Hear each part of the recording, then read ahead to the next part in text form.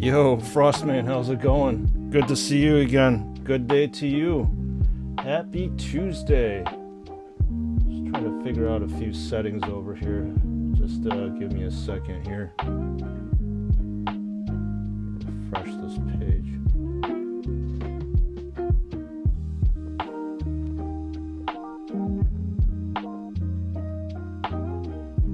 That's weird. I'm not sure what's going on. Why isn't this connecting?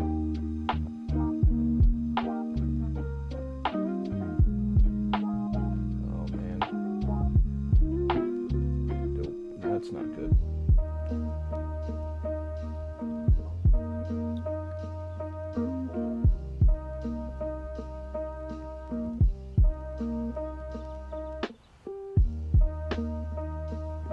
How am I feeling after yesterday's stream? I'm actually okay. I'll have to say that talking for about 6 hours straight is something that I'm not typically used to doing in my life.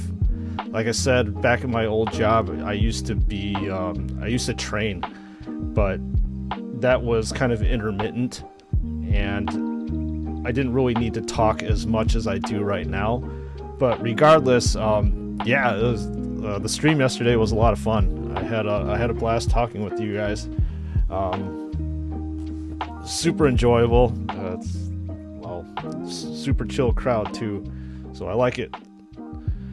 Feeling fresh. How are you doing today? Hopefully everything's good. Let me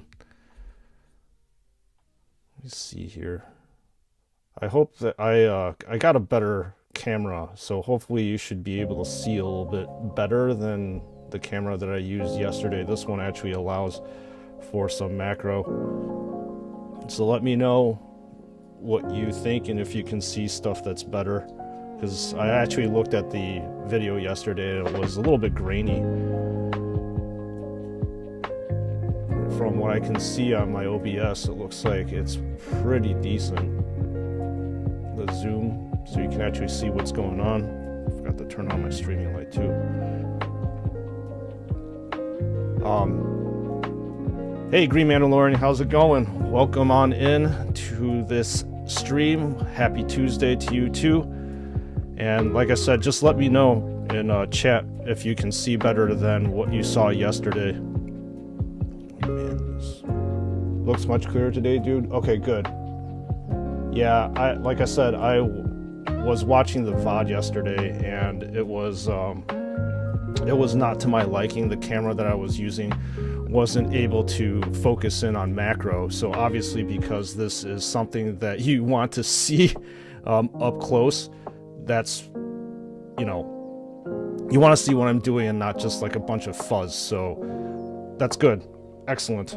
I am glad that you all can see things a lot better. So where we left off yesterday was I kind of slopped on these details and stuff. So what I need to do, actually, you know what, I forgot. I need to paint the back of this jump pack here, and then we'll clean up the black area, the bleed areas over here that I say so often on my, you know, my regular videos and stuff. So, you know, if I was Joy Toy, maybe I would just leave it like this and it would be totally good, but I'm not Joy Toy.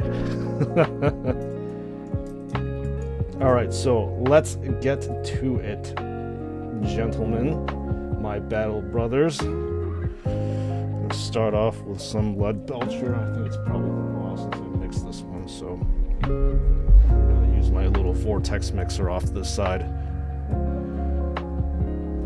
It's a lovely sunny day here in London, and the sun is beaming. That is excellent to hear.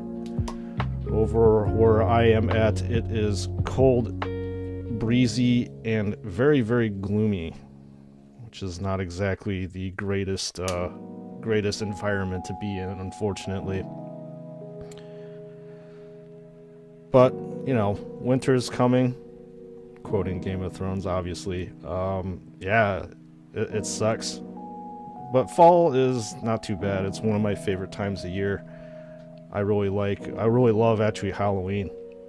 Halloween's actually one of my favorite holidays. and I am looking forward to the Halloween festivities in about 13, 14 days. It's less than 2 weeks away. Go trick-or-treating, perhaps costume up, go to a few parties, host a few parties maybe. I don't know. We'll see how it goes.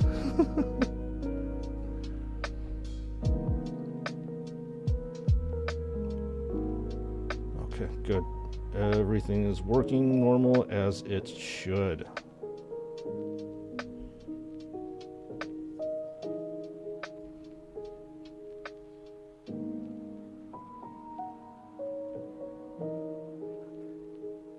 So again, I'm not going to be super detailed about this marine when I paint it. It's enough to make it pop out on the tabletop. Not to make it look like, a black blob or really bland. You need to still have these little touches here and there to make things stand out.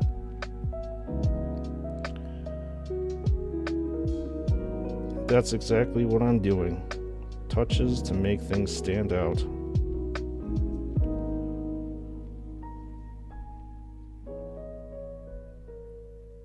Is it, hey Frostman, is it warm over there in London?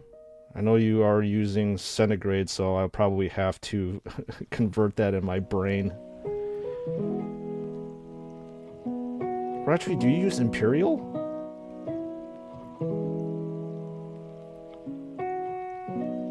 For us over here, it's 40 something degrees and super windy. Not really a good day for a walk.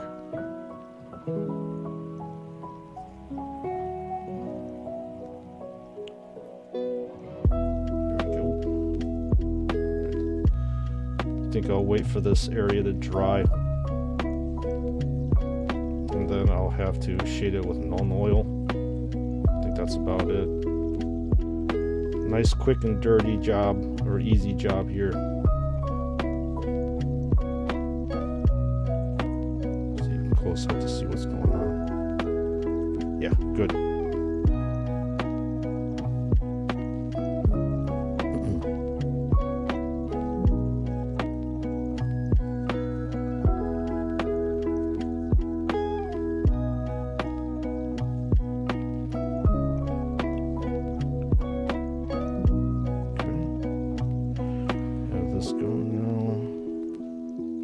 Hopefully I should be able to get through this within the first few hours, but I'm not exactly sure how it goes.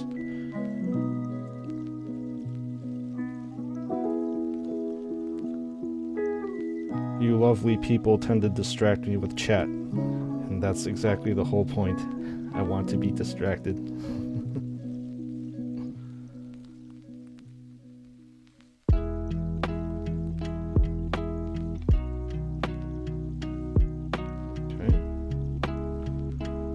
Looking fairly decent. I'll have to touch this up as usual because my first coat tends to be fairly sloppy. I suppose I could save myself some time if I actually decide to paint within the lines, but yeah. That's where my skill set is at, my ability to touch up areas. Sound is much more level today too. Okay, Frostman, can you do me a favor? Does it sound like I'm on two channels, i.e. stereo?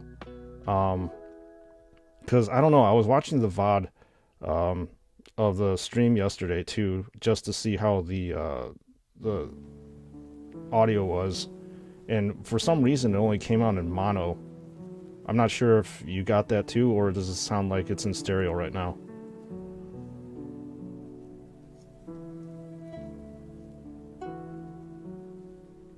And hopefully, if anybody else is in the chat and listening live, hopefully you can chime in on that one too. Because if that's the case, then I have to tweak my settings offline for tomorrow.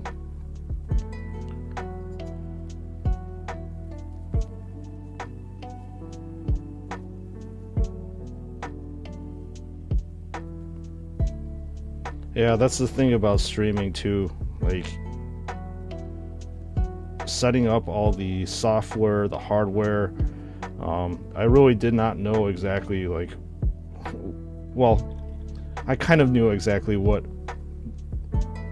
went into streaming because I watch it so much. Sounds perfect today. Much entertainment than yesterday. Okay, good. Yeah, it's just having like all the setups and stuff, and have all the programs and linking stuff, and it's a lot. It's a lot of work. I don't know really. I think it sounds fine, but I really don't think about that. Okay, I mean, this is only stuff that obviously streamers or broadcasters would think about, because you want your VODs to sound good. And obviously when you're doing it live, you want it to sound good too, because like nobody really wants to go into a live stream and be like, oh dude, this guy, he doesn't have his shit straight, you know? You can't even get his video working or his mic working, all that kind of stuff. It just sets like a kind of a bad bad tone, I know, you know, because there's a level of quality that you expect when you come into a stream. So I hope that I deliver at least some sort of that quality, right? I'll put my paintbrushes off to the side.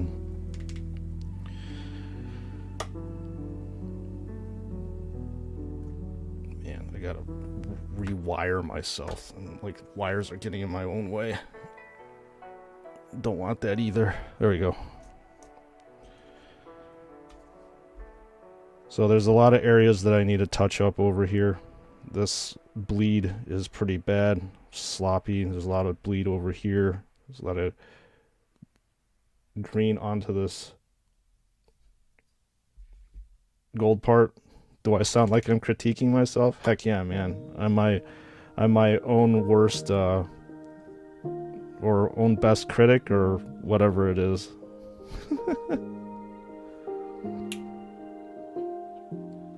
What did I do after stream yesterday?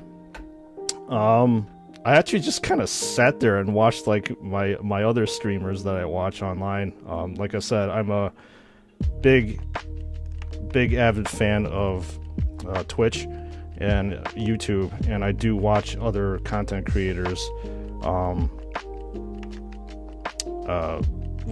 create their own content, video gameplay, and all that kind of stuff.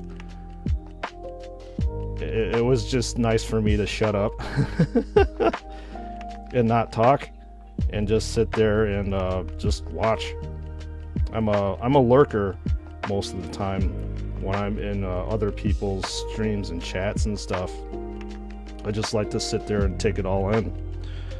But aside from that, you know, I went in and tweaked a few things for the stream and stuff, and added a few things, some overlays and some random other stuff. It's like when you go streaming and stuff, you have to there's like a baseline level of things that you need to connect to your account. So just a bunch of things to make hopefully the stream better. So over time things are gonna get, I wouldn't say fancier and fancier, but as I get more experience with streaming, I'll discover more things to make it better, you know? So I was looking into that kind of stuff. And thankfully there's a bunch of tutorials on like YouTube and stuff on what, you know, programs streamers should use and what ones to avoid, that kind of stuff. So it's like a constant progression to make things better and better.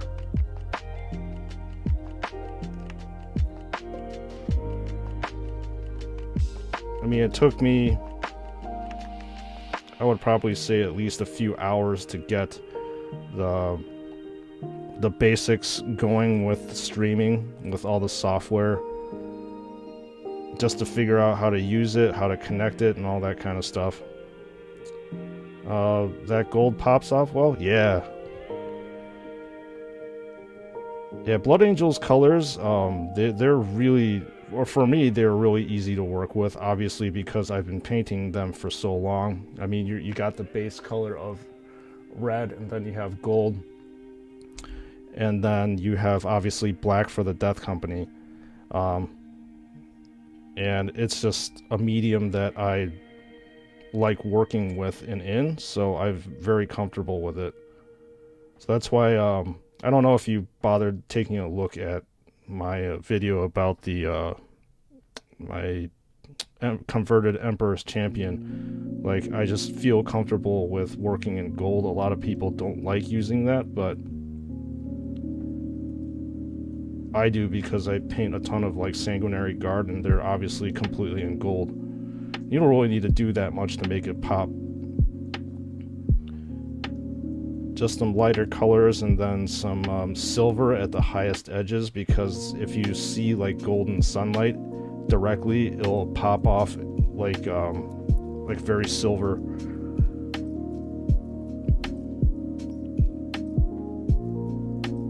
So, like I said, just cleaning up all the messes that I made yesterday.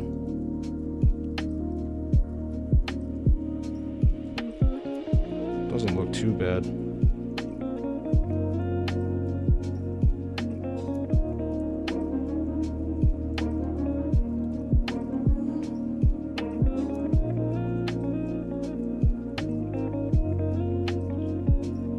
Purity seals look alright.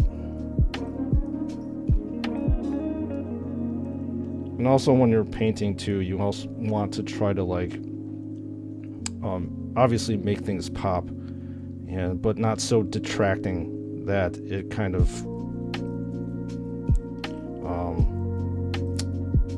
I guess takes away from the overall aesthetic of the model, you know? And make sure the colors aren't clashing with the rest of your army. So like, before I even paint a squad, and I want to make my squads like slightly different from each other because they're easier to define on the tabletop. So I will purposely figure out like color schemes beforehand. So my other Death Company, they may actually have like silver accents over here. So I think they come in squads of total 15 on the tabletop. So I'll have like a squad of 15 people with like these gold and green accents, whereas I'll have others with silver and maybe, I don't know, purple accents or something like that. And if you're playing on the tabletop, it really does help out identifying which squad belongs to another.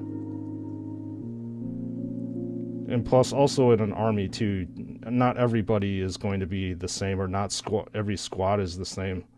So you need to have some sort of like differentiation between the two. But the most important thing, I think, with painting an army is that you'll have to have a color scheme in mind, and ways to vary that color scheme without going completely off from it. So that there's like a continuity thing that you have to do. Now there's like other factions in Warhammer that when you field them, like the Renegade Knights, you actually don't need any kind of like pattern whatsoever, because they're like freelance and they don't have any sort of like house association. So you can have a random hodgepodge of how things look.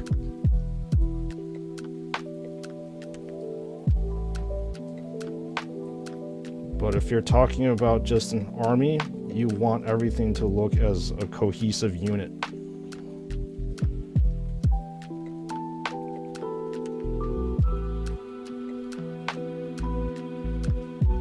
Okay, I think that's good for blood tears. There, see, I slopped it on really bad here. Have to cover it up.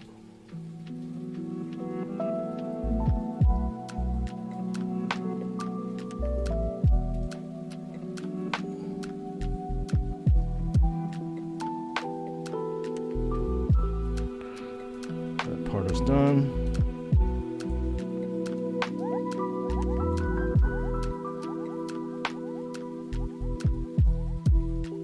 And the funny thing about painting too is that you kind of need to know when to stop, I suppose. You can keep tweaking a miniature as much as you want and try to perfect each and every single miniature, but you're going to be spending so much time on this thing that you're not going to be able to get to your other miniatures. So you have to know when to stop, basically, and know that, you know, enough is enough. You don't want to be spending hours on end on one miniature. Well, unless if it's a character or something like that, obviously.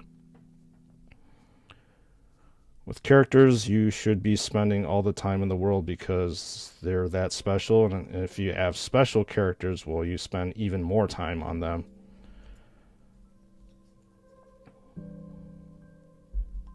So like I said, typically off camera, I'll spend at least like maybe 2 to 3, actually that's a lie. It's probably like 3 to 5 hours, anywhere between there, on one of these miniatures, if they're a grunt figure. But once you talk about characters and stuff,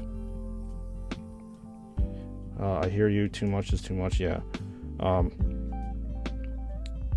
But special characters, I'll spend upwards of maybe like 10 to 16 hours on them, just so that, well, I can, how do I say this? I can give honor to them, I suppose, is the correct term I'm thinking of.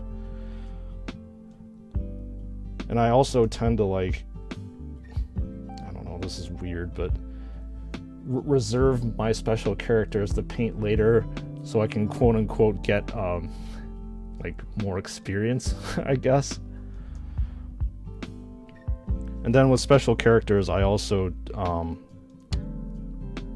use more techniques and put a lot more detail into them. Because, well, like I said, they are special characters.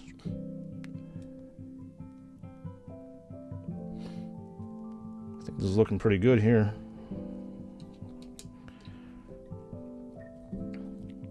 I'm gonna do a quick shade over here. So, like, I have a character that is a captain here, and what I ended up doing, because it was a character, is I would put like this the glow with the jets here, and that takes time building the glowing effect. And because, like I said, this is a grunt model, I don't really need to spend that much time on it, or want to actually spend that much time on it.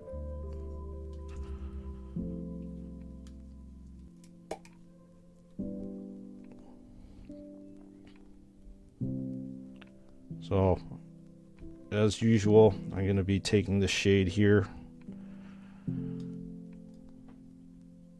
and putting it over the base coat. Just make sure it's not too sloppily pooled.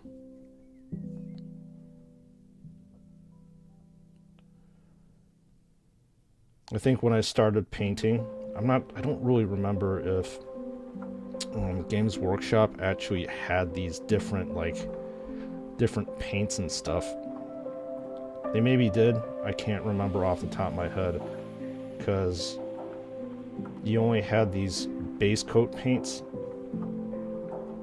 available to you, and you would have to, like, paint them as I do with these details over here. Nice thing about these shades is that they're liquidy and watery, so they'll run into the crevices and stuff. So it's a very, very quick way to give depth to your model without that much effort.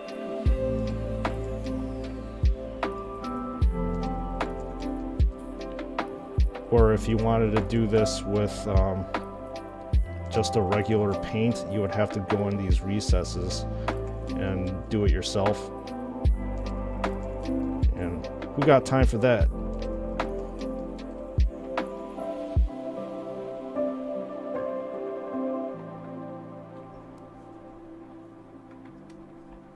Sweet.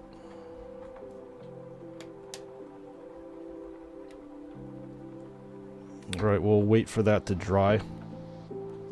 And pretty much I think I have picked out most, if not all, the details that I want to pick off of this thing. And if you want to, like I said, put it on the tabletop, this is completely respectable and doable. I think that, however, me being more of a seasoned painter, this looks, again, flat to me. This is almost like, remember when I was doing the review of the, again, the Raven Guard, McFarlane Space Marine? This is kind of what it looks like to me. It's just too dull. So that's why I want to do highlights. Gavin Smith, welcome on into the stream. How are you doing today on this fine Tuesday? Hopefully it's Tuesday where you're at. I don't know if you're in Asia or not, but no Joy Toy? No Joy Toy. So what was I gonna do?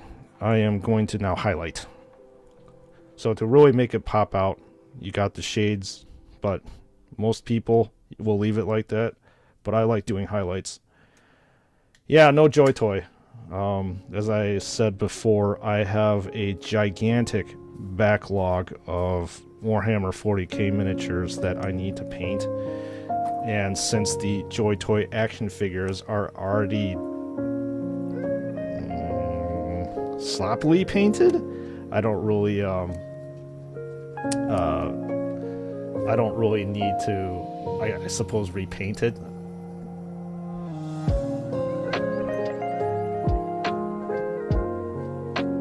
What is he doing, casting a spell?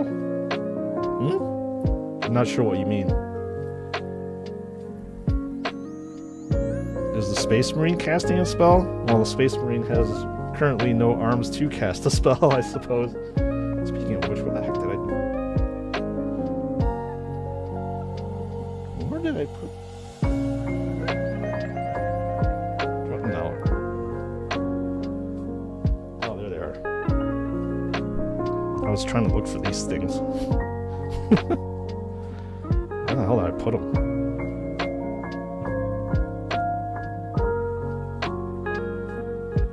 So right now I am doing some edge highlights, and if you look at my painting tutorials, what I do with the edge highlights is I actually don't use the tip of the brush, I use the side of the brush and run it along these hard edges so I can get pretty clean highlights.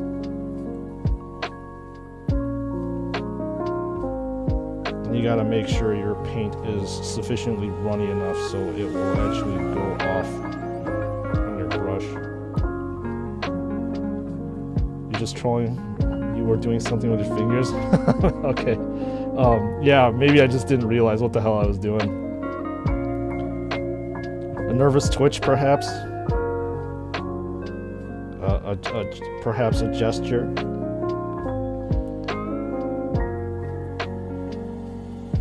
Yeah, casting a spell. Yeah, for you lurkers, the spell I'm gonna cast is sub to the channel. You shall sub to the channel. You shall watch thousands of hours of my videos and be brainwashed. That's the spell that I'm casting now.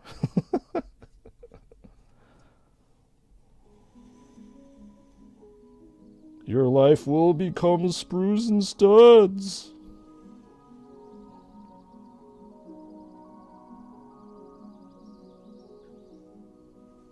Okay. Just remembered I need to touch up this part. There's some green bleed onto the gold. That's the other thing about painting. Sometimes I forget what the heck I need to do. And where I need to touch up. Don't remember all the stuff off the top of my head.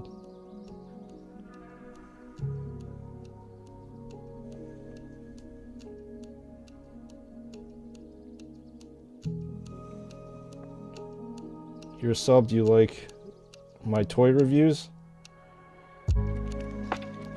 Gavin, just to let you know, they're not toys. They're adult models. No, I'm kidding. I sometimes have to justify that to my friends. Don't you understand? These are not toys. They are action figures. They are models.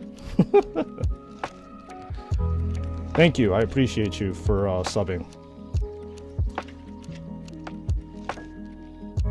I know that I tend to be fairly critical on my reviews, and I also tend to focus a lot on the painting. It's like, gee, I wonder why Sprues actually focuses in so much on painting. So there you go. Now you can see why. I am my own worst critic, and I will sit there and critique myself to shit when it comes to my own painting. So that's why I'm super critical with other people's painting, because, well, I'm a painter myself and I just fuck this up. God damn it. A little heavy-handed with that one. See, told you. I'm my own worst critic. That looked like crap. But like I said, I, unlike Joy Toy, will actually go in and fix my painting. Duck, welcome on into the stream. How are you doing on this Tuesday morning, afternoon, night, wherever the heck that you're at?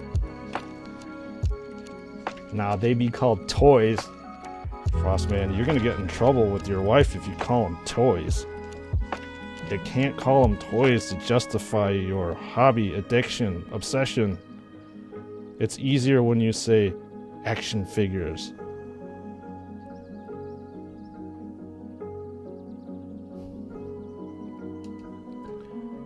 You're doing good? Good to hear.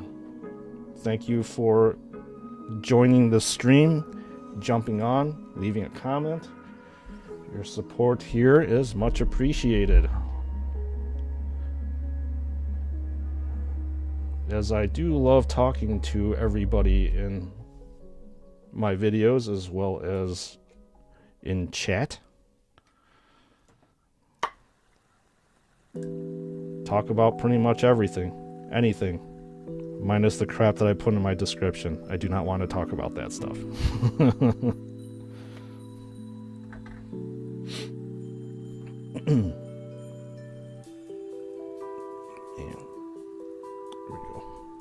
Alright, so I think that the purity seal areas are sufficiently highlighted, so I'm now going to highlight the seals themselves. Man, I don't know what's up with this wet palette. It's not as wet as I want to be. Having to thin my paints a little bit more. What is the time where I'm at? It is 9:43 in the morning.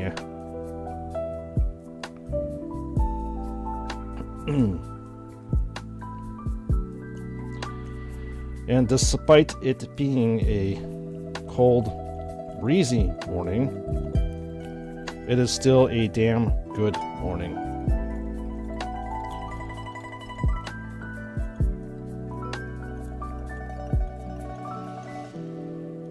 Being here, live streaming, talking with you all, probably beats any kind of morning that I've had in the past, I don't know, friggin' 14 years. So it is a good morning, indeed.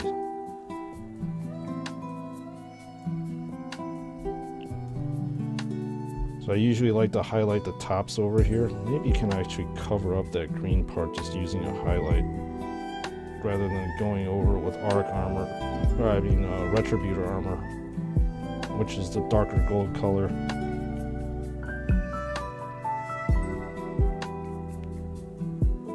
.43 p.m. where you're at.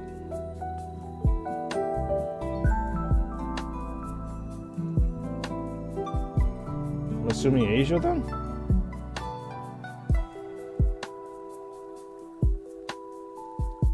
Because Europe should be like what, 3, 4, something like that?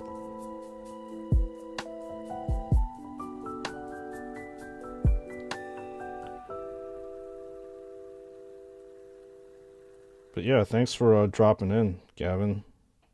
I'm not sure if this is your bedtime yet. You could just put this stream on the background and pass out to it. Don't ask me how I know.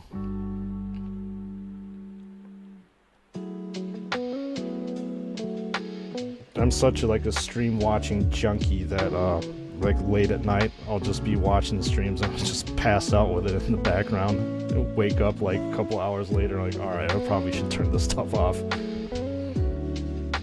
Close, Australia? Okay. Nice.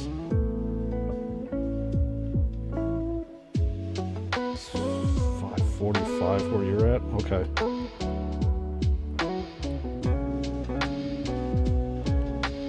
Hey Gavin, do you have easy access to any of the action figures like Joy Toy stuff or no? Over where you're at? Do they actually have a brick and mortar store? I'm curious. Or they're just exclusively online and they just go through distributing channels and stuff. I don't know, because over here in the US, obviously there's no brick and mortar store that sells Joy Toy. I mean, if you go to a Warhammer store over here, we usually only get McFarlane action figures. I mean, which is cool and all, but I don't know. I'm super biased toward Joy Toy stuff. Don't get me wrong, I do like the McFarlane stuff. Most of it.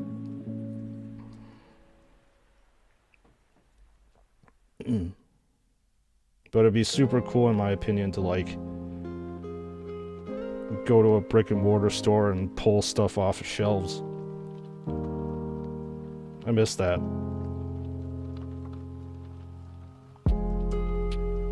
I don't know if you have like a Toys R Us or something like that, which was one of the largest toy stores over here in the US. I believe it still exists in like Canada and stuff, but it definitely does not exist in the United States. But like, it was literally like a kid in the candy store. You could just go in, pull Legos and all these different other toys off the shelf, and it was so badass. I had so many good memories going in there. Eyes wide open, and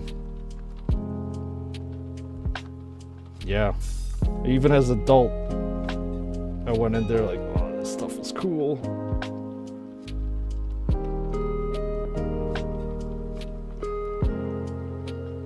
No, not easy access. I buy them online. Okay.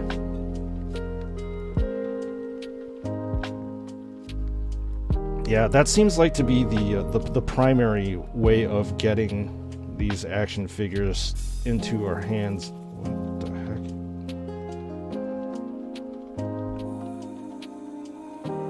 Why does that look weird to me? Yeah, I just wish that we can go to a store and do it, or grab it. Dominatrix, welcome in to the channel. How are you doing?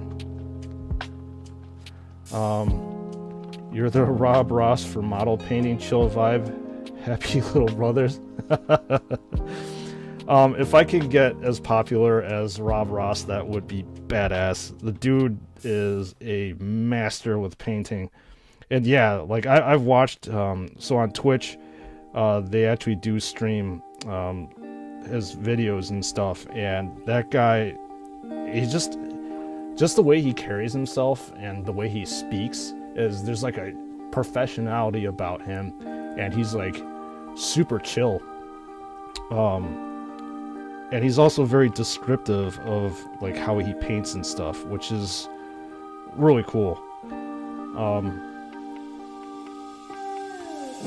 I watched your McFarlane Meganod video last night. You may have tempted me. Okay. I'm sorry.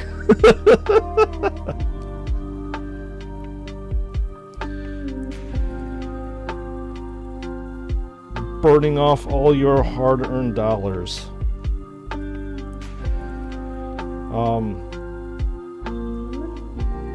I will be uploading another McFarlane orc video, and it's the Mega Knob with a Shuda tomorrow. So you can look forward to watching that in your spare time. But I'll have to say, I'm not going to give any spoilers here, but I do like that configuration with the weapons the most, and I do actually say that on the video. I collect Joy Toy and McFarlane. Used to love going to Toys R Us until Disney sent them bankrupt. Yeah, man. Yeah. Yeah, I also collect, obviously, both of them. I only have... Well, then again, Bandai didn't really produce that many Space Marines. They only have that Gravis Captain and various iterations of the Intercessors. I do have the Ultramarines Primaris Intercessor, as well as, obviously, the Gravis Captain. I just wish that Bandai would produce more, but mostly I wish that they would tone down their friggin' prices, man. $250 fucking dollars. Obviously, you know, I had to. I couldn't. I couldn't say no because I have a problem. But $250 for that action figure was a little too. Yeah.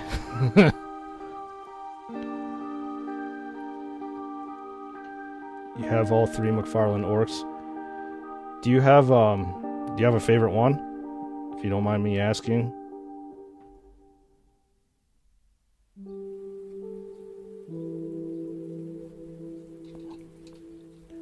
Yeah, Toys R Us, if you don't know, it's just was the largest brick and mortar toy store back in the day, and they literally carried everything under the sun, and it was like a literal kid's dream to go in there. Every time I go in there, like I said, even adult, I was like super wide-eyed because of all the different toy offerings that they had on the shelves, and you're like, I don't know where to spend my money on because there's so many toys out there. Ow. So much streaming equipment in front of me. Bandai Gravis Captain is 400 quid in UK. Holy shit! Are you serious? Oh my god! That is insanely cost prohibitive. I thought we had it bad over here in the States with like $250. I even cringed with paying that much. Holy cow, that is beyond beyond what I would pay for it. You love them all, but the one with the flamethrower, me? I like the one with the Shuda.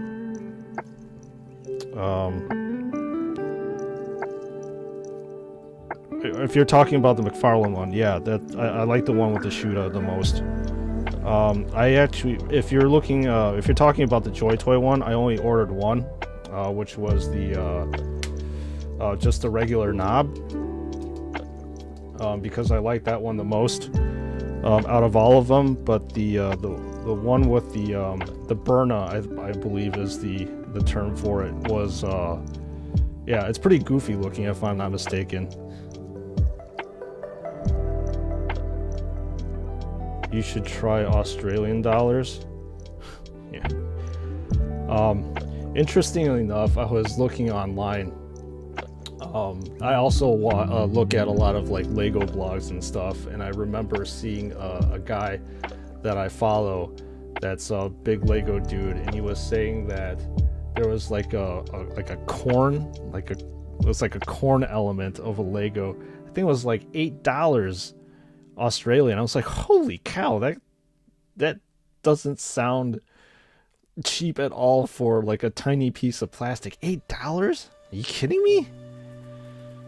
Oh man, brutal how much things cost these days, and how much price was how prices are increasing. I like the Joy Toy Burna, like his mask. Yeah, I think out of all of them, I think the Burna one looks like the, I suppose, the funniest.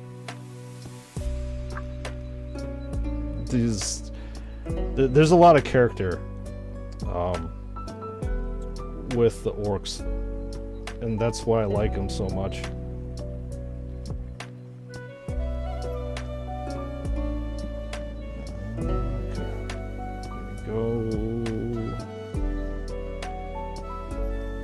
A few little bit more touch-ups. The exchange rates are a killer. Yeah, it's pretty crazy. I think the USD actually has been the strongest it's ever been, if I'm not mistaken, compared to the rest of the currencies out there. That's probably why the exchange rates suck. Well, it's good for us people in the States who want to travel, but for the rest of the world, not so good.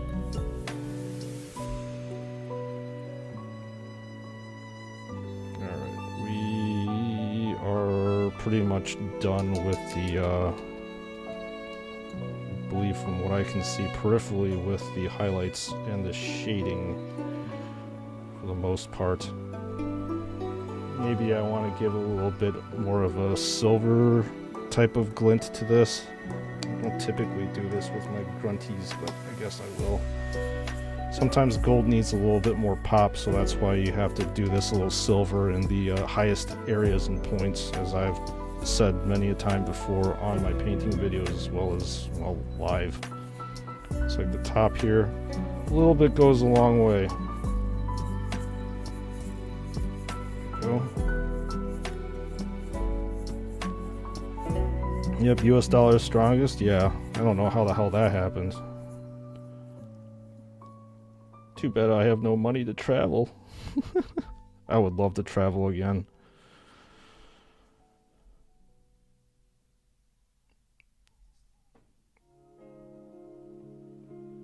Especially to Asia. I just heard that Japan opened up after, what, since the pandemic? Man. I am super craving some Japanese food right now, man. So much good food in Japan. Better stop talking about it because I'm either going to be hungry or crying at the end. Reminiscing about my trips to Japan and how delicious the food was over there. Alright, I gotta stop. But yeah, at some point in time, I do want to go back. Strangely enough, like, when I go on vacation, I typically like to go to like tropical environments, and so I can just literally be a boneless person and just lie on the beach and chill. But like Japan, I've been to Tokyo, I've been to Kyoto, and those areas, it just makes me want to go and like explore and stuff all the time. The pound is dying. Yeah, that's crazy, man. I really can't believe that the pound is that weak against the dollar. It used to be like, if I'm not mistaken, at its peak, $1 to about, no, it was the other way around. It was 1.5 pounds of $1. I want to go to Thailand because there's a new law. What is that, Gavin? I've actually never been to Thailand before. I would love to go to Southeast Asia at some point in time in my life, especially Thailand and Vietnam. Those two countries I heard are absolutely gorgeous. Aside from the fact that, I don't really eat as much Thai food as I want, but like Viet food is my favorite food ever. So just going to Vietnam would be pretty cool.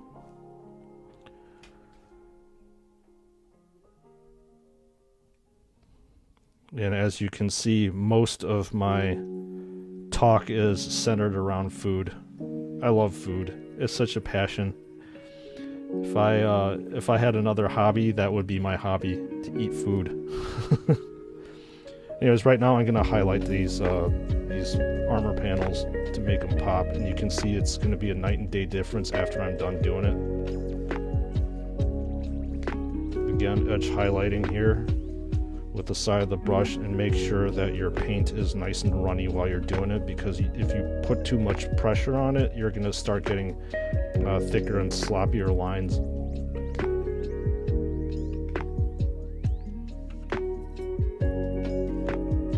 Like I'm doing right now, I'm putting a little bit too much pressure, so it's a little sloppy. Pot has just become legal, although already legal in the US. Interesting. You know, the US is very interesting. I was talking to Frost yesterday about this too. In various states it is legalized, but on a federal level it's still criminal, which is probably like the most bizarre mechanic. I don't know if that's the correct term. Probably the most bizarre thing. So like technically the federal agents can come in and bust all these dispensaries that we have over here, but it just depends on the state's jurisdiction. So depending on where you live at, it may be legal. In other states it is decriminalized. The other areas may be good for medicinal. Others is just, yeah, you can't have it. Possession is against the law. Like I said, it depends on which state that you're in.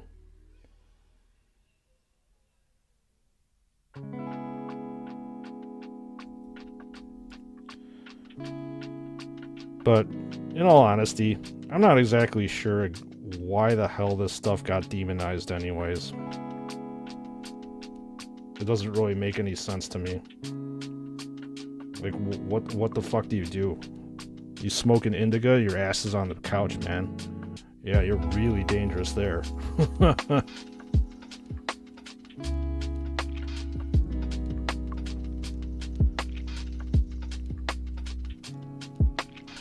Or maybe because you're on the couch you turn into keyboard warrior. I have no idea. I'm just saying.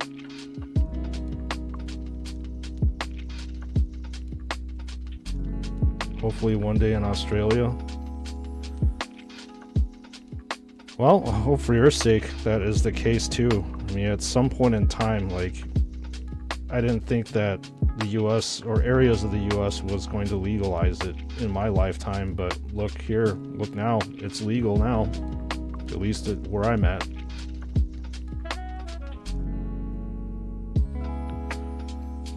So give it some time, especially when you have people that understand that pot is a very benign plant. It's just that it's been demonized because of people's narrow-mindedness.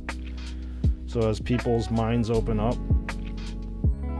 perhaps your politicians' minds will be open up too. I have to retouch this area up a little bit.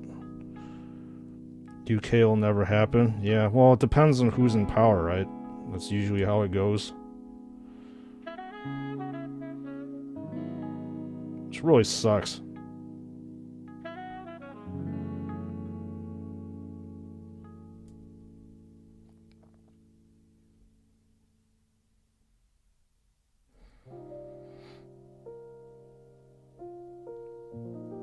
Okay. I'm cool? Thanks. I appreciate that. I hope to give off that vibe. No, I'm actually pretty chill.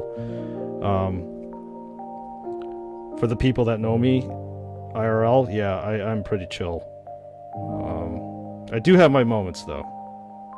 I think everybody does. But in general, like, I mean, I'm right now surrounded by all my loves, which is streaming and then making content as well as painting So this is super cathartic for me. And it like super calms me down. It's almost like I smoke pot. Anyway, I love doing this stuff. I'm in my element, so that's why like I probably have this sort of vibe to me. And it's nice too. I mean, I came from a super stressful job. In the end, it wasn't really worth it. The money I was making from it obviously afforded me to buy all these, I'm gonna call them toys, but adult building models. It afforded me a lot, and I was happy doing that, but at what price, you know? Nothing is really worth the price of your sanity. But that and the anxiety and the pressure that I got from my job was just way too much for me to handle. The demands and stuff. It's like, you know what, fuck it. Life is too short to be miserable and not doing things that you love. So, here I am. Got this little channel, hanging out with you all, talking about life, talking about anything under the sun.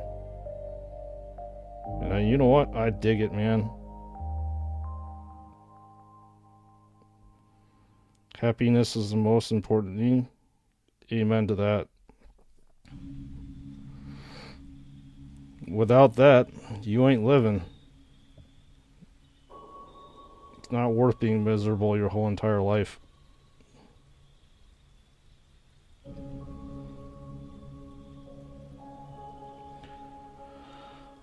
What job was I doing? I was a legalized drug dealer. I was a manager at a pharmacy.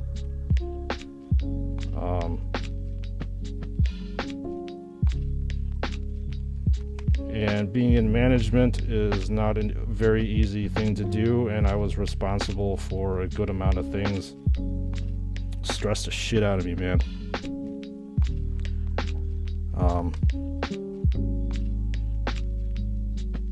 Talking with people, being political about them, and what I mean political is like, if people weren't performing well, I had to sit down and tell them that they needed to do their job in a nice way, and they get all like flustered and pissed off at me, saying like, "Yeah, why are you picking on me, man?" I joke at people at work like, "Oh yeah, I have to be careful with their feelings." God's sakes. Amen, brother. It's like, yeah, I am picking on you because you're not doing your job. So what the hell am I supposed to be doing then? Allowing you not to do my job or your job? So if I don't do that, then that means that I'm not doing my job. It's like, what the heck? It doesn't work out that way.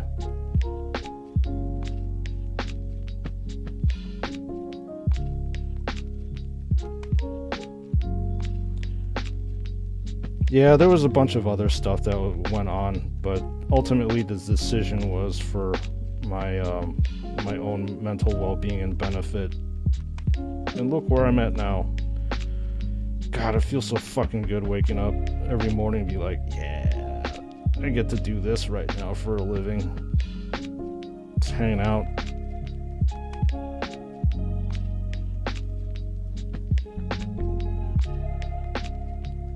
No anxiety, no pressure, just chilling, listening to some nice lo-fi beats,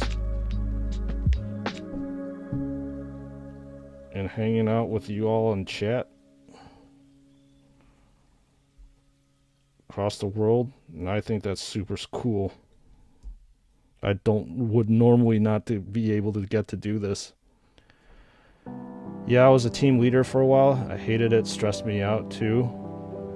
Was not cut out for it. Yeah, you have to have like a specific type of personality to do that kind of stuff. Maybe a thicker skin. Maybe I don't have thick skin. But you have to have a sort of mentality, I suppose, to do all that.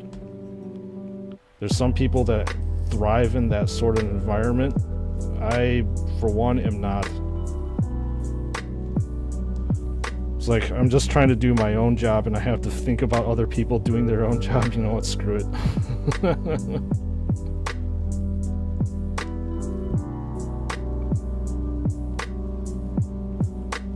Alright, I think this jump pack is fairly okay. I'll have to retouch it up a little bit later. Again, there's a little sloppiness here.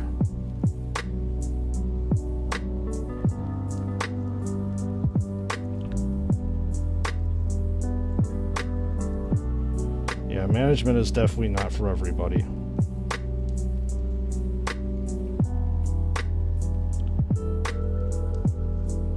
Ain't nothing wrong with calling them toys. We shouldn't lose the joys of childhood just because we grow up. You are correct. I was saying on stream yesterday too, like, and I'll say it again.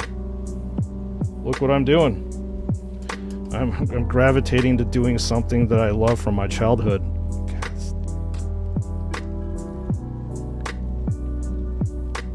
Right?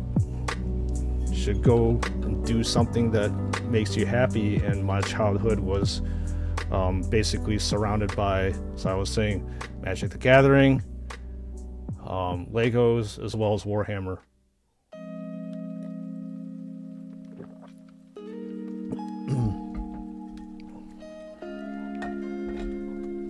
Living the dream, hope to retire soon, just waiting for Tesla's stock to hit $1,200 per share.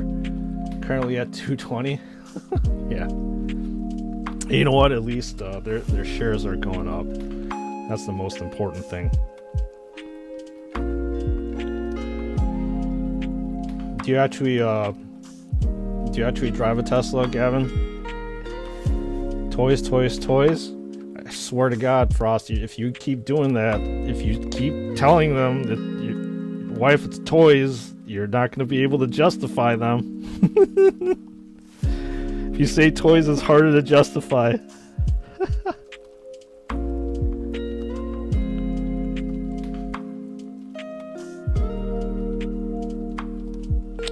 me adjust this thing. This camera's... There we go. Yeah, I'm curious, like, if you do drive one, I want to know your thoughts on it.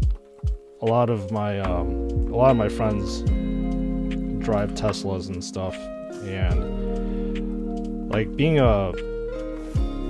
a car guy, so what you call a petrol head, and I was very skeptical with Tesla when I first started off, and you know, it was an electric car. I didn't really see like the benefits of being an electric car until you get into one, and the first time you mash on the pedal, holy shit.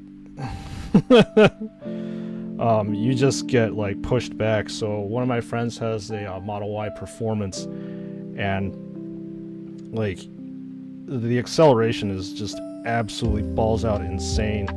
Like, I started watching these videos of like these cars on the drag strip, and like any kind of stock Tesla, actually they're all stock, but they just kick the crap out of any single one of the cars that are on the drag strip. We're talking like Corvettes and even some supercars. That acceleration is just absolutely insane. What really surprises me too is you could be cruising at like 60 or 70 miles an hour and mash on the gas pedal and you'll just go. That thing pulls. No, I would love a Tesla. One day we will all be driving them. Yeah, I mean, at the rate that we're going, yeah, I don't know if you're a climate person, but I mean, I myself believe that global warming is a thing, and we should be doing what we can to have our children have a planet. But I don't want to get too political there. but regardless, yeah, Teslas are. It's very, very eye-opening. Once you are behind the wheel of one, it really transforms how you think performance should be. I mean, dude, you're getting like hypercar performance for way cheaper. Like over here in the States, like if you want a Model 3 performance, is one of my goals that I want to buy. They're like 50 something, 55, 56, I think, $1,000. And like the 0 to 60 acceleration is like in the low 4s, high 3s, something like that. And that's not including like ludicrous mode and stuff. I don't know if you can actually get that in the performance. But those numbers you can't put up unless if you're spending like hundreds of thousands of dollars. Yeah, you've seen those drag strip videos? Yeah. Yeah, you get all these petrol heads saying, oh yeah, I'm totally gonna beat this guy, man. I'm gonna show this electric fool who's gonna be boss. No, they get fucking spanked. I'm not a fan of Musk. The guy's very strange. I will not argue with that one. He's a very enigmatic individual. I suppose that I kind of appreciate his unfilteredness, but that also can get you in trouble if you're too unfiltered. And it's just the way that he runs himself too is kind of off.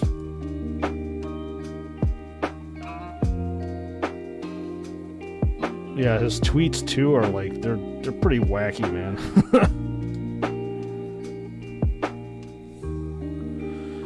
But the genius is, the dude is a genius for buying Tesla. I'll have to say that for sure.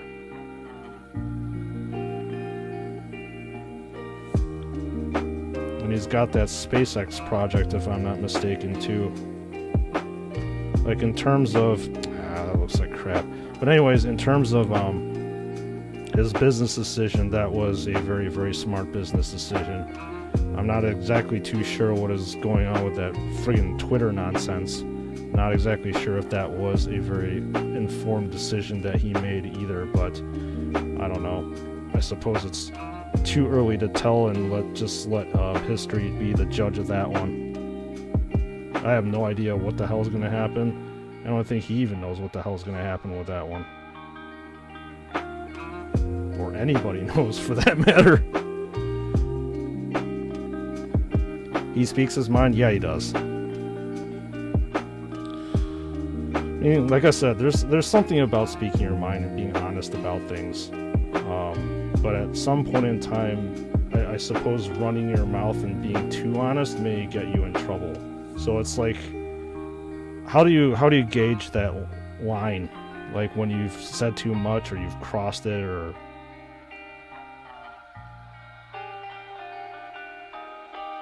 That's what you need to figure out, I suppose. One, is it too much? SpaceX, it's so real that it looks fake. I mean, dude's gonna keep trying, right? Sometimes I wish he would tone his tweets down, but I love the guy. Fair enough. Yeah, he really does need to tweet, or tone the tweets down. It's just too much.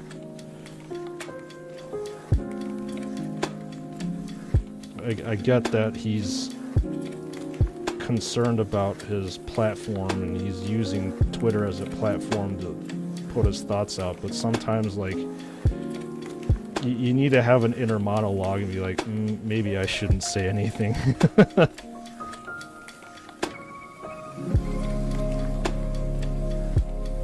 Likes Andrew Tate. That name sounds familiar. Wasn't that he... Correct me if I'm wrong. Wasn't he the dude that, he was not a masochist. A misogynist dude or something like that? I can't remember. That's what I read.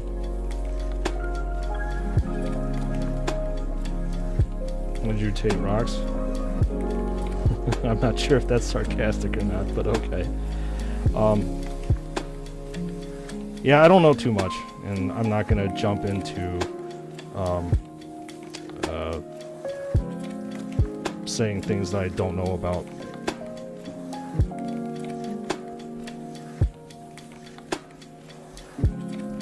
Still have to be somewhat political on stream, right?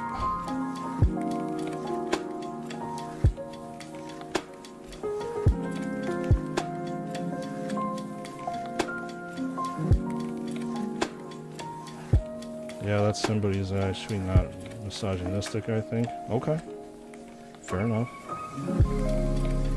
That's the misogynist dude. Alright. Yeah, I've never really really watched his content before, so I can't really pass judgment on things that I don't know about. If it's something I don't know about, I'll just straight up tell you, dude, I don't know anything about it. I won't try to pass off as I know shit. That's just how I am. So I cannot pass judgment on somebody that I don't know who he really is. He speaks the truth like Elon, no filter. Okay. And wasn't he shut down from like, I think, was it TikTok? If I read correctly.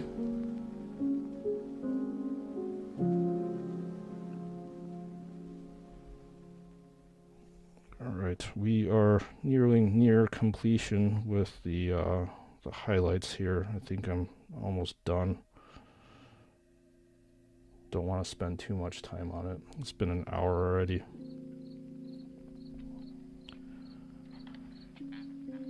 Move along in a faster pace than yesterday. Hopefully, maybe I'll actually get a squad done at the end of the week.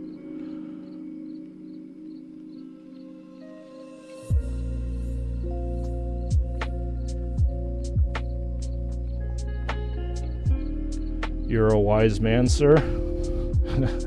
I may look it. I'm older than I look. Yeah, I've lived a few years and experienced a few things. Let's just say that. That's kind of tempered who I am.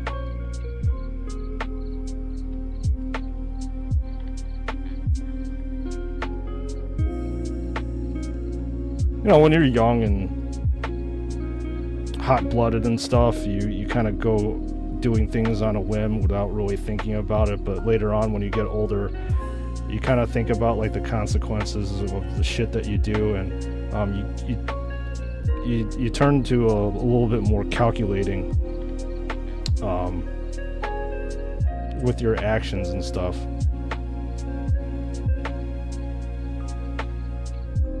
That's not saying that I don't have my moments of complete stupid-ass blind rage. I am still human. He was totally canceled from all platforms? Okay. Yeah, like I said, I was reading about that, and weirdly enough, like, he was...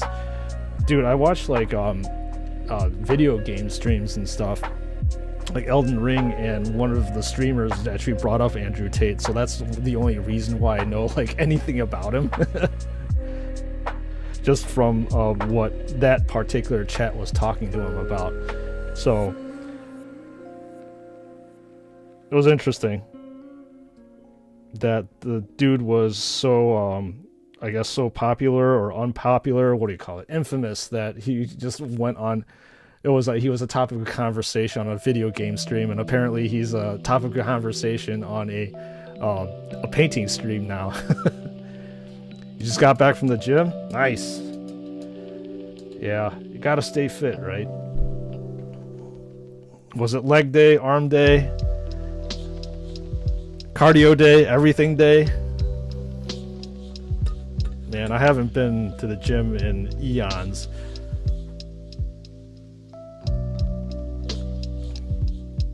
Maybe at some point in time, since I don't have like a legitimate job, I could probably start off running again. I used to run at least a 5K each and every single day when I was a little bit younger, maybe in my my mid 30s. But now I'm quite sedentary, obviously. You're 53 and you get grumpier as you get older. I think that's understandable. Typically, that's how people get when they get older. You just know what you want. You're kind of set in your ways too. You're not going to change to other people. Maybe it's because, like I said, you know what you want. Maybe that's what's making you grumpier.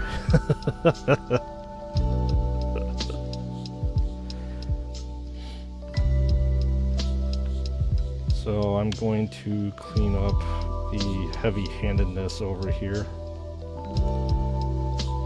Do full body twice per week, weight training mainly. Okay. Getting jacked, getting swole, so we people in America say. I'm not sure how well that translates in Australia. Probably the same in some aspects. But yeah, it's good that you're looking out for your body and for your own benefit. A lot of people nowadays, especially in America, we're like seriously one of the most obese countries. They don't really take care of themselves.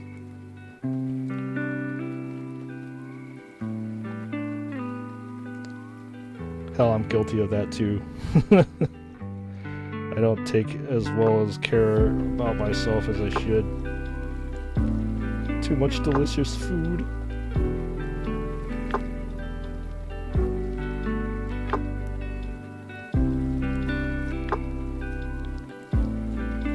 Alright.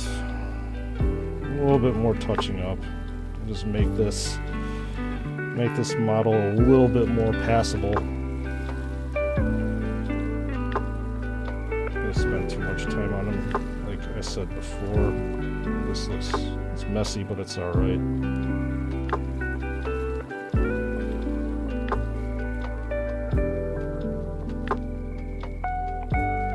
I mean, from afar you probably can't tell the difference.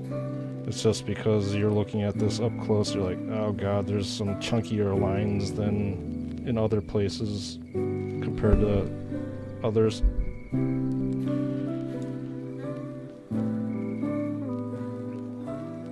I wish it translates well.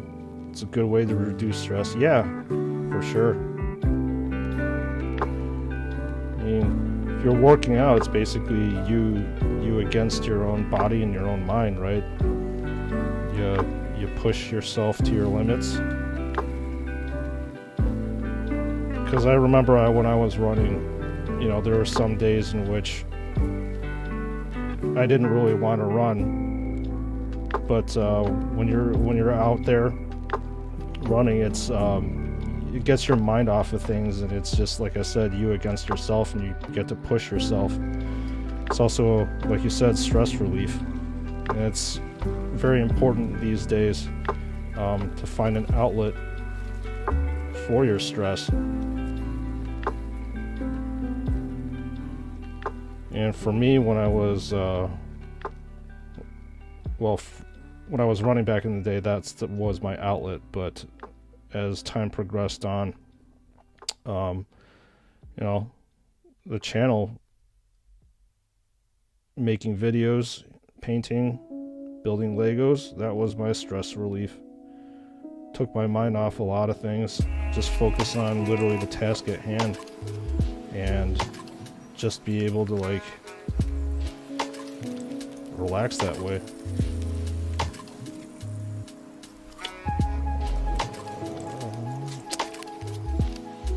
I think I might have screwed up this highlight. Yeah. That's not to my liking.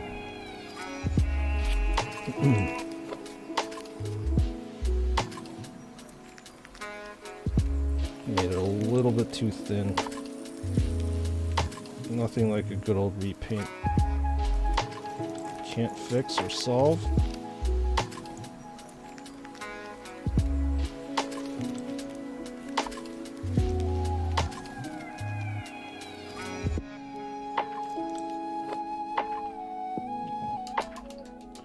Well, I can tell this is looking pretty decent. Passable, in my opinion.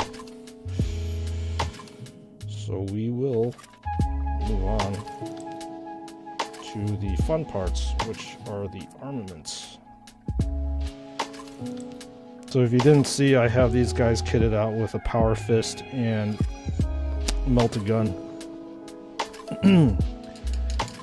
Good morning, my brothers of war.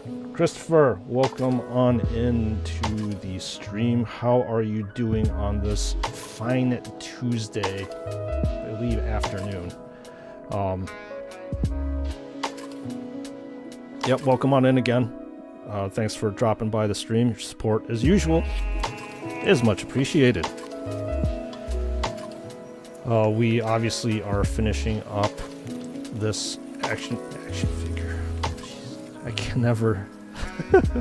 I can never not disassociate that. It's interesting because like when I'm making my my action figure review videos, I say models all the time, and then obviously when I'm painting models, I say action figures. It's fucking weird that I do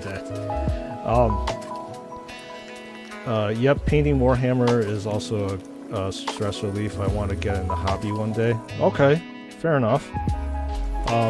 Just out of sheer curiosity, Gavin, is there like a specific faction that you really like or you want to get into? I mean, obviously, there's so many different factions within the 40k universe, especially if you're obviously looking at Citadel paints and stuff.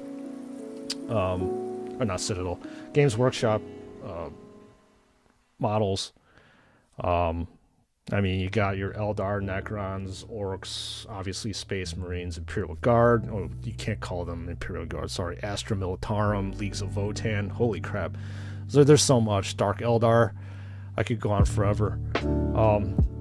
Been a cool morning for Louisiana weather. Okay. Yeah, usually down south it doesn't... Well, it depends. I mean, sometimes you get like an Arctic blast from the central states that push it down to like what, 30s and 40s. I've seen like Texas pretty cold. Tau, yeah, Tau are pretty cool. Those railguns are nasty, man. I don't know if you play them in game, but yeah, that's crazy.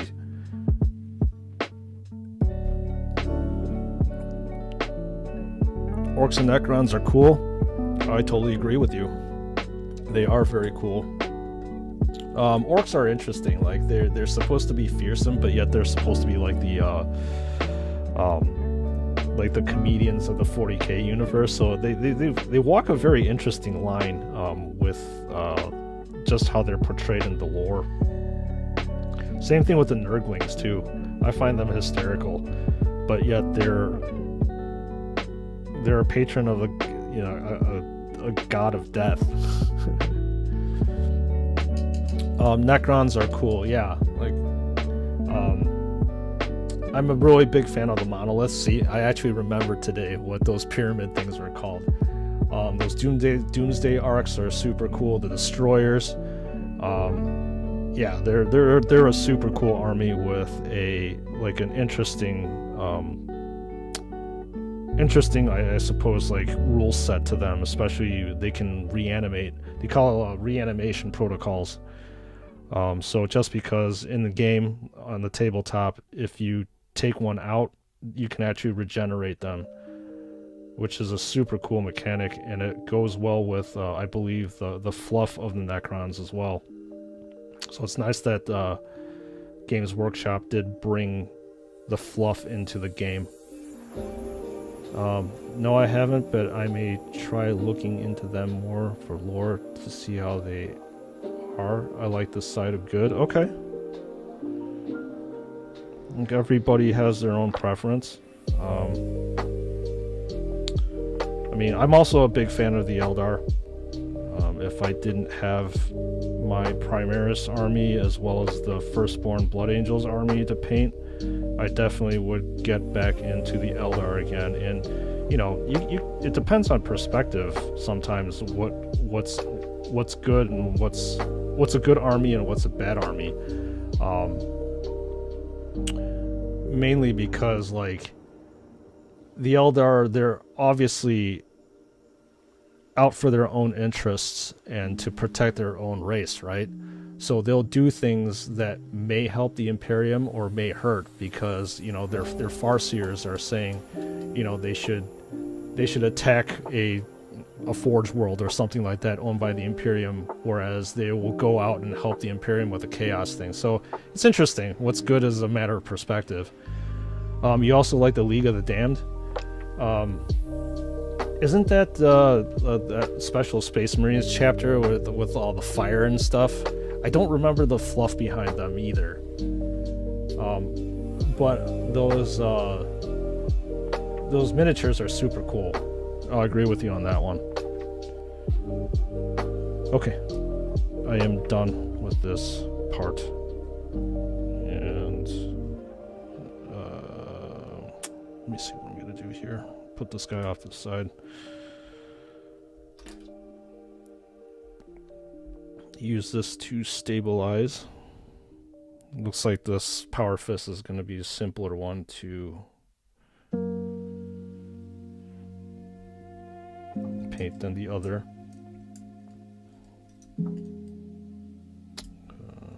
Just going to do a medium 0 or 1. Let's do 1.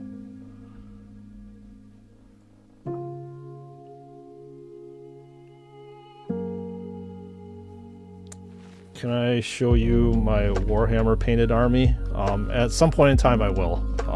That requires me to get up and rejigger my or redistribute my streaming equipment, and I'm currently a little bit too lazy to do that, so at some point in time I will. Yeah, they're the Ghost chapter leader is headless. Okay. Yeah, that's what I thought. So just to let you know, Gavin, I have about 120-30 odd miniatures painted. I've got 4 full tactical squads, about 20 or 30 sanguinary guard fully painted, 5 tanks fully painted, 5 dreadnoughts that are fully painted. No, actually, I lied. 6 tanks that are fully painted. Probably around 40-something Death Company, and a bunch of obviously leaders like librarians, captains, smash captains. So weirdly enough, I only have 10 Terminators painted, and I really need to get back into painting my Terminators. I've neglected them for some odd reason, despite me saying that they're actually one of my favorite units. But I have a crap ton of primed figures and figures that I actually need to build. So I was thinking that, you know, some of the time I'll spend painting, and some of the time I'll spend hobbying and putting together stuff. Like my probably like a quarter of my Primaris army is still, actually no, more than that. Like half of my Primaris army is still in boxes and stuff, so I need to get to that to build them.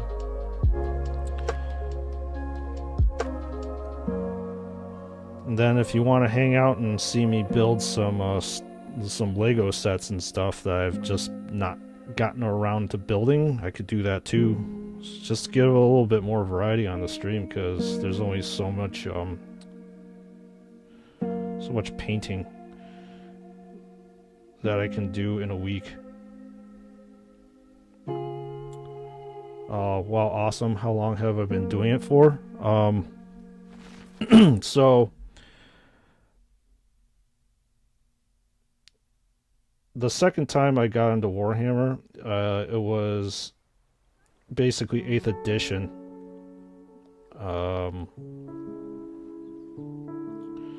So that was 2017, 2018, and so at least like 4 to 5 years that I've been painting, and I paint at a snail's pace, and I haven't really been, you know, very disciplined to paint all my figures, because, you know, sometimes just life gets in the way, or I'm just too tired to do anything coming back from work. So I have been painting for a little while, and then I got into Warhammer when I was a teenager. I believe it was 1997, and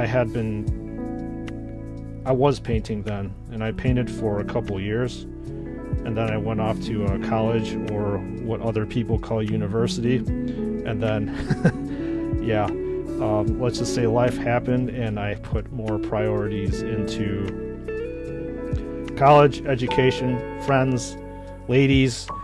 I had no time for this nerdy kind of stuff. So both Lego and Warhammer got put down during that period of time in my life. And I was stating before, it's interesting too, because like once you become adult, you gravitate towards things that make you happy again. So my adult life, look where I'm back. Look what I'm back doing. Warhammer and Legos.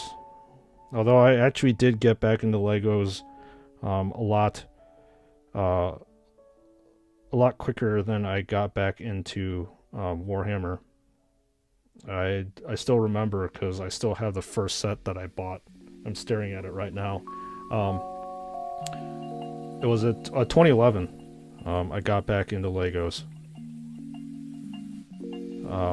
And I was just completely shocked at like how advanced the Lego sets had gotten, and different pieces, different like building techniques too.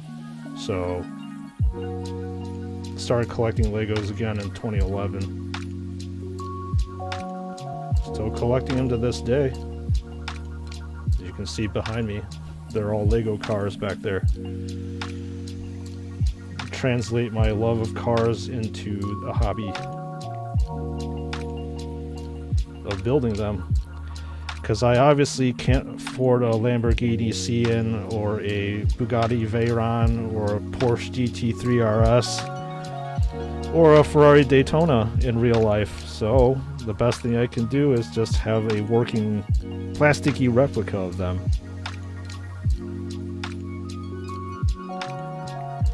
Some people think the leader of the league is Iron Hand's Primarch since he had his head cut off, but I could have sworn the Legion of the Damned was a loyalist chapter. I could be wrong. Like I said, I don't really read the fluff behind it, but I'm curious if to see if that's the case. Or they're just a Space Marine chapter that's unaffiliated, unaligned, and basically doing things as they see fit, I suppose.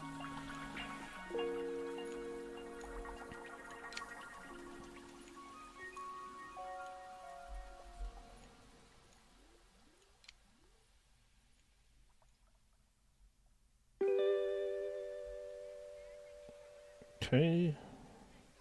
Probably have to put a second coat of gold on this Power Fist. It's not covering the black as well as I really wanted to.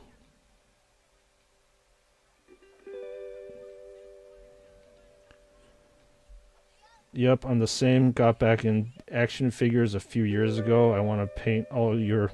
Oh, you want to paint all your McFarlane figures? Yeah. Yeah, they do need a lot of retouching up, and for sure.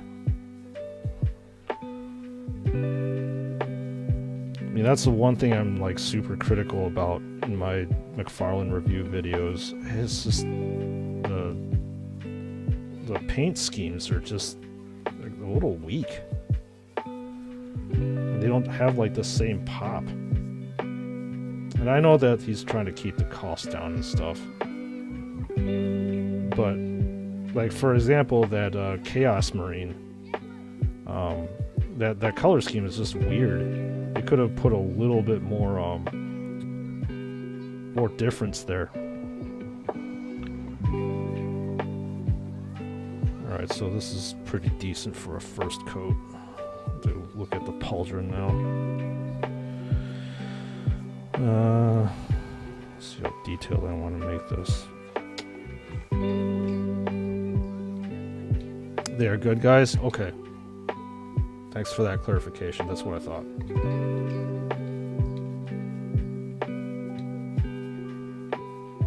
Gavin, did you end up getting any of the artist proof McFarlane action figures? Out of sheer curiosity. I did get one, but I did not get enough, I guess, I don't know if time, but just enough energy, I suppose, to like paint them. The detail is great, but the paint is lacking. Yeah. You'll hear me say this again in just my videos and stuff. That is a 100% accurate statement. Like, McFarlane does a fantastic job of just translating the Warhammer miniatures onto the bigger scale. However, as I have pointed out many a time before, the paint scheme is lacking.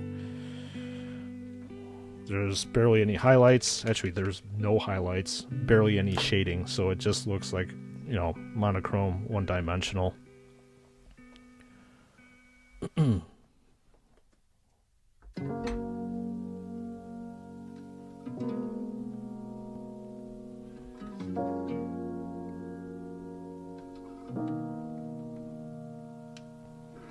But they do make very good action figures. I have the Blood Angels Primaris Lieutenant, as well as the Hellblaster Blood Angel too. I really like those, obviously. No artist proofs, not yet, but I think I will.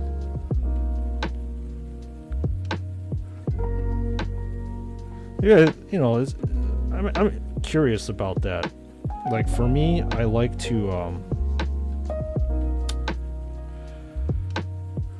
when I paint, I like to have access to all, like, the panels and stuff, so that's why you see me when I'm painting. I usually have my Marines in, like, complete pieces, so I can get access to all the crannies and stuff.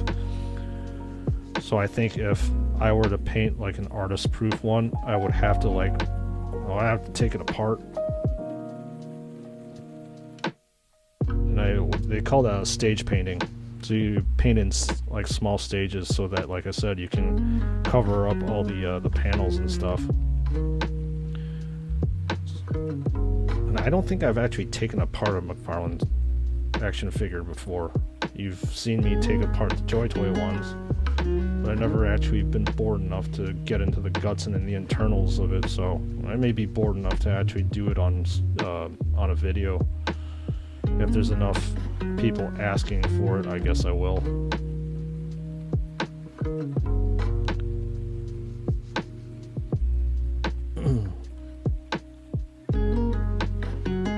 Last Dovakin, thank you for coming into stream. Thank you for commenting. And how are you doing on this Tuesday? My friend told me of your content, and I had to see for myself the awesome work that I do. Well, thank you so much for that. Also, thank your friend for spreading the word. I appreciate that. Thank you, thank you. Awesome work. Thank you. I'm very flattered. I wouldn't say that my work is awesome, but in terms of painting, I'll be humble and say above average.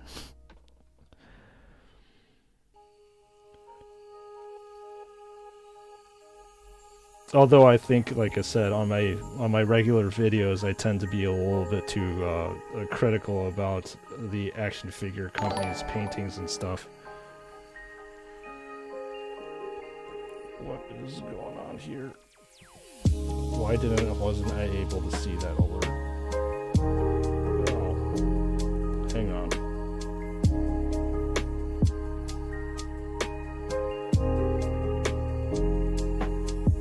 Okay. I completely missed that alert. I don't have my Streamlabs open, and I'm sorry about that. I I did not have my overlays corrected. Call me a noob.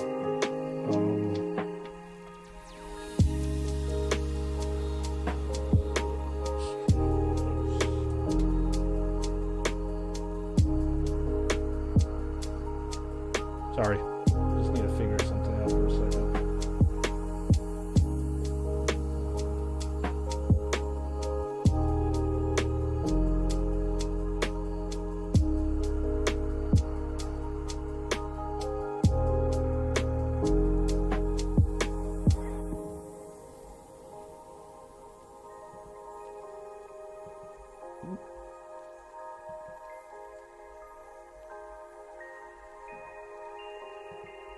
To move something up top, sorry.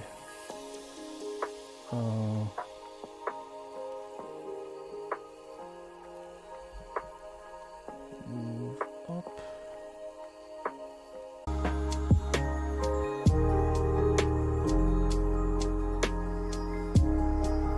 Thank you for the sub.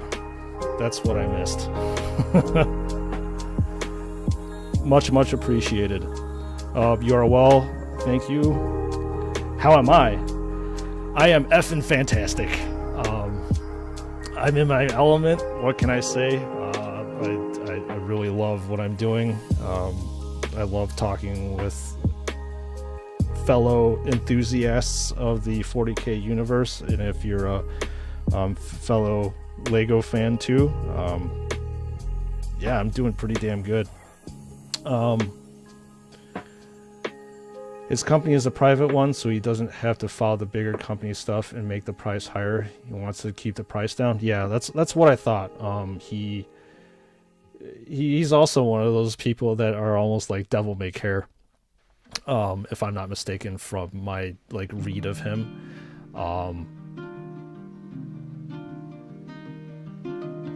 But yeah, he does make some good stuff. I had heard from other people that have commented on the videos that his earlier action figure works were pretty phenomenal, and those obviously cost a lot of money. I still remember like seeing like a Spawn action figure from him, and that was pretty fucking crazy, just the amount of detail that was on it.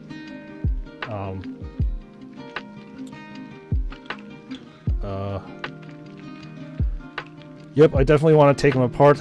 Yes, I would love to see you paint McFarlane. That would be cool. Okay, at some point in time, I think I will, just to give variety to the content. I really want to paint this guy. The reason why I had him on stream is because the arm fell off. But yeah, just to give variety to the content, I think I'll probably start painting one of the McFarlane ones, and I'll probably put like a poll on the community, just asking what you want to see. Good to hear. I also like Legos, but I gotta say they are damn expensive. Heck yeah, they are expensive. Nothing these days, to be honest, is cheap. But yeah, like your Lego sets, like your good Lego sets, are gonna run you like $300 or $400 each.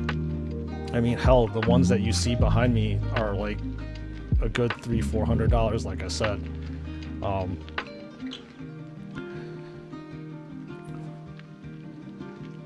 Foxtrot Games, welcome on into the stream. How are you doing? Hope your Tuesday is treating you well. My Tuesday is treating me pretty damn good. Love having you guys talk to me on stream. It makes streaming so worth it and actually fun. So continue to keep chatting. What the heck was I doing? This probably could stand another coat. The green is not covering the black enough. Do I sound like I'm critiquing my own work? Yes, I am. I always critique my own work. I think one of these days maybe I will actually show you, or actually make a video of my earlier painting works, and I'll rip myself to shreds for critique's sake. I think that'd be a pretty funny Not so much stream, but funny video to make. I can say that I missed some painting there. There was bleed here. I should have highlighted this. I should have shaded that. Did I see an assassin? Yes, you did see an assassin. This is the Umbral Operative Umbral 6. That is something that you get exclusively from your first year subscription to Warhammer Plus. And I'll have to say Vindicare Assassins are actually my favorite minis ever produced. More than Mephiston, more than Sanguinius. I love the Vindicare Assassin. So that's what you saw. So this is the special assassins that you get. I actually had to modify him because he actually is supposed to be sitting on a special pedestal and stuff, and he's actually looking down when he's shooting with that particular scene. I didn't really want that scene. I just wanted the model itself. So this is the special one. As opposed to the regular Vindicare Assassin. The silencer on this one is massive. The regular one is about half this size.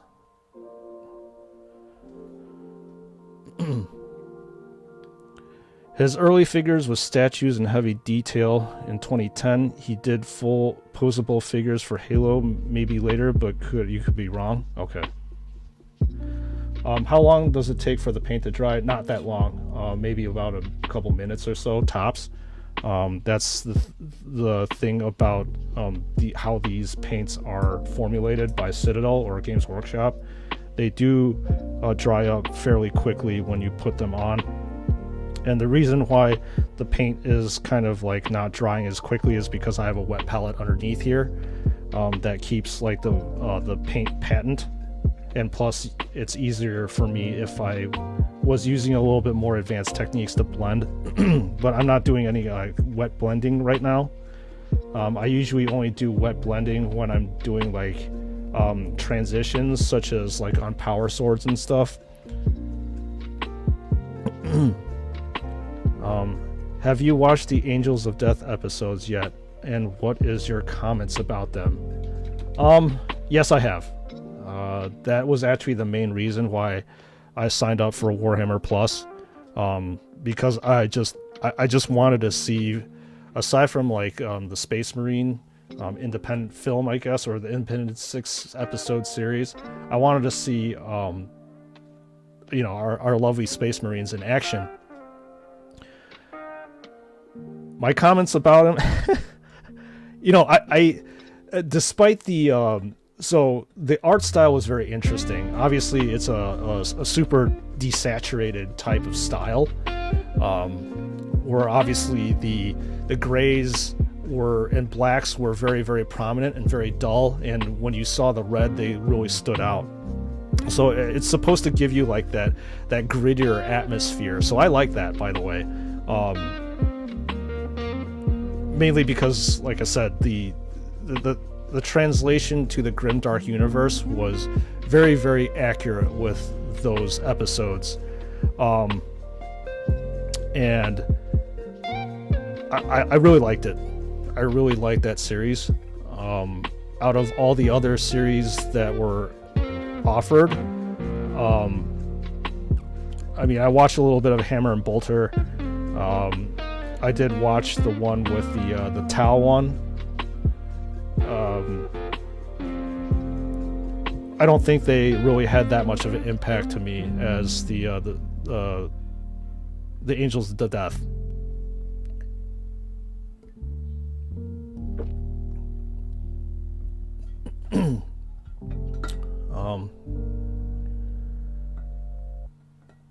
But like, sadly, I'll have to say that I did cancel my Warhammer Plus subscription. I didn't think I was getting a lot out of it in the end. They as in Games Workshop, in my opinion, kind of under delivered, because they said that they were gonna have more consistent episodes come out, and those episodes were very, very spotty. They would come out maybe like every other week. I mean, they had other stuff that they put on, like battle reports and stuff, but I just couldn't get into it. And then obviously they had the painting workshop stuff, which was cool, but most of the techniques you can actually find online for free. So I kind of like, I didn't think it really justified me spending that kind of money for it. Astartes is the best 40k animation ever, but Angels of Death is okay. You liked it? Okay. Yeah, I really, like I said, enjoyed watching Astartes. It was obviously an independent thing, but it was really badass. Again, just seeing the Space Marines come alive, and that really did give you a very solid picture of the 40k universe, what Space Marines were like, and especially like with the armor too. Like you get like that heavy thud thing, which is super cool. Warhammer Plus was a letdown. Yeah, it was a letdown for me, big time. I again signed up for that year subscription initially like a blind sheep, and I fell off the cliff. No, it wasn't that bad.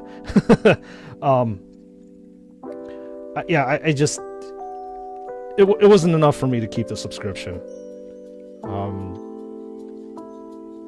Part of the reason why they hooked me in also was that Vindicare Assassin that I was talking about earlier.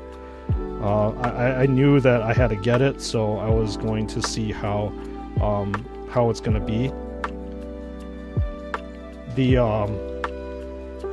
The second year stuff that they were offering, which was like a Chaos Terminator, and I forgot what the other one was, wasn't enough to keep me. Good to hear, and I agree. Okay, cool. Will you play the Dark Tide video game when it comes out? Sure. I mean, I have played a few Warhammer games in the past. I did play Space Marine back in the day on the PS3. I had a very good time playing that. If I'm not mistaken, that still has a fairly active PvP base. And if ever Space Marine 2 comes out, that'd be sweet. I was reading that Titus has become a primary Space Marine, and I would just like to see, the progression of the protagonist and see how things have went, because it's been like, Jesus, close to about more than a decade. That came out in like 2013, I think, if I'm not mistaken. You're just gonna say thud. Yeah, there's something about when the boots hit the ground. Like, Astartes did such a good job of like giving the feel of how heavy, like how substantial a Space Marine was, and especially like the bolter fire too. I love how the bolter fire sounded. I mean, it's just like and like it sounds like a heavy weapon, right? I mean, they're using depleted radioactive shells. So yeah, it did a very good job of translating that one. I like it.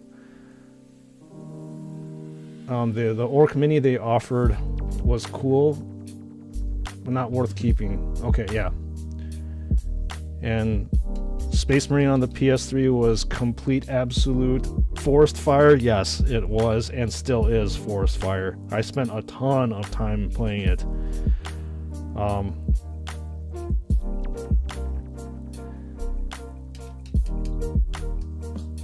I think the last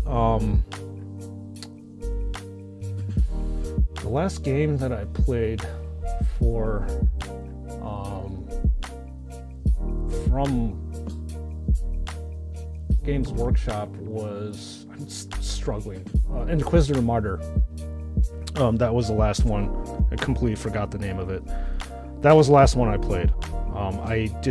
I didn't finish it. I couldn't really get into like the mechanics and stuff. But in terms of other like really good Warhammer games, if you like the StarCraft kind of style, and it's super old too, it was the Dawn of War. Dawn of War was really, really fun to play. I had a good time playing that one. And I don't, obviously it came out like 10 plus years ago, so I think that, you know, the things are probably going to be dated, but the mechanics and all the add-ons and stuff were super cool. And interesting enough, I actually played Necrons most of the time when I was playing that game. So that's a oldie but goodie that I played. And then there was like one iOS game that was like almost like a turn-based RPG one. I forgot what it was called, that I did play just to pass the time. Never played Martyr any good. So if it's like, if I'm not mistaken, it's almost like Diablo style kind of mechanics and stuff. So you can do all these like special moves and stuff, but they have like or special moves and attacks, but they have like a cooldown period, and so you can keep spamming these moves. So you're like weaker attack moves that you can keep spamming. And you can see like the timer like regenerate on them the next time you can actually throw down an attack. I don't know. I couldn't get into it. I still have it. Maybe I'll actually be bored enough to like try it again. And if I actually ever get a video capture card, perhaps I can stream it just for the hell of it. I don't know. I was tossing around like stream ideas.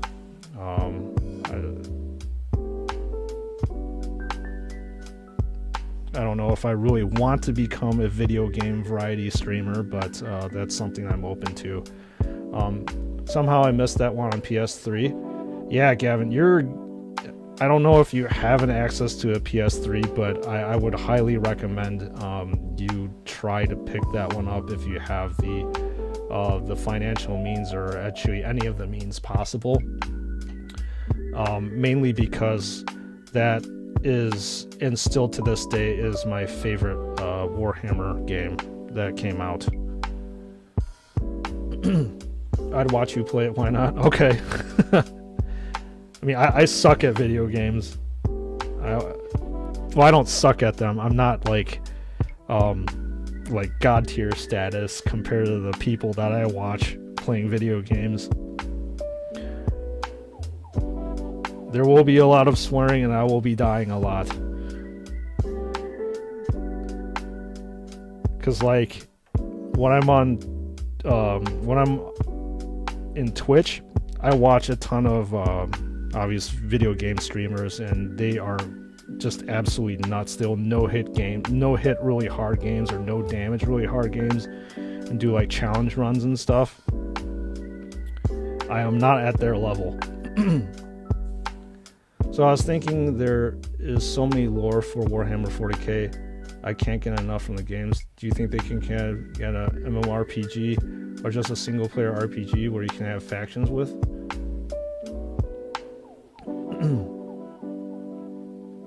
I don't see why not. That'd be pretty cool, having a multiplayer platform for Warhammer 40k. But I don't think they have actually done that yet. I could be mistaken. Can you play it on a PS5? I'd like to watch you play video games. I don't think PS3 games are compatible with PS5. They has like some special, like, I don't know if a codec is the right word or term for it, but like they ran it on a different format.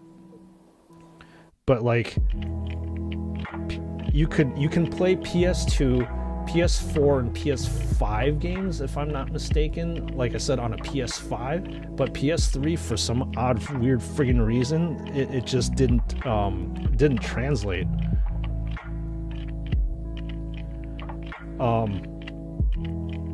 Yeah, I have no idea why that was the case. So I actually do have my PS3 and still in my possession. It's still hooked up.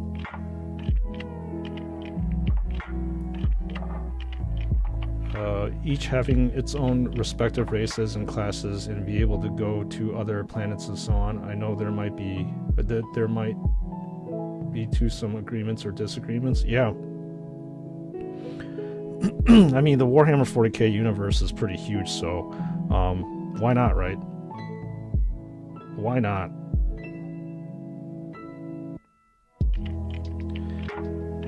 Yeah, I really like PS3. I had a lot of good memories playing with it. Red Dead Redemption is actually one of my favorite games ever. And then every single year during Halloween, they actually have this expansion called Undead Nightmare, and I'll play that one. I'm a big fan of like zombies and stuff. So Red Dead Redemption did like a zombie expansion, and I will play that every single year around this time. So that's actually, aside from Space Marine, that's one of the biggest reasons why I decided to keep my PS3. Actually, I have my PS2 too. I like having these old games and stuff, game systems, and I actually do occasionally get nostalgic and play those games. There's an orc shooter game coming out soon. Shots of blood and teeth. Red Dead was proper good, yeah. It was like, it still is one of my top games I've ever played in my life. What kind of shooter game was it? Like, do you know what it's called? Frostman, I would really like to know.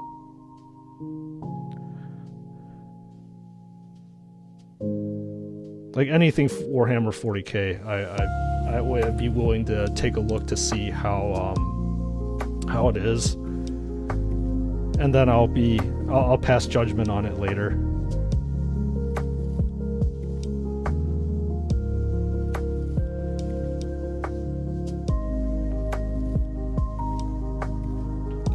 Shooters, blood, and teeth. That's awesome. Shooters, blood, and teeth. That's awesome. Okay. Yeah, I think orcs would be perfect in that type of environment. Very, very easily translatable to a video game medium. Alright, looks like the Death Company X is fairly, at least, it's painted. I wouldn't say it's cleanly painted, but it's painted. Let's do a 0 on this. This is kind of chunky. You pre-ordered on Switch? It's on Switch? Really? Okay. I thought it would be out on like PS5, Xbox, all that stuff. Very good. I will, well, I'll take a look at it. Is it like your standard $60, like, well, 60 USD? It's like any other game. And well, when is it coming out to?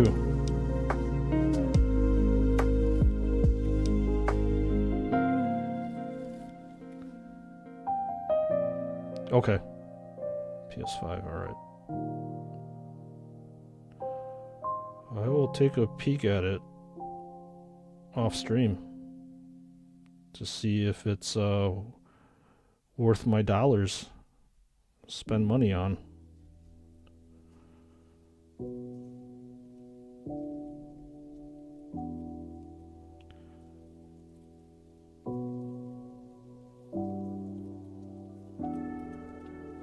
Okay. 2 weeks. Holy cow.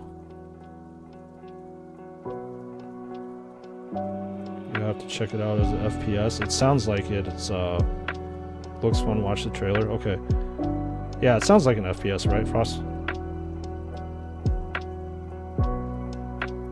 Or is it third person? I'd be interested either way.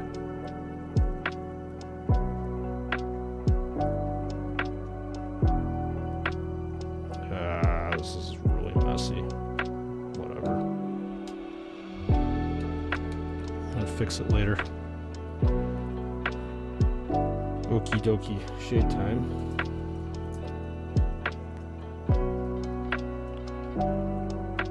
I can shade this as well.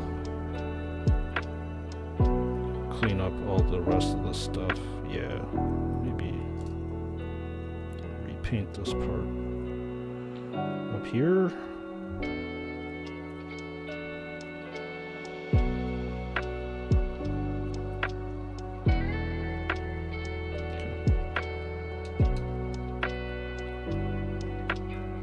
Golden fist of power.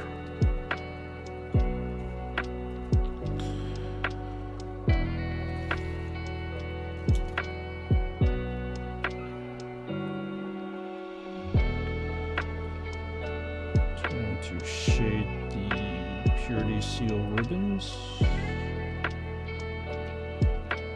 And then I'm going to shade the metal.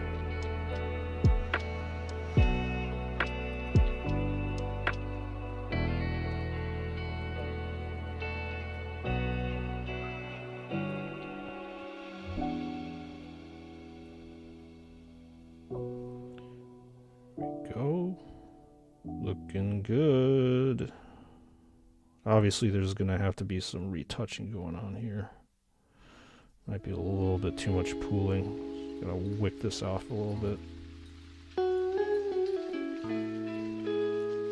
want it to pool too much. Kind of detracts from the general aesthetic of the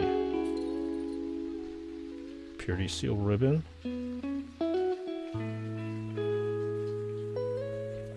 Yeah, it looks pretty good.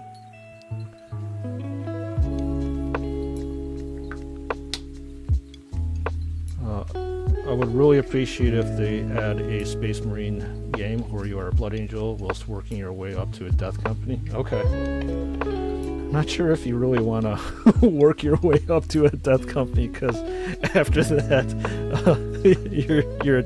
you're a dead Marine.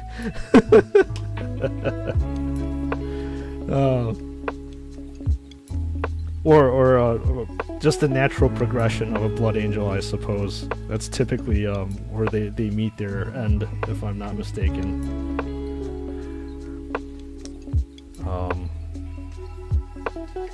It's like a platform shooter. Have you played Guns, Gore, and Cannoli? No, I have not. Most of the games that I play nowadays are actually FromSoft games, and those are the games that I like to watch my favorite streamer stream. That's what I watch.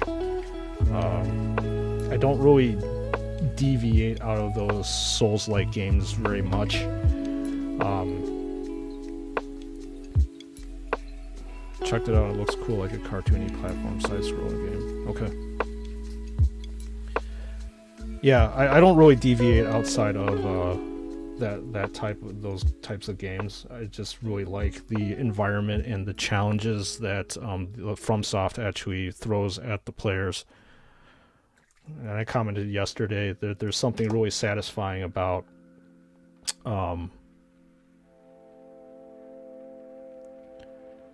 figuring out a boss's moveset, attack patterns, and finally be able to like own the boss in the end after you figure all that stuff out. It's like a self-gratification that typically when you get into one of those boss fights, you get your ass handed to you in a few seconds, and then as you figure out the movesets, you last longer and longer, and you figure out their patterns. And there are some really interesting patterns you have to figure out. One's a good time to dodge, one's a good time to attack, heal, and all that stuff. So, yeah, I'm a big, huge fan of those Ever since Elden Ring came out back in February, I probably sunk at least a few hundred hours easy in that game. I wouldn't say sunk, but invested. How about that?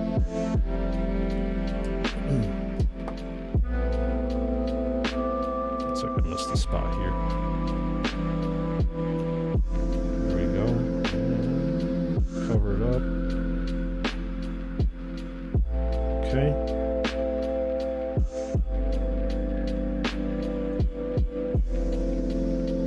Looks pretty good to me. Just need to touch it up a little bit more and get some highlights and actually call it a day on the pauldron part. But in terms of the fist, I need to still shade it. Got to live a full life. Yes, everybody should deserve a full life.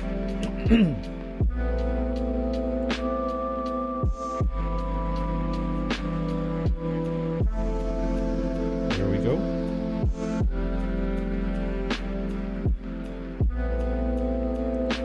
Get some nice pooling in the recesses to get that proper shading look.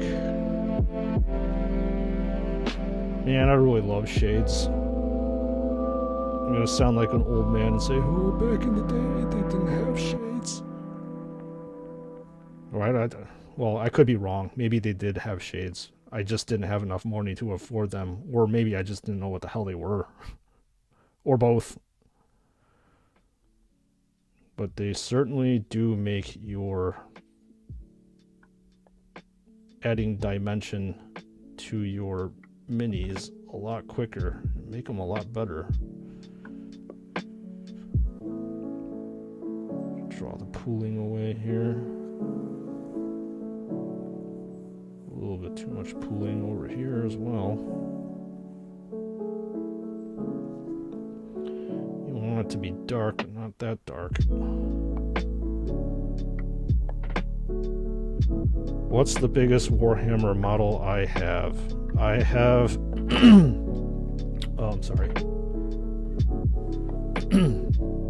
I have a Land Raider. The Land Raider and the Storm Ravens are the biggest models that I have.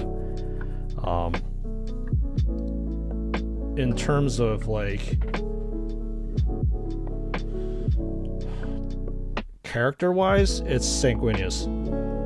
I have the Forge World model of Sanguinius, and I have yet to actually work with it because it's in resin, so it's currently in a box. So that's probably my biggest like diorama piece, I suppose you want to call it. That's my biggest one. And weirdly enough, like I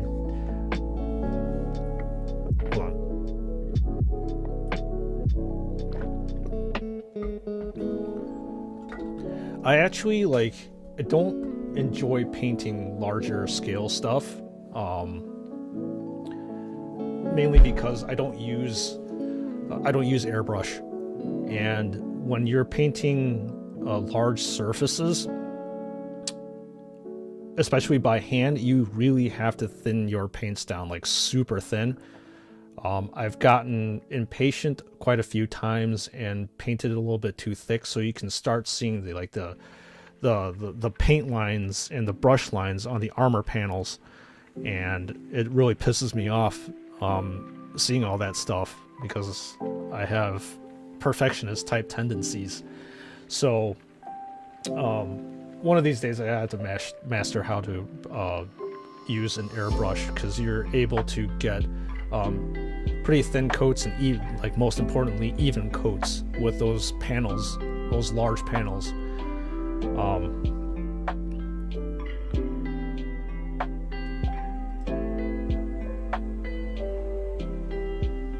I love how 40K took inspiration from the Catholics and Christians, but they were like, let's make them like the Teutonic Order, but Zealots. Yeah. Yeah. I mean, the Inquisition is pretty much exactly that, right? I mean, in the end, like, everybody's like a fanatic in the 40K universe. That's why you get like names like zealots and acolytes and stuff.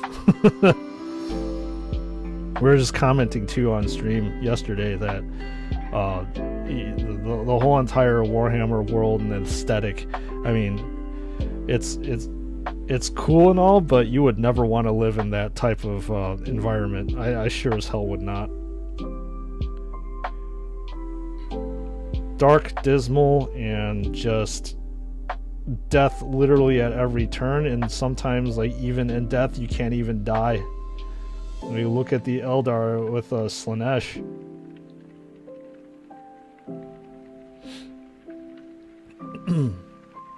Zealous? Okay. Yep, not a fun universe.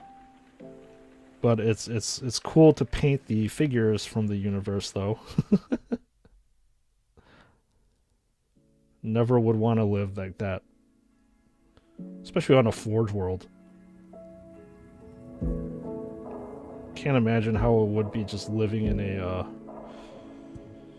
like a manufacturing mining colony like that. It's gotta suck.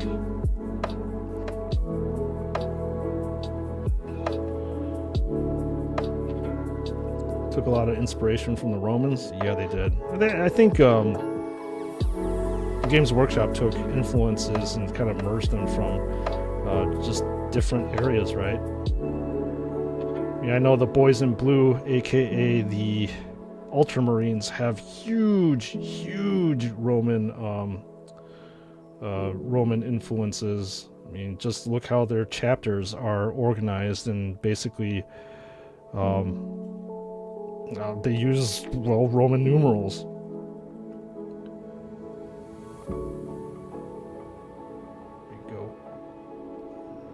It's looking pretty clean so far.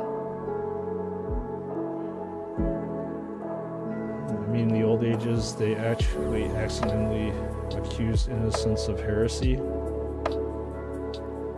I mean, yeah. I mean, in the 40k universe, they also always accuse innocents of heresy as well.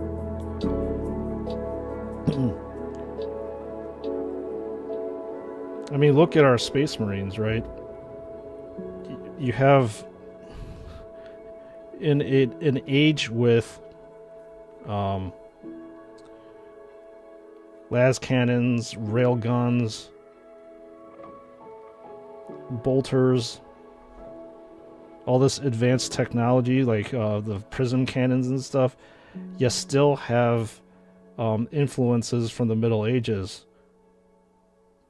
like the Blade Guard, for example. I mean, come on, those basically are just old school knights. That's what the Blade Guard are. And you still see them on the tabletop and the armies and stuff. It's super cool. God, I love Blade Guard. Gee, I wonder why. They are super cool. And on the tabletop, they completely mop.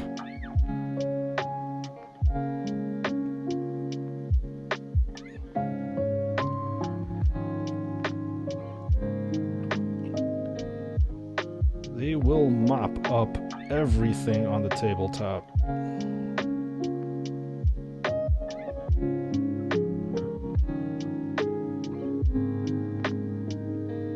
Okay. I think this is near completion here. Maybe I need to clean up that area right there.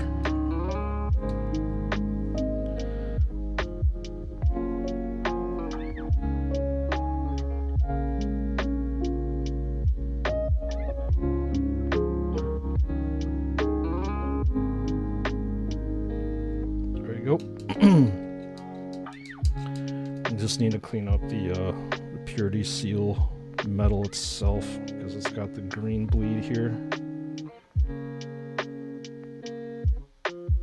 And voila, with a brush stroke, I can magically make it disappear.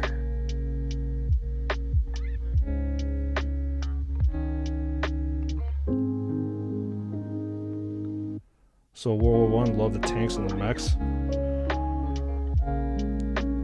Yeah, that's mostly like Astra Militarum. I mean, their whole entire army is literally based on modern day, 21st century, not really modern day 21st century stuff. Probably, yeah, World War I, World War II stuff. Minus the Baneblade. God, that's an awesome tank.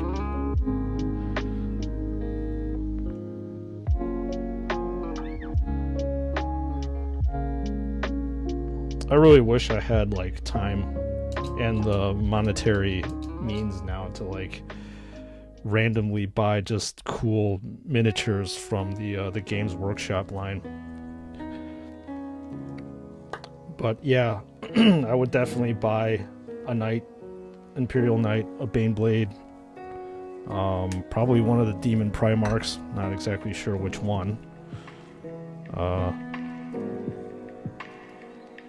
Gilliman, but I have too many gray piles of shame that I need to get through before I get to that point. So it will be a little while before I get there, if ever.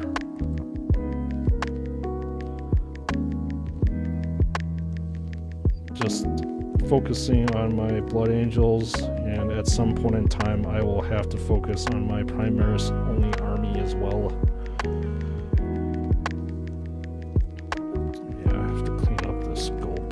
That's okay. I'll do the highlighting first.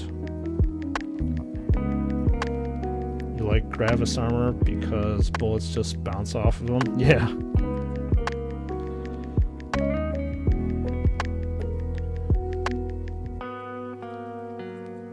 Belisarius Call is a madman. Some may say he's a heretic. Oh no. Yeah, the dude's a genius, man. From what I have learn from him about the lore. It's super cool.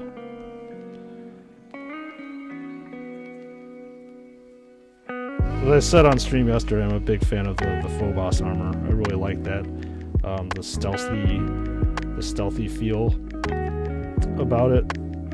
And one of the units that I also like are they're not called the Eradicators. Those are the ones with the multi-melta. Eliminators. I love the Eliminators. I like how that's their cloak and dagger assassin stuff. So I'll let you know that the assassins are my favorite period type of models in the 40k universe. Vindicare is actually my favorite assassin. And then, obviously, you know, you have the Coluxus, the Calidus, and the Eversur. Vindicare is my #1 favorite ever. Now, if Joy Toy actually would be bored enough to make a action figure of a Vindicare assassin, I probably will pass out and die of happiness on stream. I love the Vindicare Assassin and everything they stand for. So badass. Cold, calculating, and deadly accurate. That gold paint is awesome. Yeah, it's called Auric Armor. It is, I already said yesterday, the way that it's formulated is like super gunky, but in terms of like how it looks, it's fantastic. I don't know if you can see, you can probably see in certain angles that it does give off a nice highlight over here.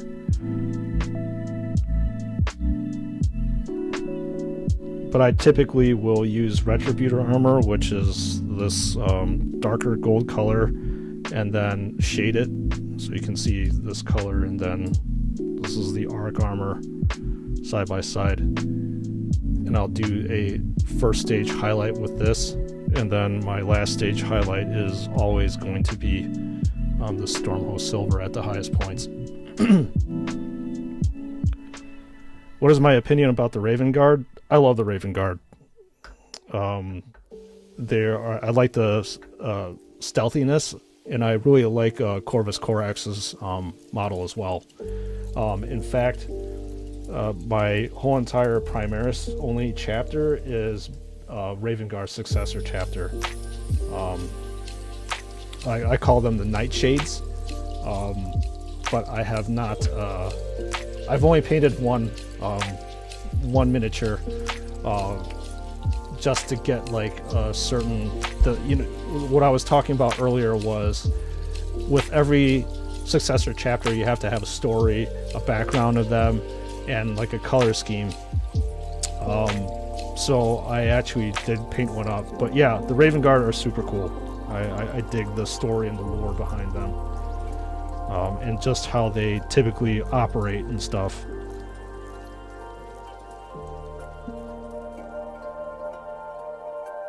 So that is why my Primaris chapter is one of their successor chapters.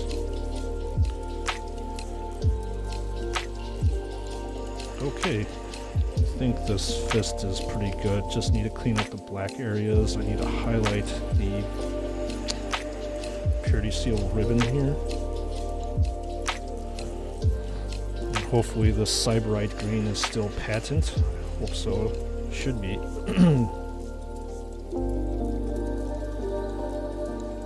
You joined in on the painting? I motivated you? Good. Very good. I'm glad that I can serve as a motivator in some way, shape, or form. What, pray tell, are you painting, Chris? I would like to know. Action figure, Warhammer miniature, something else. Improving Joy Toys crappy painting. Sorry. I'll be nice.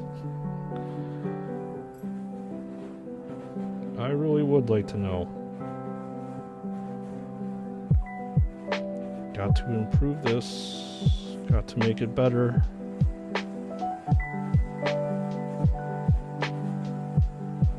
You're hungry? Oh, Frost, you gotta solve that real quick, dude. Being hungry is inhumane. Humans should not be hungry. You got to make yourself well fed. Being well fed is very important. Speaking of which, it's almost lunchtime over here. My stomach is growling. I will be eating lunch pretty soon. What's on the menu, Frost? Hopefully it's not burgers and fries. Well, if you're not looking out for your health, then it could be burgers and fries.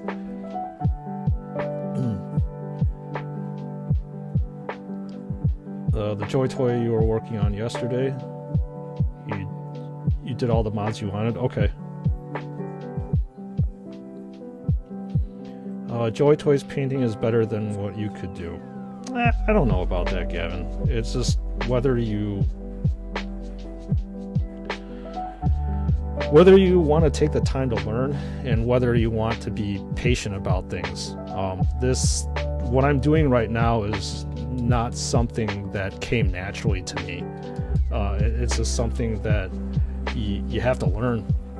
And the most important thing is you have to be patient. Because your first miniature is going to look like crap. I don't care who you are and what you do. You just don't know about the different techniques that you're supposed to use to make things pop out or be more lively, I suppose. But it's just like with anything in life.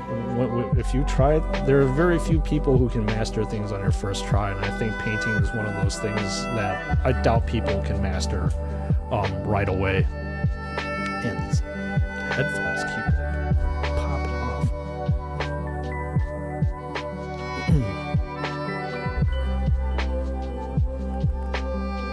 So you just have to give it time and patience, and I'm sure that given more practice, you'll definitely be able to get it.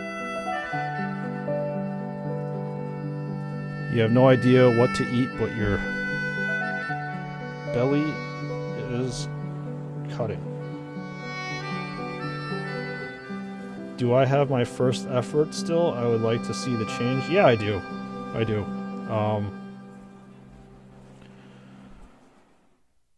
Maybe when I get up to get my lunch, I'll go grab it from the cabinet. I actually do have 4 miniatures from when I painted as a teenager. Maybe I can critique that. I'll show you one of them. I kept a Blood Angel standard bearer, and then 3 assassins. Surprise, surprise. From my teenage years, and I actually sold off the rest of the miniatures that I had, much to my regret and disappointment in life. I was very short-sighted in that decision. I never should have done that.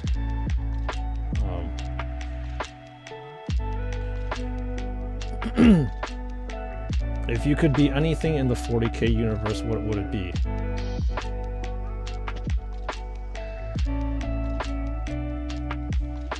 Jesus.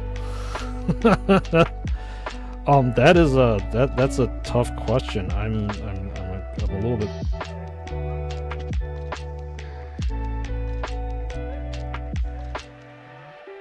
I'm a little bit struggling as to what I would want to be.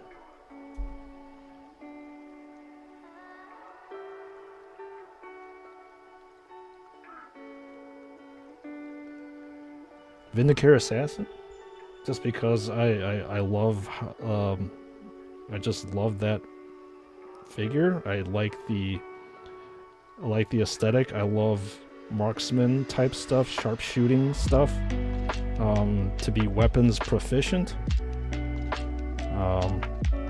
And just to have a single-minded focus to basically eliminate a threat to the Imperium with one single bullet. There's something literally deadly and precise about that. Just to be trained and honed to do one thing, which is, like I said, the most precise strike that you can possibly make. It's not like a, you know, a gigantic bludgeon like sending an Eversur assassin out. But the precision behind that would be super cool.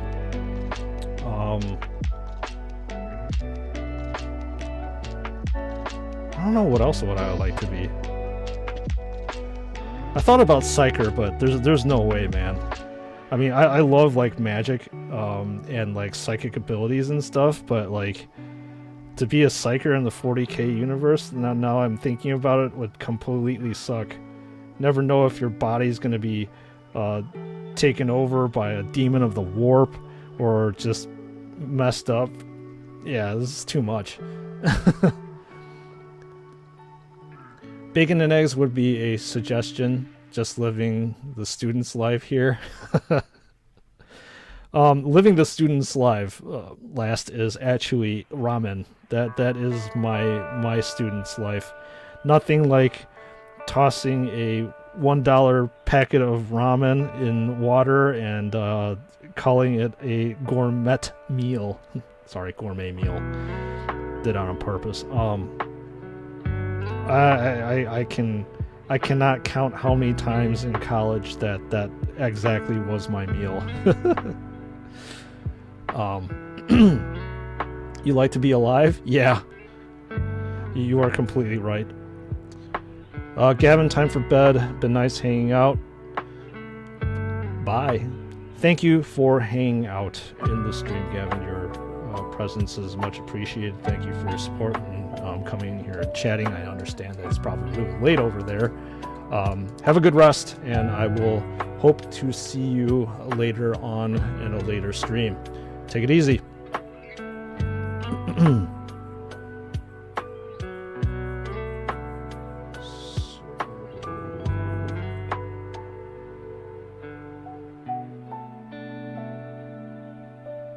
Alright. I think this is pretty good from what I can tell. The lines are fairly there. Like, what I like to do now is basically see where the light would hit the model, and that's where I would usually finish off with the silver highlights and stuff. So typically you would want to highlight these points up here because that's where the light would hit this point over here as well. And obviously, actually I saw a few mistakes that I need to do.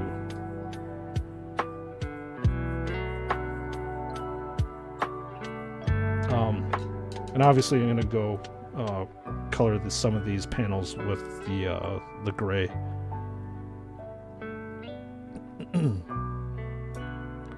Yep, take it easy, Gavin. We will see you soon.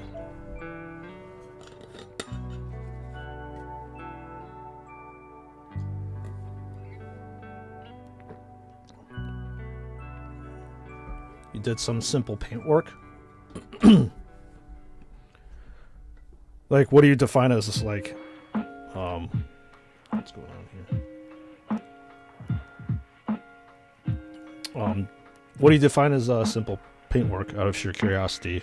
Is it just like doing detail work, as in like just painting these things like a solid color, or yeah, I'd like to know what your definition of simple paint work is. I don't know if there's such a thing as simple paint work. You going in and painting something is more than just simple. You're devoting your time to it, right?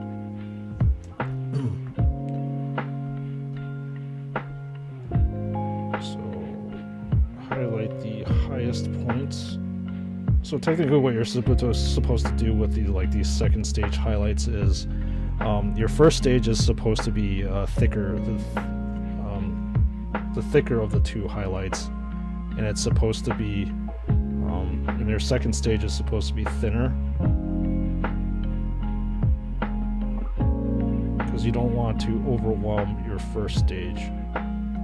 So just picking out the points a little bit is what I'm doing right now.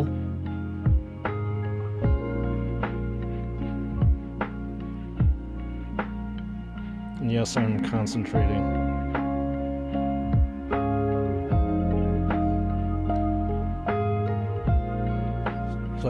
So you can tell that there's a little bit of difference now. Something to make the gold pop out a little bit more. You don't want to have it too much though. There's something in slight subtlety. There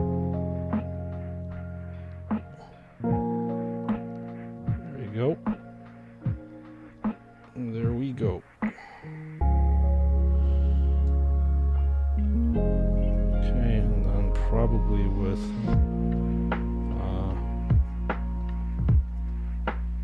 this area here,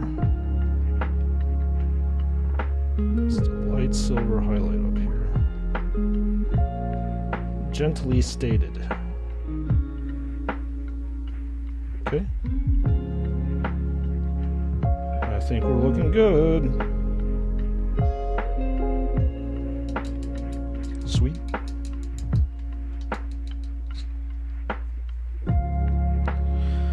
And I believe my gray has dried up already. I'm gonna highlight a little bit of that power fist there.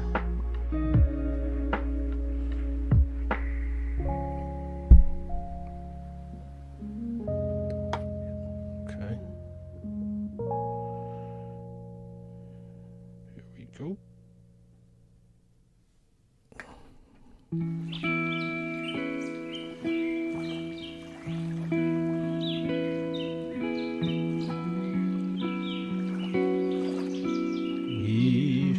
We're getting there. Definitely moving a heck of a lot quicker than yesterday, which is good. The pace I was working at yesterday was mind-numbingly slow. This is definitely a lot faster.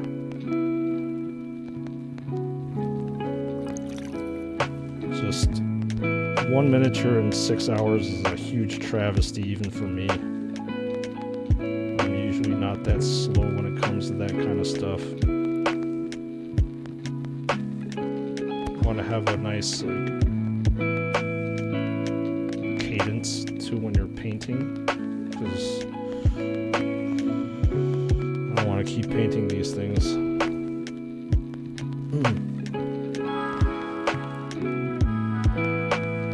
Prime, then gunmetal, metallic dry brush silvers, and sponging for easy weathering. Yeah, I love that technique, by the way, using sponging for weathering. I never used that technique in my early painting career, I suppose you want to call it. But now that I discovered it, it's pretty sweet. I use that a lot on my tanks. Get some nice weathering there, realistic weathering detail. And I used to I had to learn how to do the scarring and the scratches too. All pretty cool things to learn.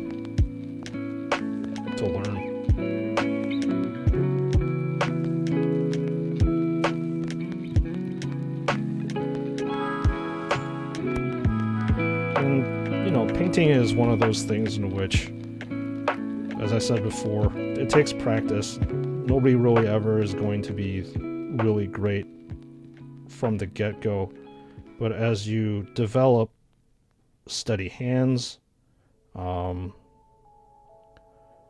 you can get more detail, better detail, and then you get hungrier and hungrier, at least for me. I get bored with some of the techniques that I use, so you want to try to look for other techniques to help bolster your painting repertoire, I suppose, if you want to call it. So wet blending and gemming, doing faces and stuff, if you want to progress with your painting career, is it's almost inevitable that you have to do that.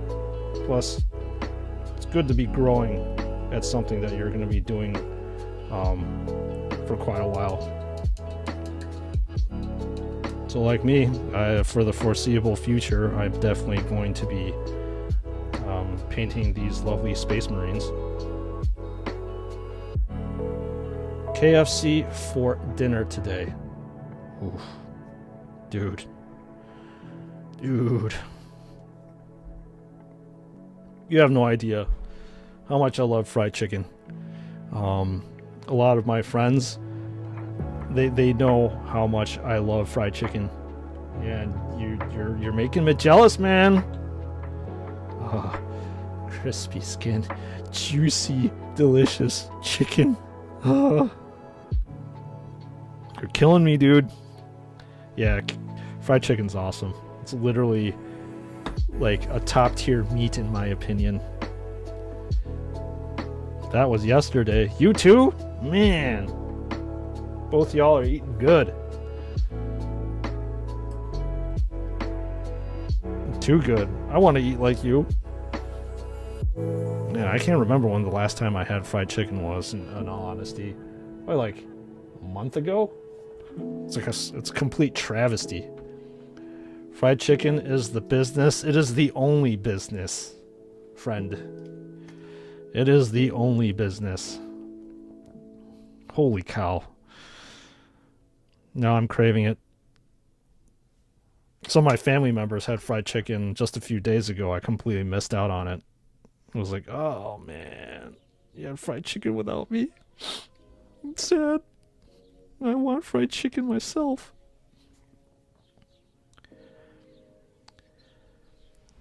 Yeah, I'm a big fan of steak and stuff. I think, that's a top tier meat for me, but sometimes chicken, whoa, my god. Oh yeah. I'm using it to show the paint is chipping an old paint. Yeah.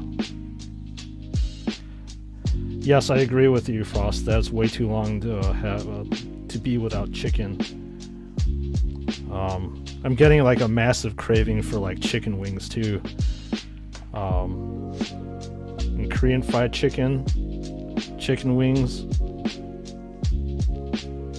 chicken thighs. Drumsticks.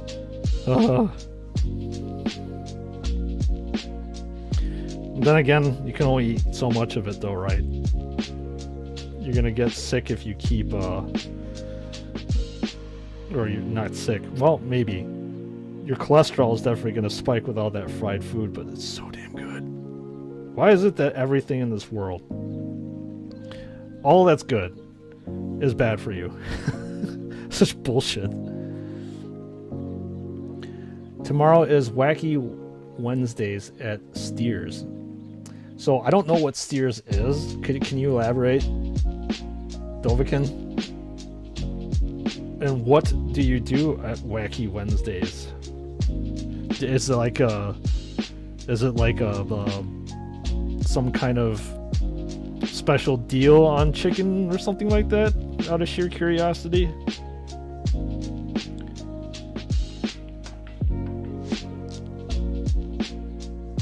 Yeah, KFC is definitely a solid choice for fried chicken.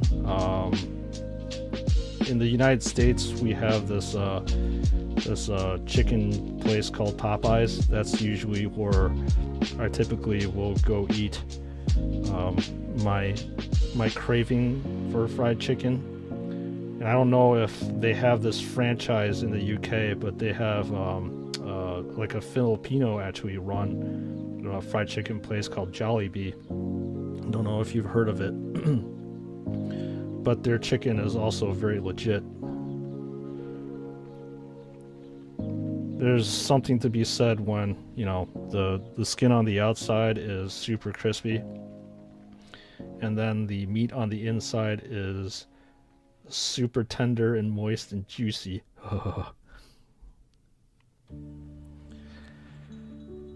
And I'm glad that we actually did get to talk about food on stream. That's when, again, you know that the stream is 100% legitimate now. That's when a true stream has happened. You cannot have a live stream without talk about food. It's not a live stream unless if you talk about food. So that's going to be a rule for me, at least on my stream, that at least once a stream, we will have to talk about some sort of food. Because food is life, life is food. Food is love as well, and I love food. Basically a hot food steak restaurant, if I can put that in mind. 2 burgers for a special price on Wednesdays. Looks like somebody is going to be happy and full on Wednesday, and I'm jealous.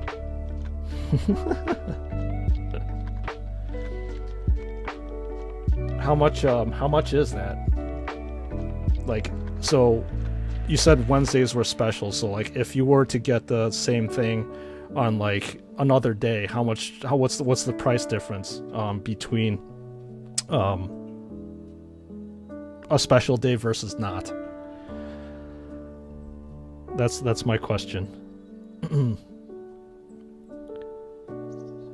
It sounds like it's a pretty significant difference from a non-special day versus it is.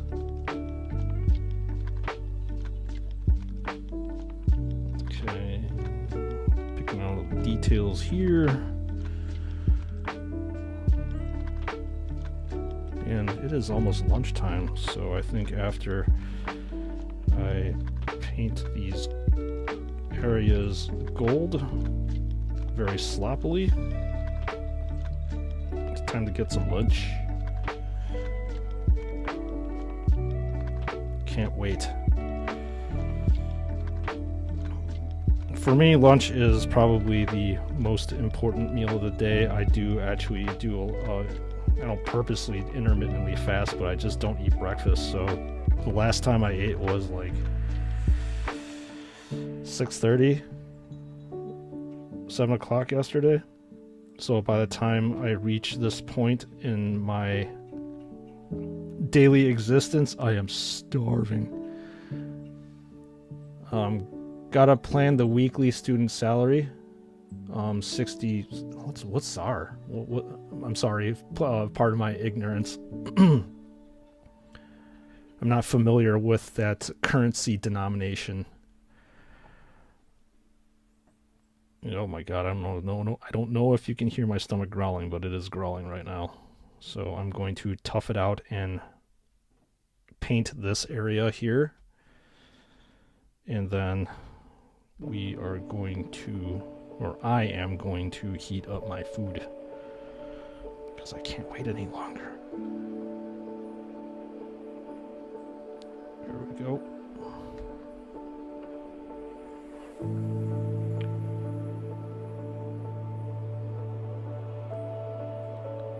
Yeah, the nice thing about being a student is that you have a ton of time, but most students don't have the privilege of having a ton of disposable income. That's the only thing I didn't like about being a student. The time and the fun that you spend, yeah, but like being restricted on what you buy and stuff kind of sucks. But this is obviously coming from a person that has been on the, or had been in the working force for quite a while.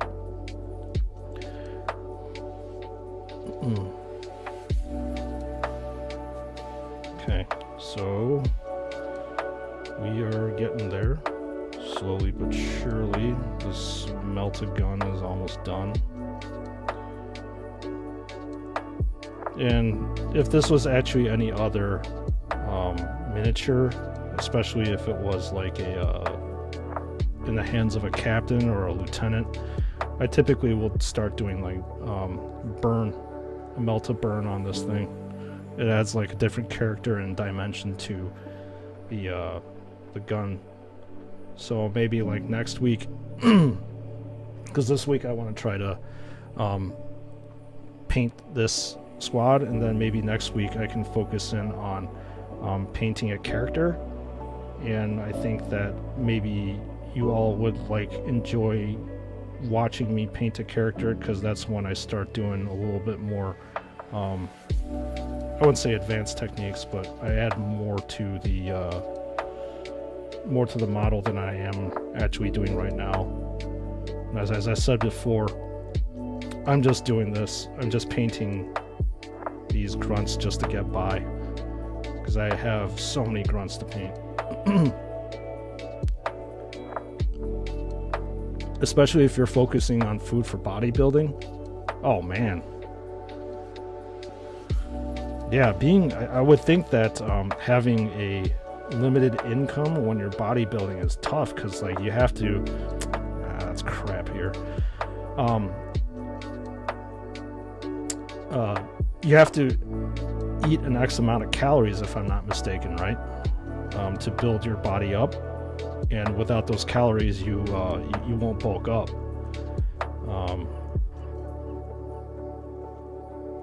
Which, yeah, I don't know how you do it. What is like basically what, a ton of eggs and stuff?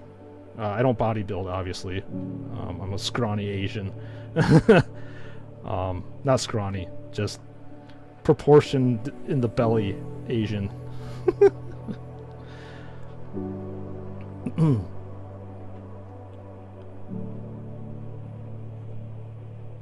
Okay, I think I just have the handle of the melted gun to paint gold, and then it is lunchtime. I can't wait. I need food. I'm starving. I don't want to starve. It's inhuman. I don't like not being able to eat.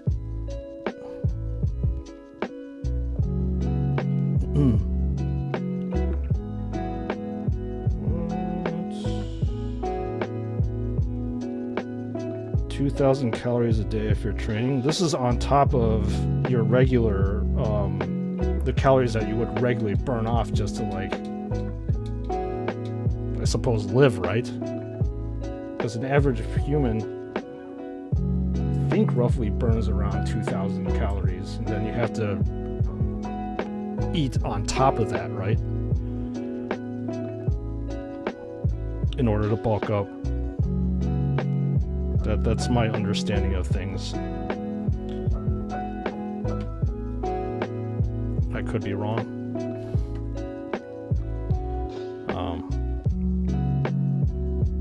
Did you already eat Frost? How was the chicken?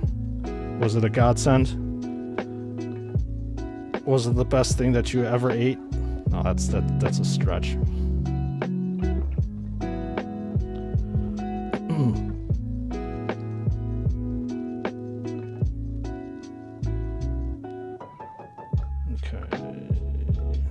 I'm like purposely slopping and rushing through this so I can heat up my food.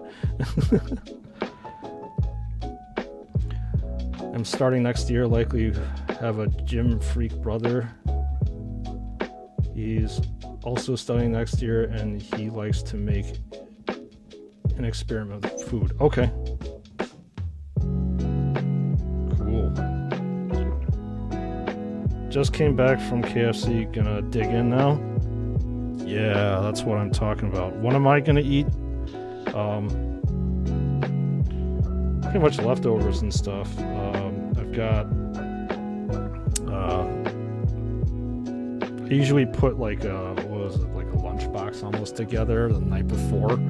So I'll put like rice on the bottom, and then just whatever different kind of meats and stuff. So I have like pea pod tips, where I'm a big fan of that kind of vegetable. I know, surprisingly, I do actually like vegetables. And then I have like fried fish fillet, and then some fried tofu that I eat. And that's not the case. Like, my family members will sometimes make like this pork dish and stuff. So, and then like what's like a chashu pork, which is almost like a barbecue pork. I have that in the fridge too. So, I typically like. Well, there's no typical because I just started stream yesterday, but like I don't really like to order in. Like a lot of the streamers that I watch, they will typically like do like Uber Eats and stuff, and why bother when my family members and I also cook too, so there's no really need to waste extra money on that one. Although I will sometimes get cravings for things, just like fried chicken. Sounds good? Yeah.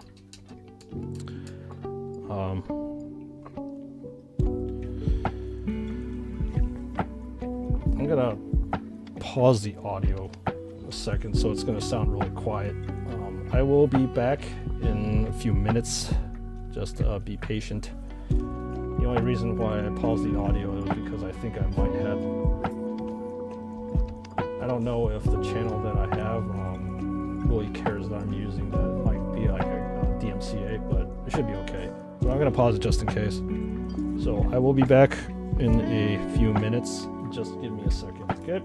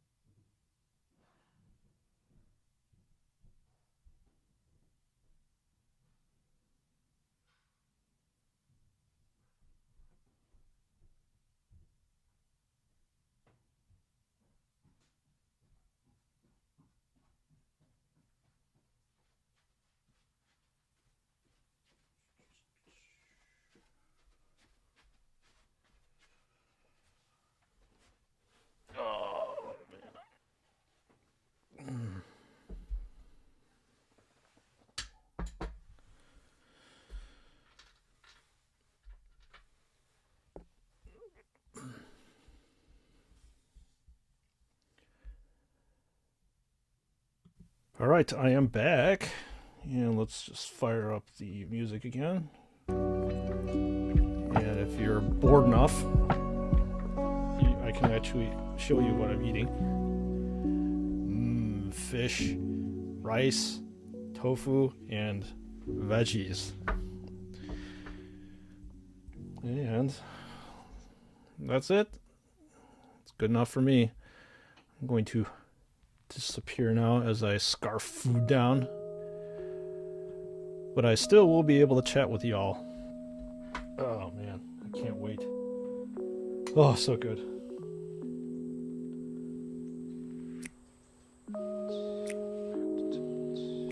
Frosted, do you like chicken breast or chicken thigh or drumsticks? Like, what's your favorite part to eat on the chicken?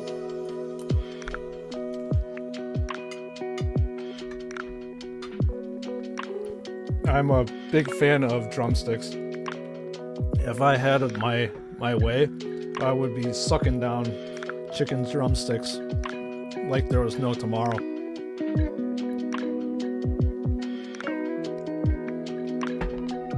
So obviously I'm a dark meat fan, and a close second are chicken thighs. I love chicken thighs.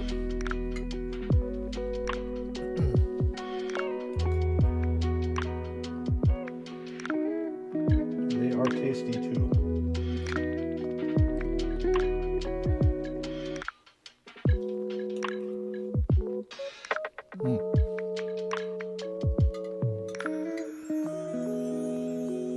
Oh, so good to eat. So happy.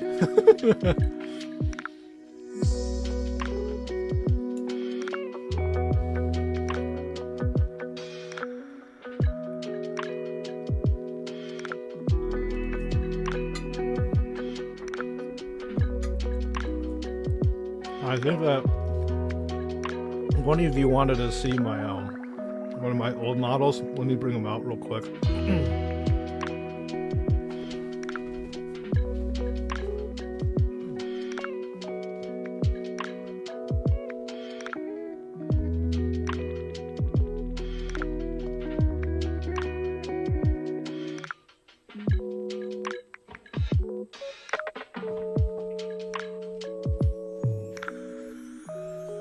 There it is.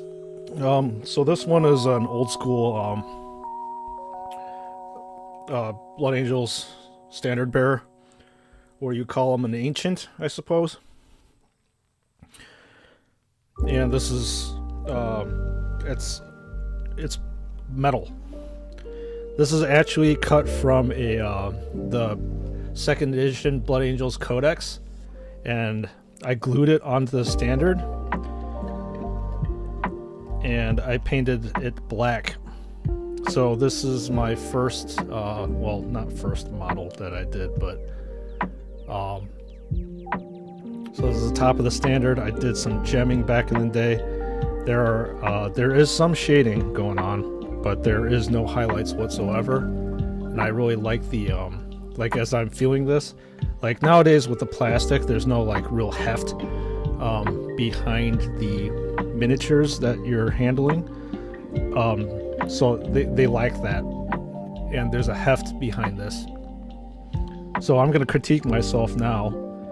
So this is a transfer, and this part, so the lenses too, I didn't actually have any kind of other thing that I could paint the lenses with, so this is a flat color.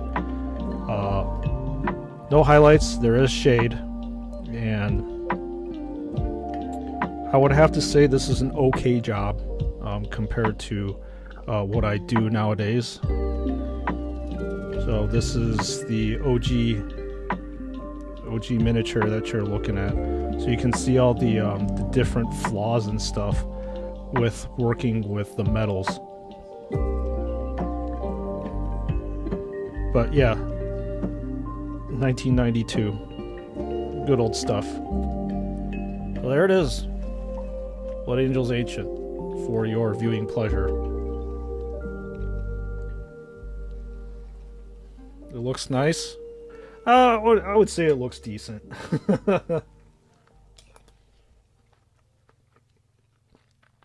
That model is... I did it in 97 probably. So close to about 20 plus years old. And I would, again, like to say that my painting technique has improved over time.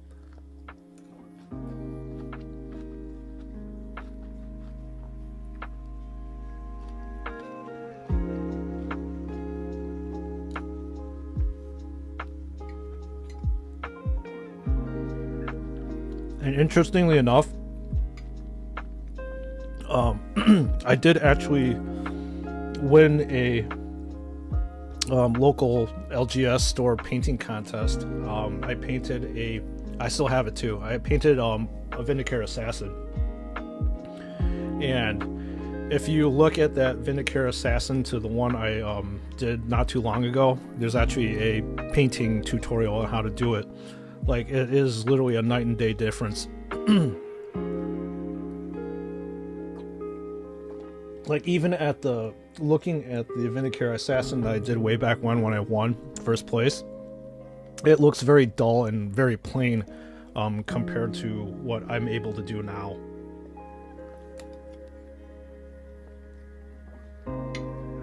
I mean, don't get me wrong, it still looks pretty damn good, but not anywhere near as good as what I can make it.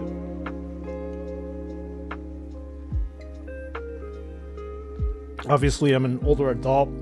I'm not really, I guess, angsty anymore.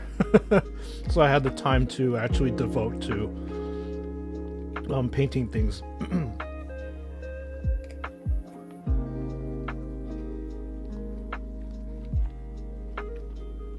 You maybe have one picture of a model you painted? Okay. One of these days I would love to see everybody's work.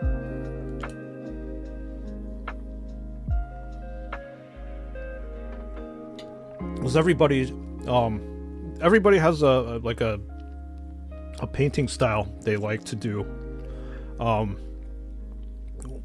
Whether it be like super grungy and dirty or super clean like what I do. So if you haven't seen on stream, I'll just put my painted guys over here versus the non-painted ones. You can see there's a difference, obviously. What's painted, what's not, the detail.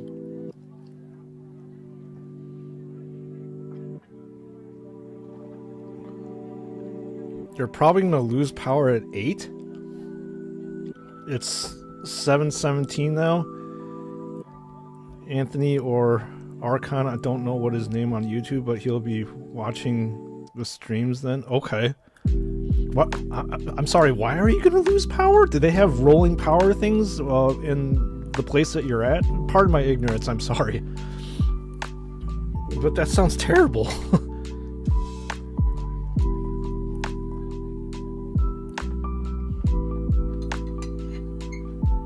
I mean, nowadays, like, power is one of those things in which you need in life. You can't live without it.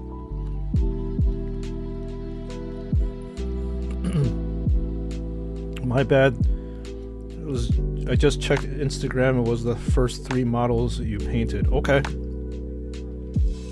So, Chris, like, do you think that you've actually improved over the years? I would think you would, right?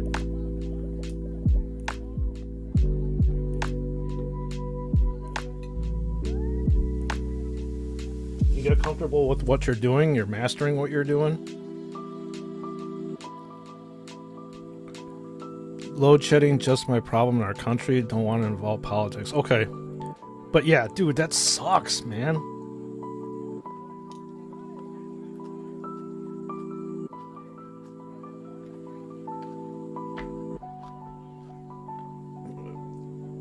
I actually think that electricity, I mean, maybe I'm ignorant. I take it for granted that in America you always, not technically you always have power, but most of the time in metropolitan areas, you have a power. That is not to say if the more EVs that are out there, it's going to stress the power grid, but that may or may not happen.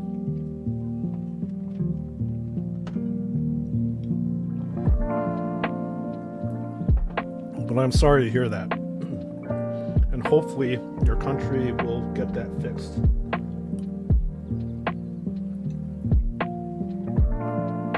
Sooner than later.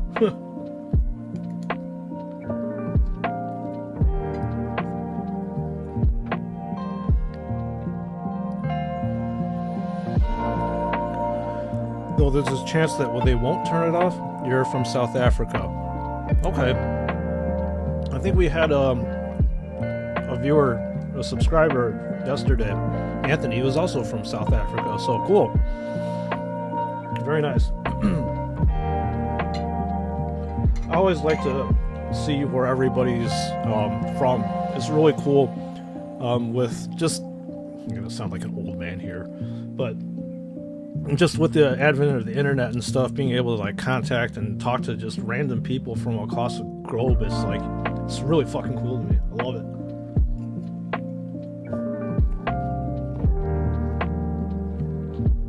I'm not sure I have painted a mini in a while because other hobbies. I'm also doing a McFarlane custom I'm getting parts for.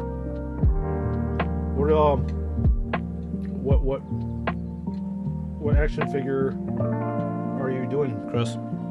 If you don't mind me asking, that's custom.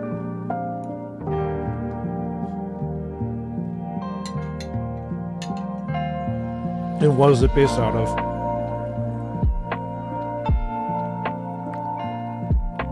Yeah, Anthony is my bud. He told me a lot about your channel. Got a link for him? Heck yeah, man. Alright, cool.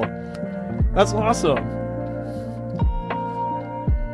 I like it how things start to come together like that. Super cool, man. Dig it.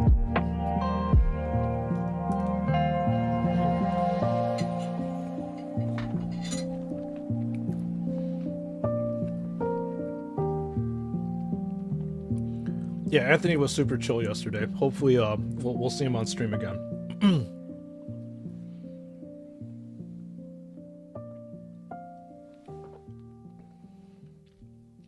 I love seeing channel regulars.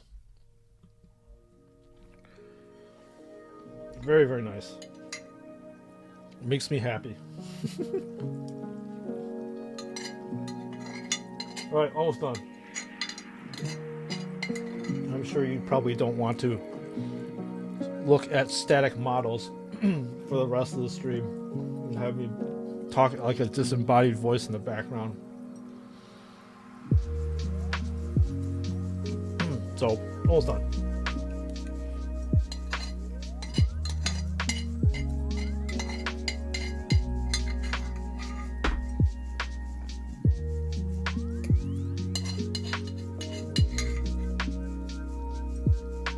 Ah, feels so much better.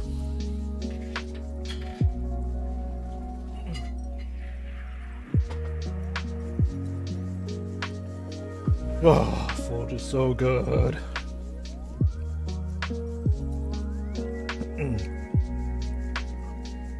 Warhammer, doing a stylized look before do a miniature of it. He'll be there then. Okay. I'd like to see that someday, Chris. Sure, it's gonna look pretty badass.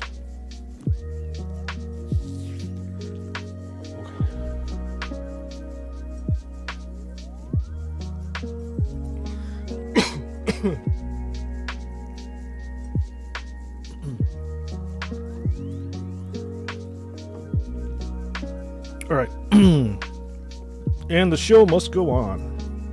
I'll put this over here.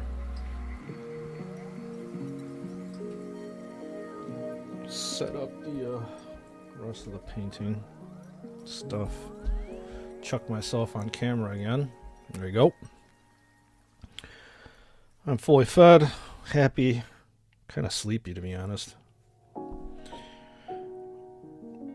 KFC chicken, dude, that's wrong, Frost. You can't mention that. It's the best part of the chicken. It's like torture. You're torturing me. That's not nice. Oh, chicken. Oh, delicious chicken.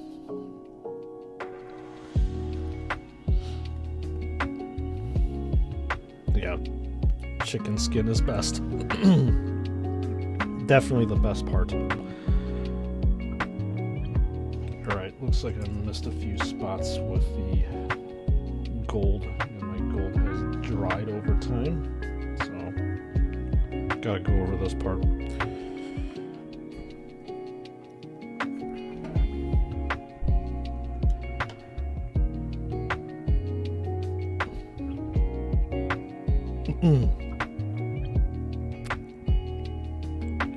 I feel human again.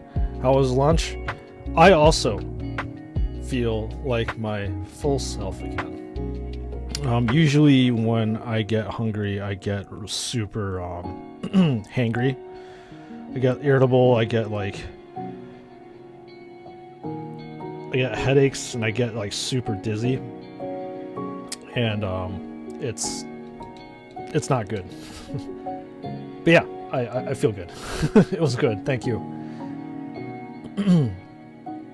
Just made the arm longer, but if you like, give Instagram name so you can check out some of my work. Yeah, you can, I mean, if you don't want to obviously give it out on stream, you can just DM me or something like that.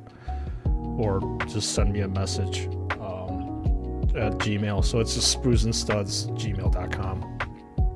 If you want to keep it private like that, it's cool. I'll take a look.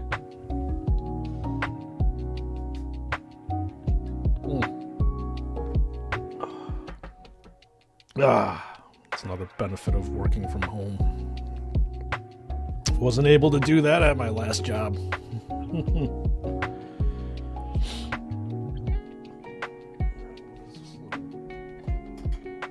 little plastic piece over here that I'm not exactly too sure what it is, like right there. You can see it on camera. That thing. There we go.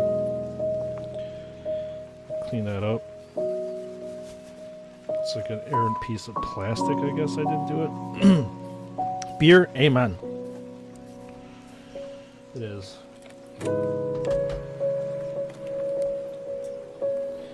It is a Marzen, i.e. an Oktoberfest. And obviously, because it's October, you must celebrate by drinking Oktoberfest.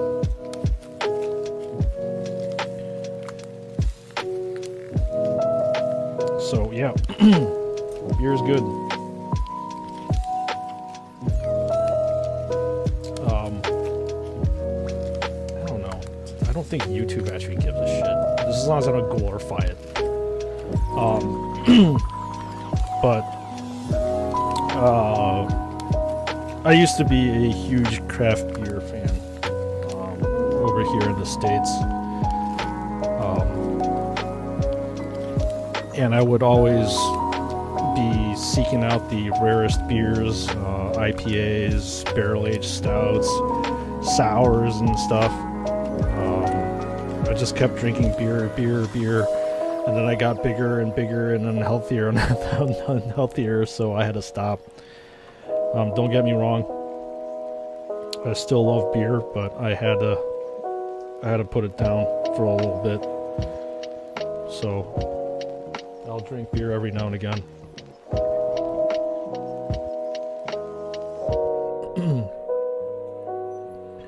Beer, gosh, I'm getting thirsty for one right now, but the bars are too expensive, stores are closed. Yeah, Jesus. Tell me about it. If you go to a legitimate restaurant over here in the United States, like one of these fancy places, they charge anywhere between $16 to $20 per mixed drink, which is absolutely fucking mind-blowing to me. And beers at these restaurants, something that you basically pour into like a pint glass, they'll cost anywhere between $10 to $12. What the fucked up time we're living in. If I just drink at home for cheap. Oktoberfest, good choice? Yes. I love Marzens. I don't know if a lot of people are very polarized on like pumpkin beer and stuff too, but I also love pumpkin beer. Probably my favorite pumpkin beer is I don't know if anybody's here from the States, but it is a beer company in Florida, called Cigar City. They do an awesome pumpkin beer called Good Gourd, and that's probably the best pumpkin beer I've ever had in my life. Davakin, where do you live in? The moon? No. Oh, it's not private. It's the Forsaken Wolf. Okay, all right. I'm gonna have to remember that one down, or if I can actually figure out how to do a screenshot of this, that would be great.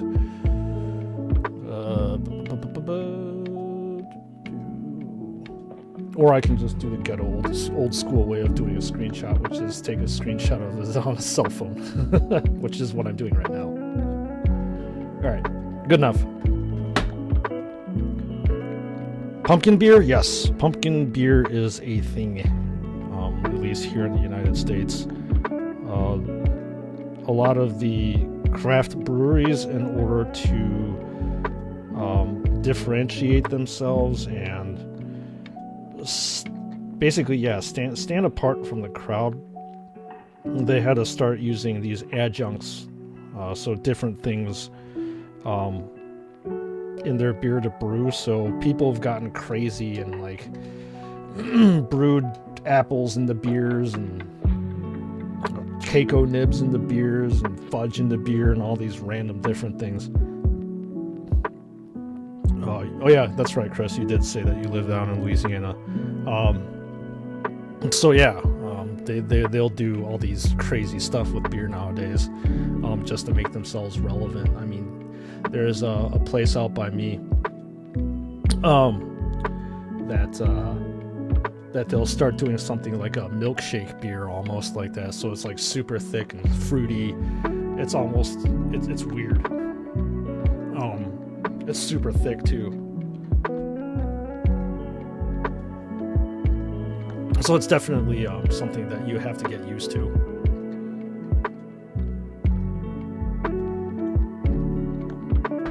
Oh yeah, good shit. All right, time to shade.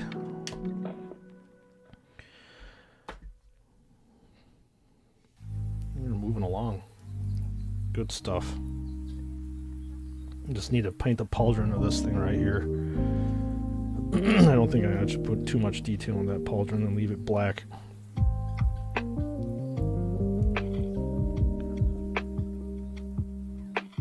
There's so many beers and soda that's off the walls here. Yeah.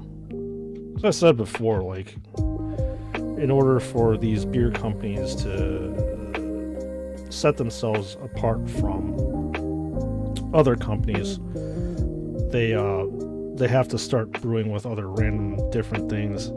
That's what a lot of these beer enthusiasts, they'll travel literally to the ends of the world to get like the next and rarest release. And I used to be like that, but nowadays not so much. I sound like an old man, don't I? I stick with what I know, and that's it. I don't really deviate too much off of the brands that I know nowadays, because there really isn't any reason to. Like, most of the stuff that I know is pretty damn solid. I don't need to be they call it chasing the next unicorn, the next rarity. Ghost Wolf is my gamer tag. Frost. Okay.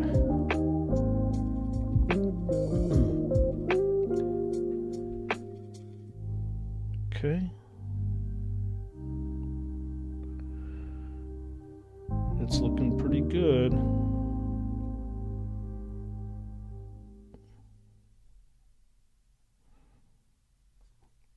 Yeah, it's pretty cool. I mean, when I'm off stream, Chris, I'll definitely check out what you're doing. I'm always curious to see what everybody's doing, especially with their hobbies and stuff.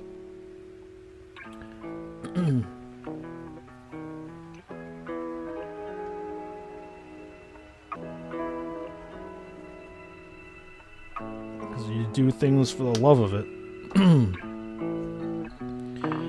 Alright, I'm thinking, like I said, I'll leave this completely black and probably highlight it. I'll probably highlight it now as the shade is drying on this thing. I'll put it off to the side.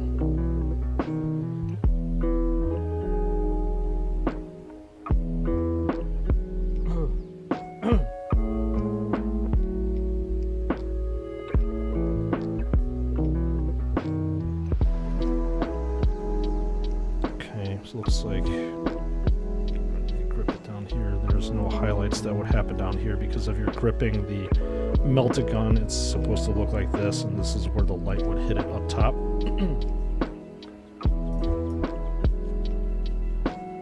And this Dawnstone should be still fairly patent, you can kind of tell. So it's nice being able to use older paints. That's the benefit of having a wet palette. If it was just a regular palette, this would have been dried a long time ago. So, just gonna highlight this part up here. Slowly but surely we will be done. Get to basing and baking in front of a space heater for that Agrellan Earth. We can call this model done. Probably take another hour or two to get to that point, but maybe less. Never done a ninja.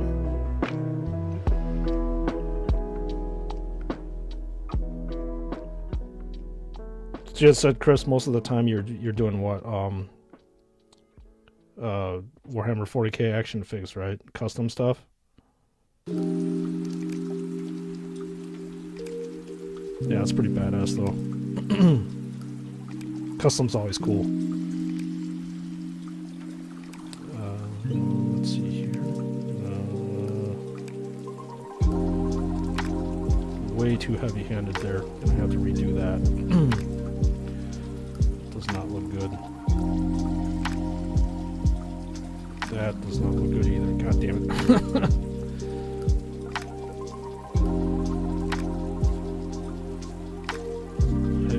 Screwing up here. Looks like a baseball bat ninja. Water?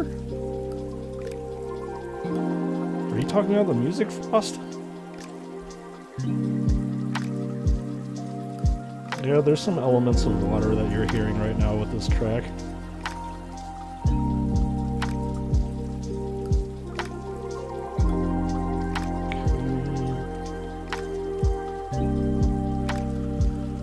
Oh, man.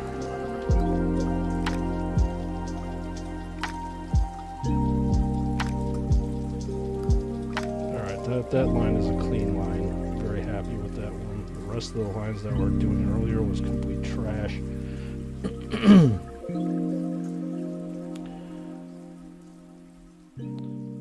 Need to be able to correct your mistakes when you are painting. Remember where your mistakes are, because that's one of my problems too. Sometimes I don't remember where I screwed up. That might be a little bit too thick, but hell, whatever. I'll have to fix that later as well. Pick up the edges here. Edges over here. Ah, man, that's crap. Shoot. Should have used this edge.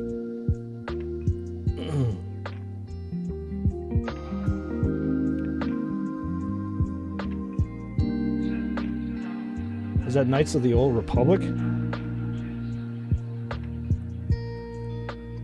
Because if it is Knights of the Old Republic, I actually didn't play it myself, but from what I've heard from a lot of people, it is a solid game that everybody should play.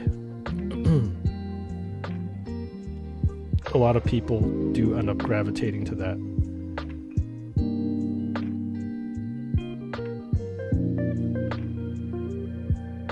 Let's pick out some more highlights here. These higher edges.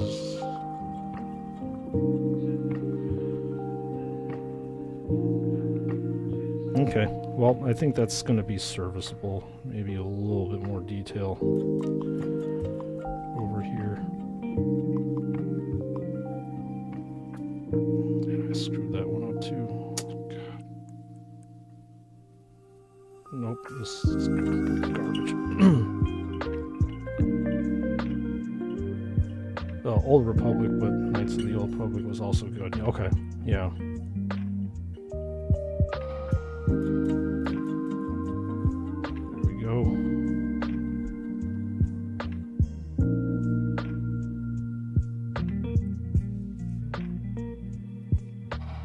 Highlight this part. Okay, I mean, it'll do.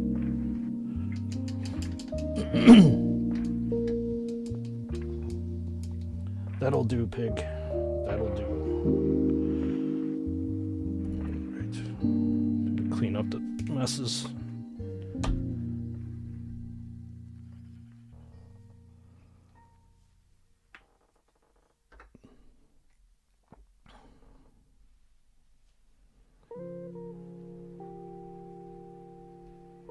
Okay. It's different. Oh, it's different YouTubers, the cartoons, H2O Delirious and Rilla, in a sci-fi mini theme. Okay.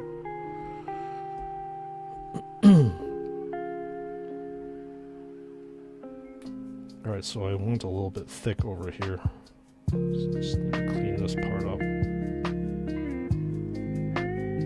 Careful not completely obliterating my highlights. Just enough. And I also did obliterate some highlights over here. Well, actually, I obliterated a black over here.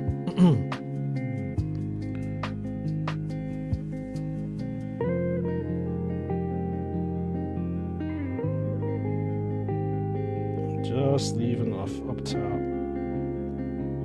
That's serviceable. Love Grey Jedi. What are Grey Jedi? Are they unaligned, unaffiliated with, I suppose, the regular Sith as well as the regular Jedi? Is that what it is?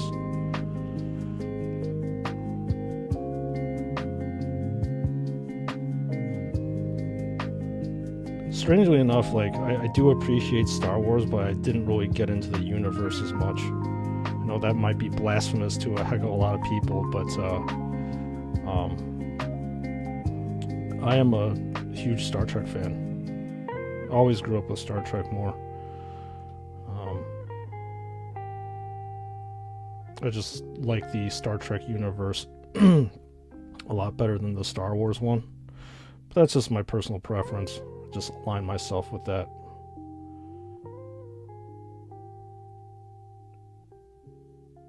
And with the revival of Star Trek with Paramount Plus, that was pretty cool, especially Strange New Worlds.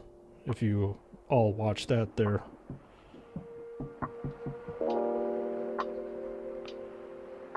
Some good old nostalgic stuff coming from Star Trek.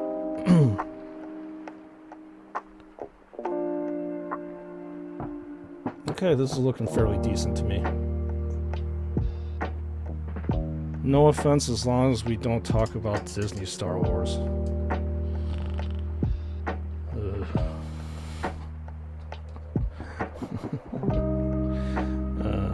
Disney Star Wars. Yikes. They, all I will say is that they butchered the franchise. Probably the only thing that I watched when it first came out was like the first season of The Mandalorian. I thought that really stuck to what Star Wars was. But the rest of their offerings, especially episodes 7, 8, and 9, oh god, I don't know what was that. I kind of wonder what's worse, episodes 1 through 3 or 7 through 9. I don't know. It's bad that it's bad that you have to debate which one's the worst out of the two. Usually people like to debate which is the better of the two, but yeah, Disney. Look at the state of the MCU.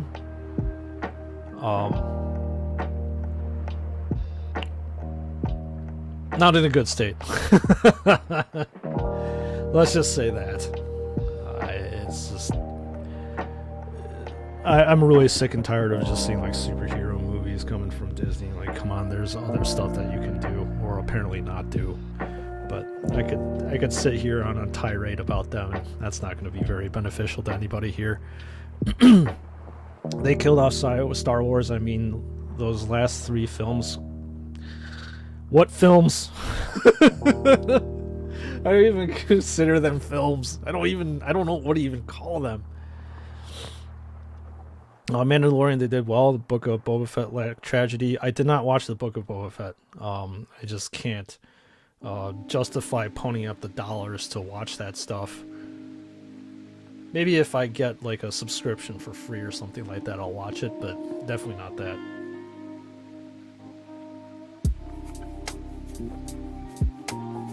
But yes, like I said, they did a fantastic job with The Mandalorian.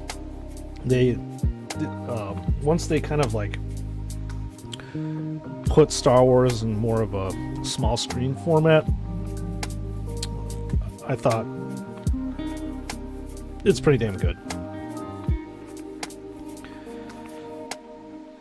Big screen format, good God, they need to get better writers. This stuff is terrible.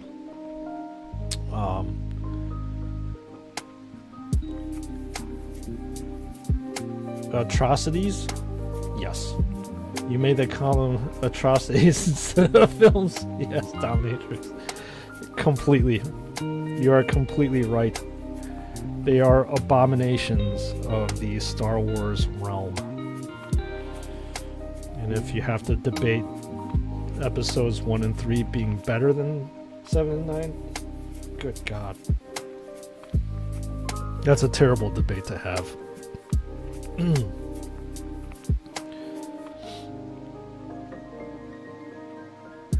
There was, I barely remember episode 9, and I'm glad that I don't remember it. And because I was, I think I was drunk off my ass while I was watching it. And my friend probably told me that was a good thing. The only thing that I remember from episode 9 was, I'm sorry, I'm sure probably everybody watched this as well.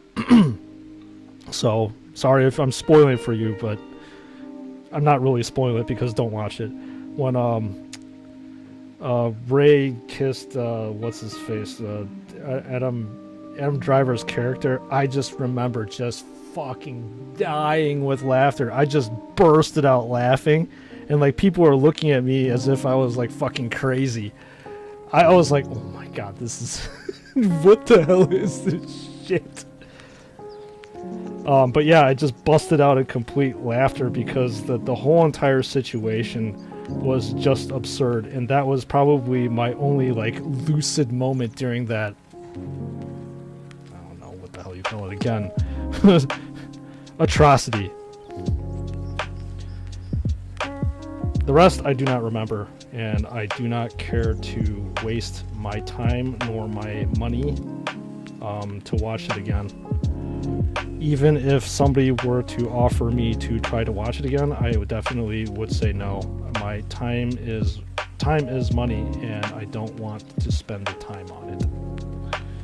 There are apparently many things that I would prefer to do than watch that thing. So that is what I remember from episode 9.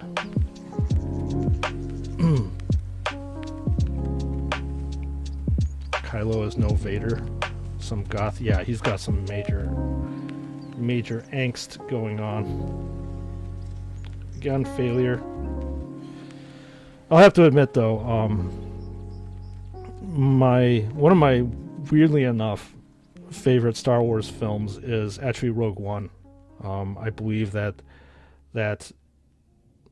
was probably the only film that Disney did well when they took over the Lucasfilm franchise. I had a very good time watching that one. In fact, it's probably of the modern Star Wars films, that's the only one that I actually own that I've actually watched multiple times.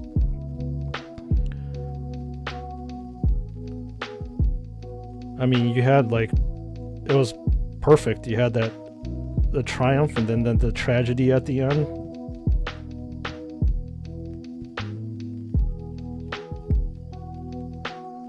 I would argue that it actually may be one of my favorite Star Wars films. I know, gasp, blasphemy. I really think it's that good. Just because you had those tragedy elements and stuff. It makes the characters a lot more human and relatable, rather than like, I don't know, superheroes in space. Rogue One was good, yeah. Yes, it was.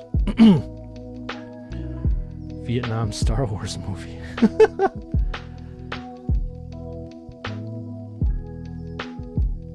Emo Ren. Yeah, he was super emo and still emo. Controversial comment here, but I love Revenge of the Sith. I mean, to each their own, right? If you like something, you like something. I'm not going to say that, you know, this is garbage and trash or whatever. As long as you appreciate the movie for what it's worth, by all means, you like what you like, right? And that's everybody's prerogative there. I'll be honest with you, I don't really remember that much from it either. And no, I wasn't drunk off my ass for that one. I just don't remember a lot of the moments from those things because, like, for me, there wasn't really any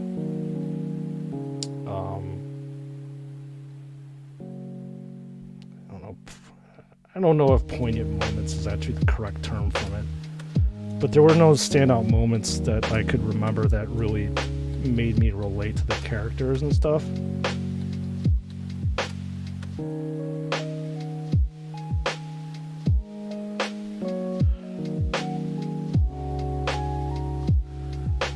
Bloody hell, Sprues. Oh. Sorry, man.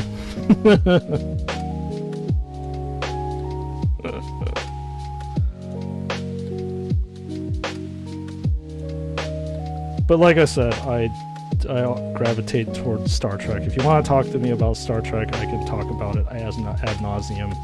I'm I guess a casual Star Wars fan. I'm an avid Star Trek fan.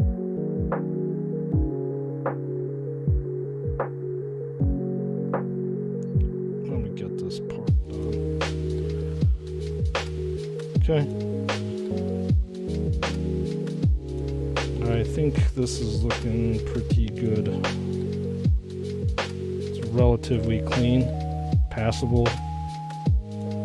The bottom is the only thing I need to clean up, and highlighting and basing next.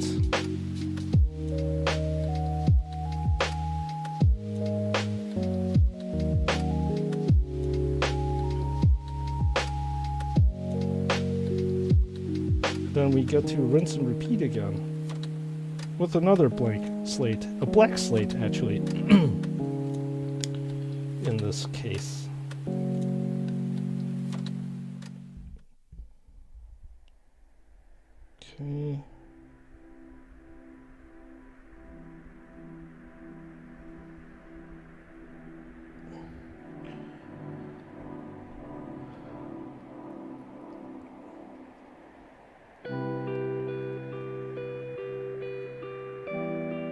Okay. Keanu Reeves is Revan. What's your opinion? Keanu Reeves as everyone everywhere.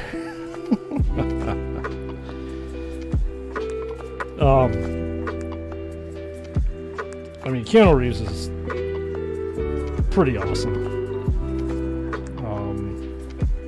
Definitely as an individual in real life. Obviously, I don't know him, but from what has been spoken about him, he seems like a really super cool stand-up guy. But I really, obviously this is just goes without saying, I really like him in John Wick. That whole entire series, franchise now. Like the first one when it came out, holy shit, my mind was like completely blown. It was so good. Like edge of the seat action, and nothing, I believe, at that time ever came close to that type of just cinematography as well as action sequences. It was like, bar none, probably the best gunplay I've ever seen in my life before. What's the new series that was like Star Trek? Yeah, it's Orville. You're right. With Seth MacFarlane. Actually, what's interesting too about the Orville is that I thought that the Orville was more Star Trek than the Star Trek, if that makes any sense. Like MacFarlane had a really, he did a really good job of like capturing the whole entire, like,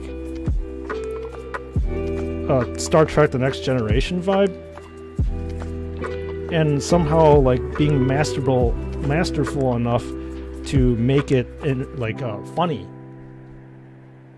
but still get a solid story across. And it was a really good show. I'm sad it got pulled off of Fox, but I'm not sure what channel, if it exists at all in any kind of other form. But yeah, it was really interesting that it was more Star Trek than like the new Star Trek that came out, which is like Discovery there.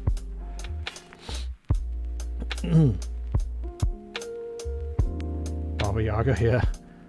I saw Keanu Reeves doing training for John Wick. The way he handles those guns, damn. Yeah, I mean that training, I saw that too. That training was seriously hardcore. He was basically doing like special forces type of training with handling the guns and stuff, and it's fucking awesome. I mean, it shows too. I mean, you could see proficiency with is being able to handle guns on film, and the way that he's able to like immerse himself as the character of John Wick really helps too. Yeah, I can't wait until the fourth one gets released. They just keep doing it better and better,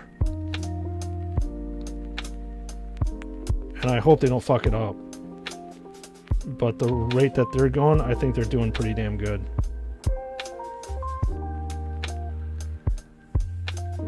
You want to see gunplay? I did watch Equilibrium. That was a really good film. I like that one too.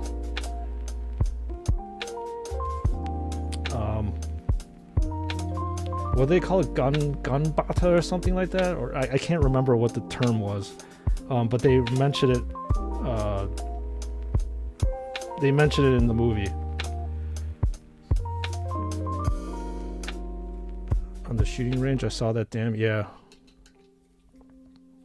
Nobody wants to break into his house after that. Yeah, both IRL and in the movie itself.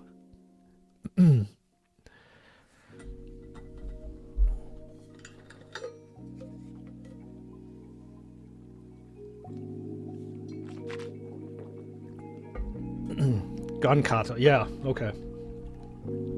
Thanks, Frost. Sometimes the words escape me. But yeah, that was an interesting movie. Like I didn't actually expect Equilibrium. I mean, I didn't really expect that much from it, and because I didn't actually know anything about it. It just came up in my my Amazon Prime feed, or it was either that or Netflix. I can't really remember. And I was just bored, and I just clicked on it, and I was like, "Holy shit, this is awesome!" I love the premise and everything behind the whole entire the movie itself. Yeah, they definitely got the backstory, the environment correct, and how oppressive the society was, and you're basically suppressing yourself by, taking these government mandated pills or something like that. Yeah, that was really cool.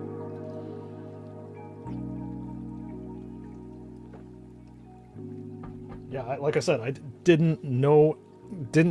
I came in with a completely blank slate. Didn't know anything about it, so I was pleasantly surprised how cool it was.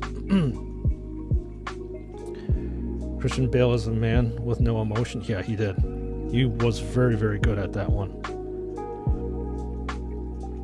I mean, Christian Bale is pretty good at that type of role anyways. What they call clerics? I believe so. My memory isn't that great, so we'll have to take your word for it if they're called clerics.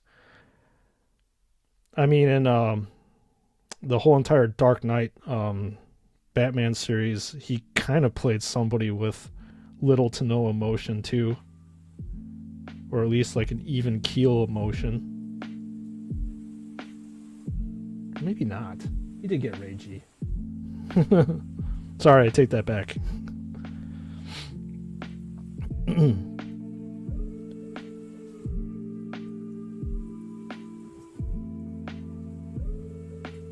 Yeah, Clerics, you're alright. Well, since you know what that's one of your favorite movies, Dominatrix, yeah, you would know what it would be called, right?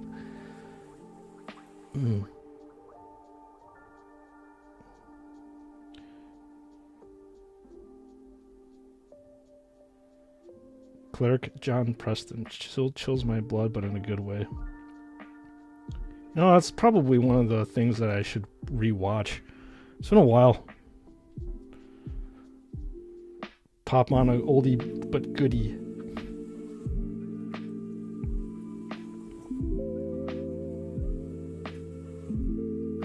Excuse me if you can hear me burping in the camera. That's what happens when I drink beer.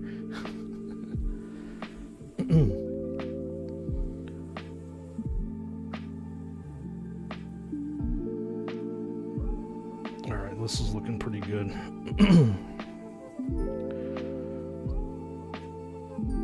Definitely to a point in which I think that we are almost done, or good enough.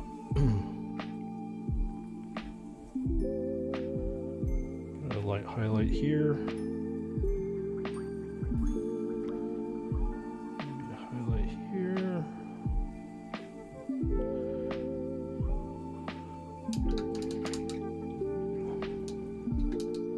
Where is she? Yeah, he did get angry.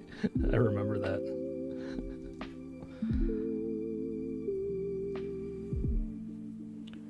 Okay.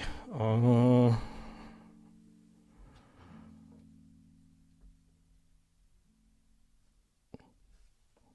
right.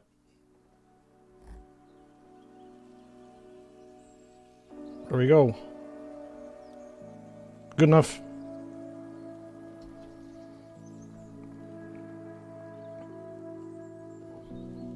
Good enough.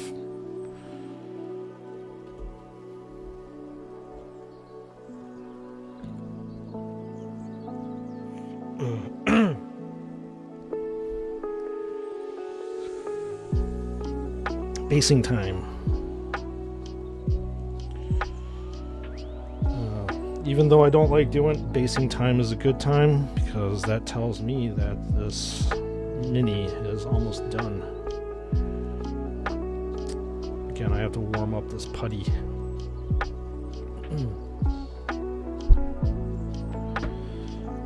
Check something out here.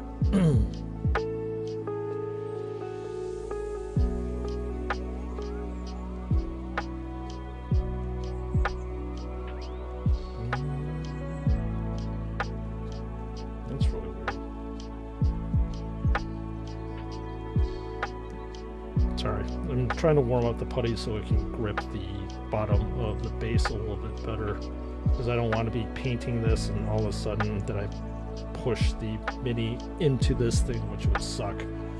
I've done that before. Best Batman ideas? I mean, I'll be honest with you, I really like Christian Bale's rendition of Batman. It was dark, gritty. Lego Batman. Oh man, what was it? Will Arnett as Batman? That was really funny. But in terms of like more serious tone, yeah, I definitely like Christian Bale's interpretation of Batman. I think he did a fantastic job with it. Like watching Tim Burton's rendition of Batman back in the day, I know that's how he is. He's eclectic and weird, but I don't think Batman should ever have been yeah, I know I'm going to ruffle your feathers, Frost. I don't know if I could get past why did I do that? Just the corniness of Burton's direction. It was like, it's too goofy. I wanted my Batman to be serious. And that's how he directed Batman to be, and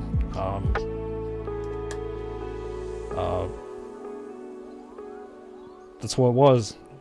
And I just didn't really that much enjoy it. Lego Batman, he was dark, yeah. I do agree with you on that one, wholeheartedly. First try. Still remember that. Chucking those batarangs at that button and finally being able to nail it. First try. Batfleck was tough. He had the size. That's funny. I don't think I've actually heard of anybody call Batfleck. That's funny.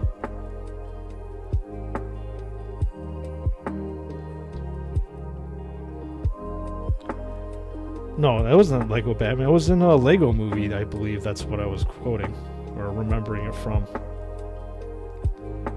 That was a good movie. I enjoyed that one. Obviously. Doesn't take a genius to figure out why I liked it.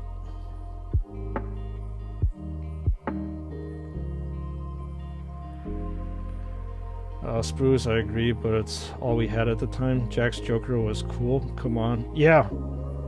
I'm not going to disagree with you on that one. Yeah, Nicholson did a very, very, very good job of portraying the Joker in that.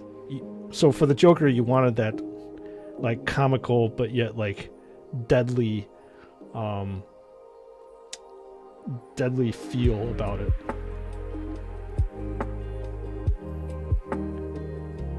And like, I'll be honest with you too. Like, watching Joaquin Phoenix's rendition of the Joker, like when I was watching that movie, I felt like super uncomfortable watching it, and it went in a good way. I mean, because like,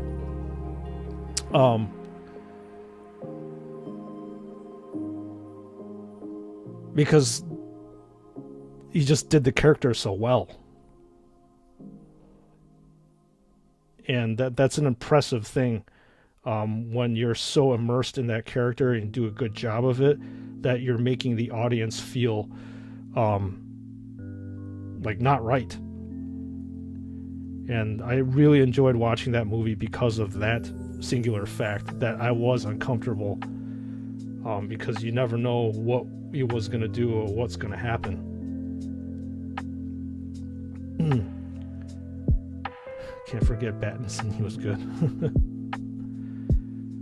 So yeah, I really enjoyed Joaquin Phoenix's, and I heard that they're coming out with like a Joker 2, right? And it's going to be more of a musical type of thing with obviously Joaquin as the Joker, and then Harley is going to be Lady Gaga, if I'm not mistaken.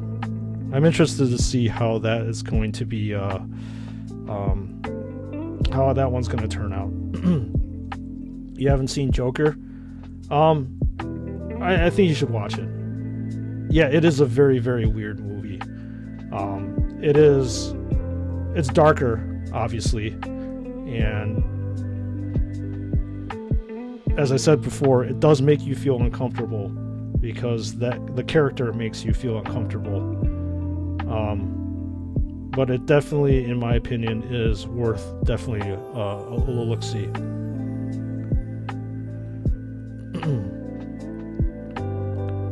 It's also cool, like, just seeing everybody's different interpretations on how a character is supposed to be, right? You have this quote-unquote a way a character is going to be played, but each and every single one of the actors that have played that character gives a certain kind of spin and a certain nuance to it that sets them apart from other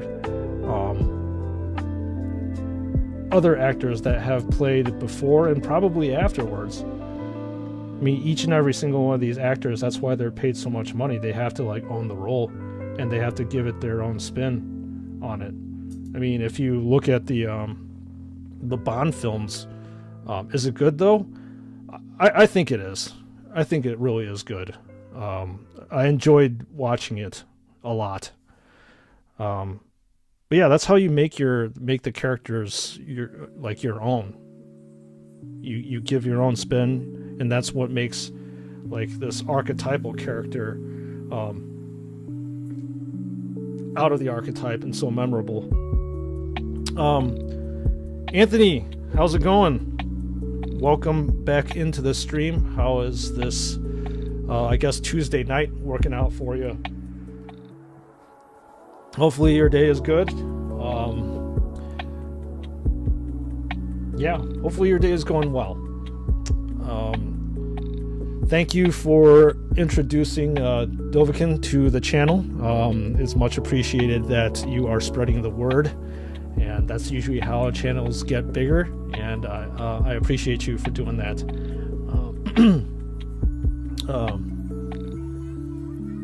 Not in a superhero way, but good film. No, the Joker is definitely not a superhero film. It's almost like it delves into like the psyche of a person, and basically the spiral of how Joker came into being, I think. But definitely not a superhero film. Yeah, come from work, no stress, brother. Okay. Hopefully your work was smooth, and glad that you are coming back from work and popping into stream like this. It's nice to see you. I had heard from Dovahkiin that you guys have like rolling blackouts over there. That's pretty crazy. Do you have? Are you near him that you have to also deal with that kind of craziness? Out of curiosity.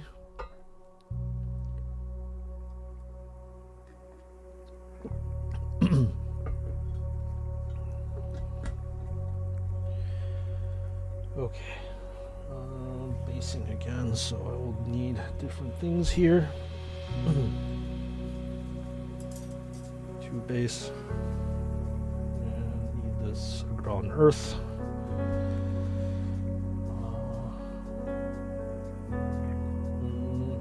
What am I missing?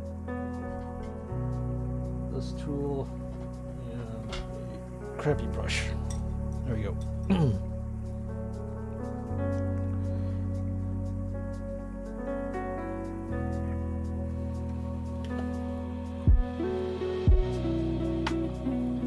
Almost done. So we are almost 60% done with the squad, which is nice.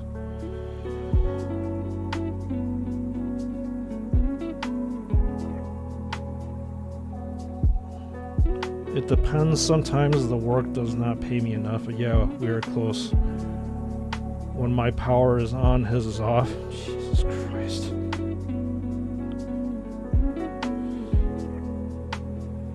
That is not living, brother. That is not living at all. Power is something that you need, man. You need power to see, you need power for computers, you need power for everything. And to have rolling blackouts, it's, yeah, again, pardon my ignorance, is it's a foreign concept. I mean, we have power outage over here in the States, but we definitely do not have rolling blackouts. That's just nuts to me. So I definitely have a very hard time relating to that kind of thing.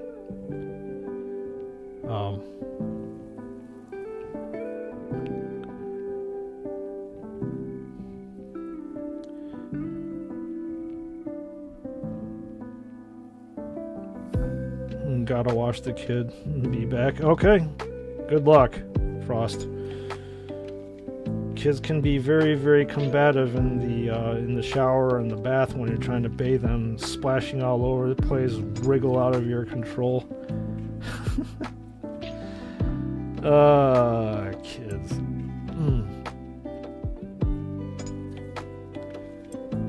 Adapt to survive, yeah.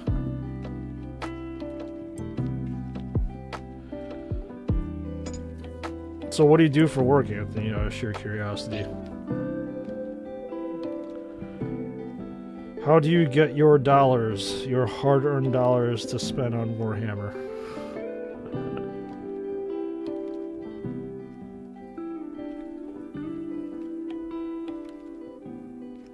And do you have a lot of Warhammer stores in South Africa too, or it's just basically in larger metropolitan areas? Or you're just an action figure collector? I can't remember off the top of my head, sorry.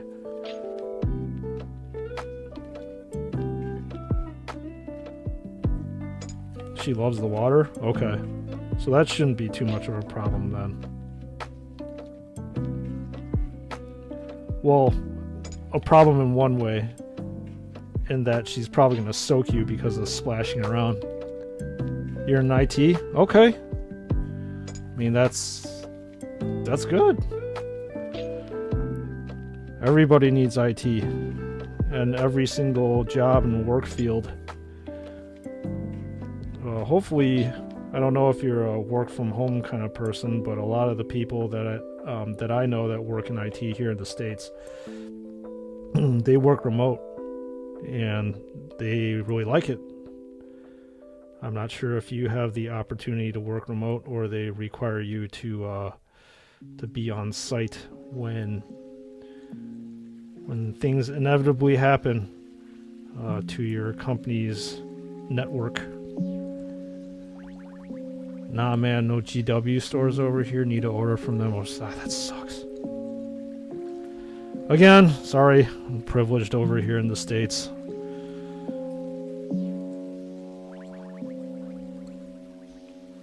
Well, maybe it's a privilege and a curse. Well, it's a curse if you have no self-control. I have a Warhammer store less than 10 minutes away from me, and it's a curse because I always feel like the need to go in there and buy stuff that I don't need to buy. That's why I have a gigantic pile of shame.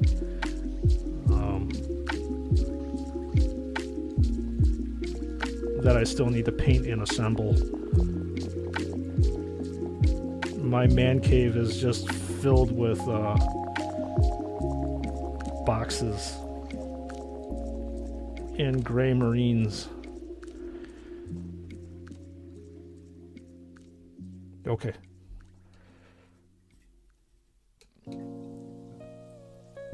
Time to bake this guy in front of my lovely space heater.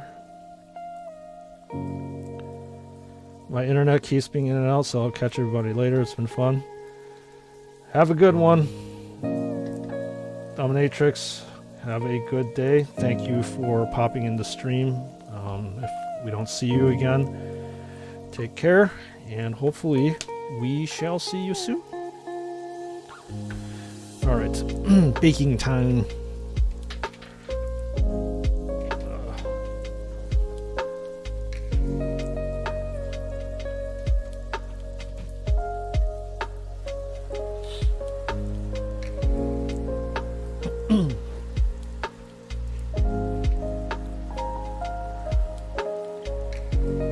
Whew. Alright. Almost 60% done.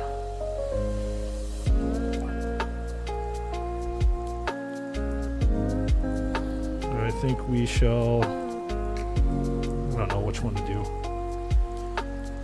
Guess I'll do this one. Yeah, why the hell not? Sometimes I need to be at work, other times I work from home, but you know, I love this people meeting from all over the world and talking about everything Warhammer related. Yes! Yes. That is the beauty of the interwebs these days, right? You get to talk to everybody from everywhere. Yeah, I love it. And we all have the grim dark of the 40k universe to keep us united, right?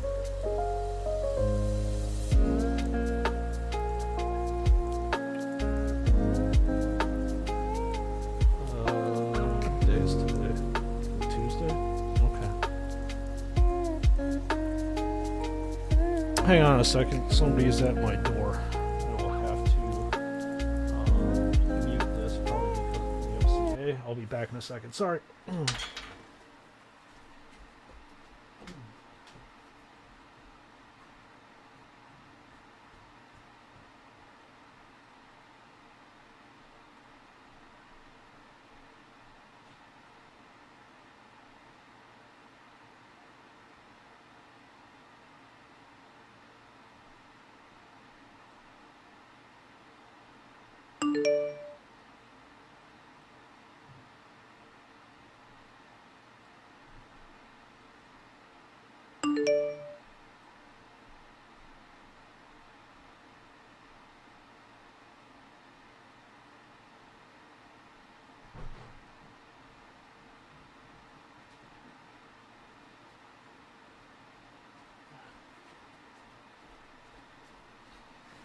Ooh, I was expecting this thing. I have a shiny! And you guys on stream get to see it beforehand, before it gets unveiled. Obviously, hang on a second. Gotta get up my chat. My girlfriend also told me that I should learn some self-control and not just buy figures. I don't know what that means. The self-control thing that you're talking about, it's a foreign concept to me. I have no idea what that's all about. Shiny. Let's see what kind of shiny it is. I already know what it is, but I get to show you guys before it goes on video. It's almost like you guys get a preview of what's going on. Yes, come on.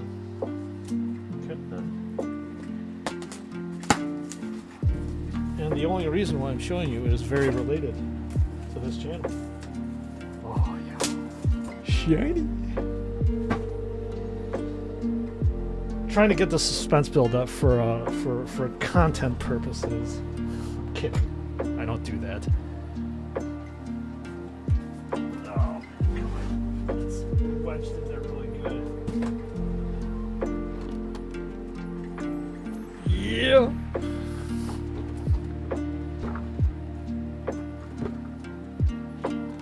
So I believe this is Joy Toys' first offering of a Xenos action fig. So I am very, very, very excited to tear into this guy over here. So if you don't know, this is the knob.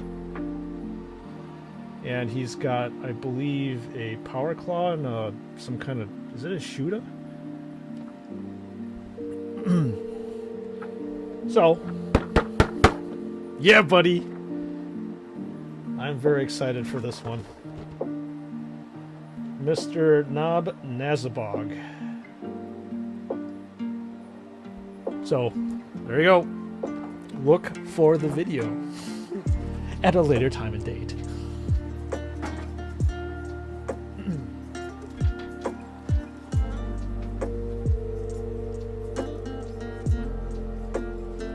So this is the progress of it so far. I've got it chucked in front of the space heater, and it should be drying up in about the next 5-10 minutes.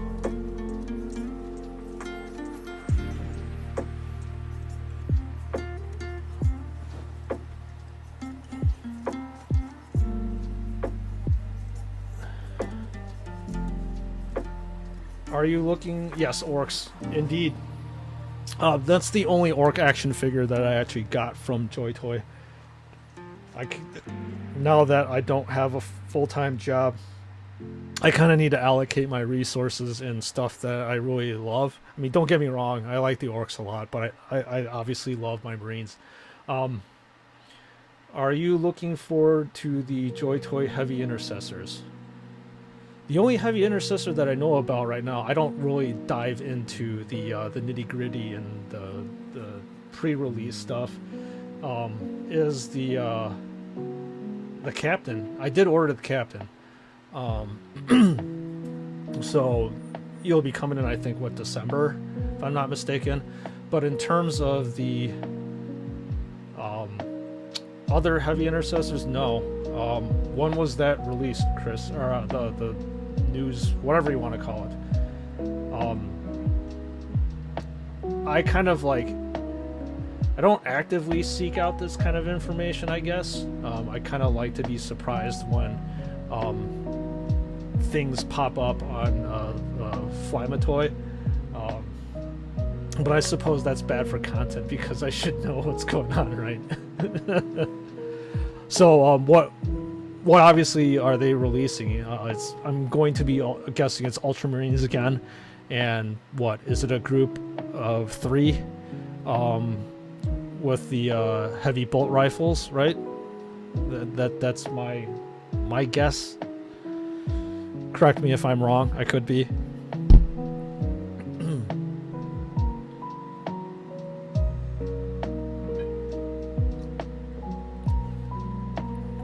I know about, obviously, the Eradicators. That's really super cool. I do like it how they the melted guns have that burn on their tips from the videos that I've seen of it. So yeah, it's something interesting to look forward to. But most of all, the Paragons of Ball should be coming out at the end of this month. That's what I'm looking forward to.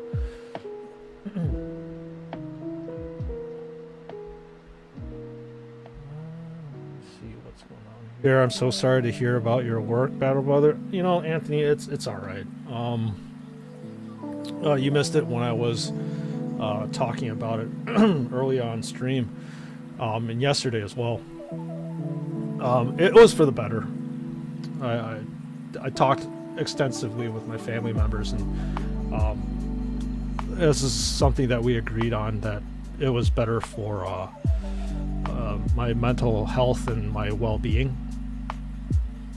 The blue and the yellow dudes tore on the other captain, or another. Okay.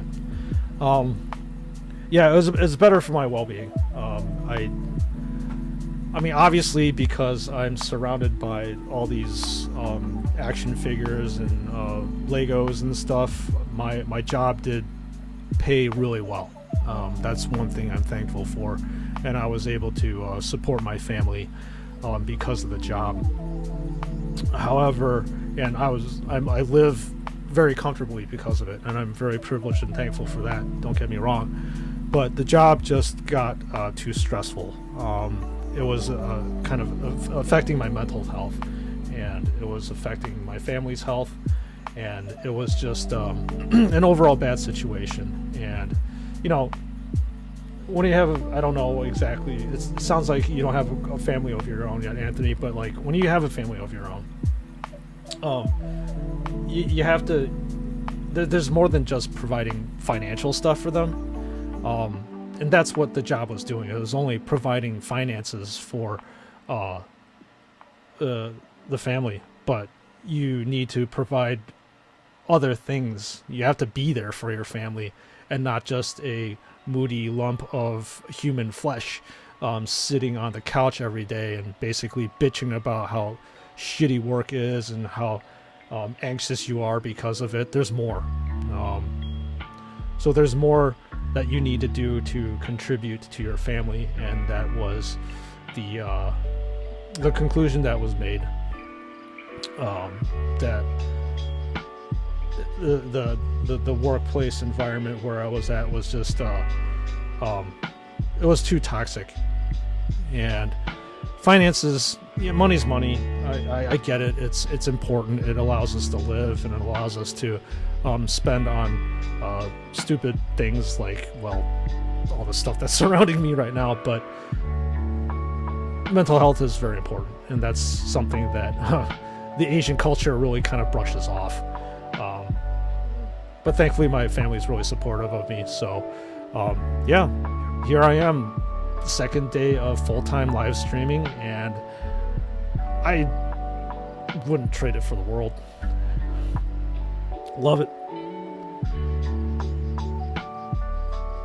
Okay, enough of my sitting on a soapbox, I suppose, and see how my Space Marine is getting long over there in my oven, I suppose.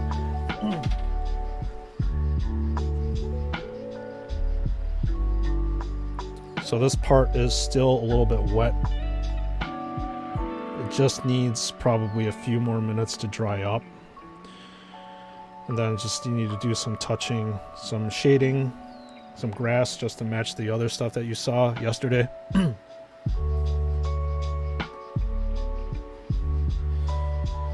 And we can call it a day on that one and then move on from scratch.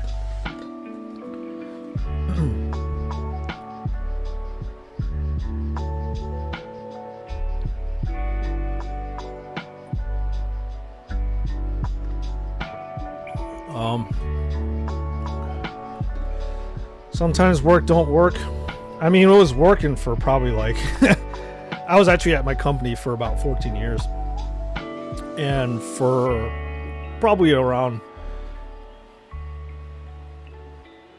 10, 11 of those. Okay, that's what you stop. That's Siri's going crazy. For about 10 or 11 years of that time, it did work out. But you know, things change, priorities change, your role within the company changes, so it is what it is. You just move on. What am I doing? Jesus. I don't need this one, I need this one.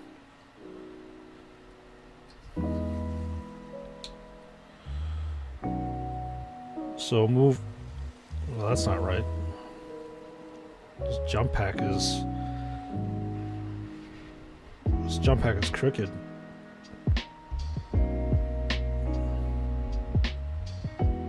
Alright, I'm gonna have to do some live fixing here. So I don't like a crooked jump pack.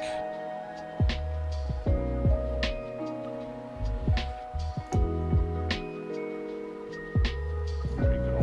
You get to see me fix something live.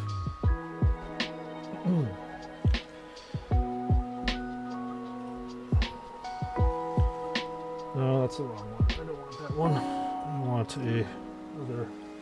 another tool. Where are my other tools? That's not it.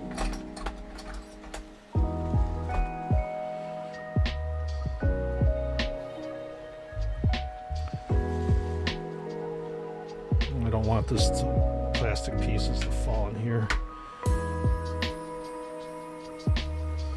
So you want to have a better connecting basis when you use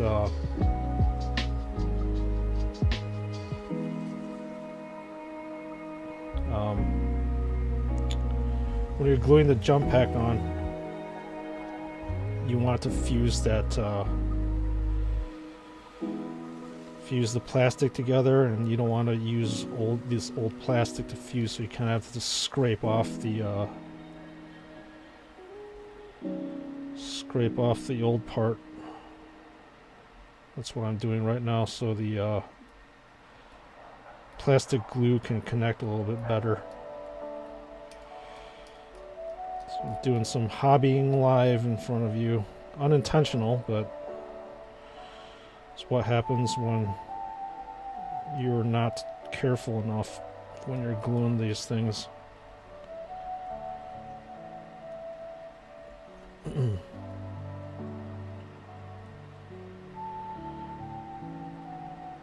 The nice thing about working with these plastic models is that they're super easy to work with and super forgiving. I don't think that I would have this easy of a time working with resin. That's a very unforgiving type of material to work with, so this plastic is pretty sweet and very easy to correct.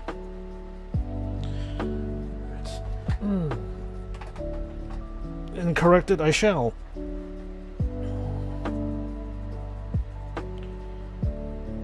Brush off the pieces, and I think that my Space Marine is cooked.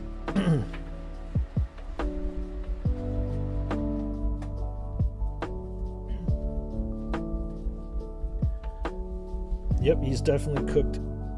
Everything is dried and cracked looking, so I'm gonna be finishing this up in a moment. Ooh. Alright. Problem with this plastic glue is that sometimes it's such a thin applicator that it gets clogged up. Find a tool to unclog the tip of it. Yeah, it's clogged up.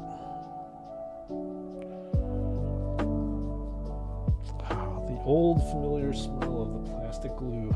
And no, I don't sniff this stuff.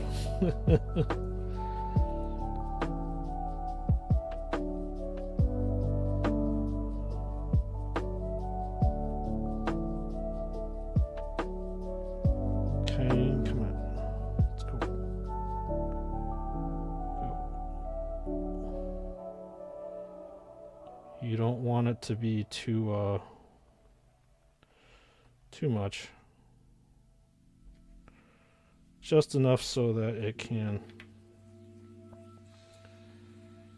melt the other side and meld it together.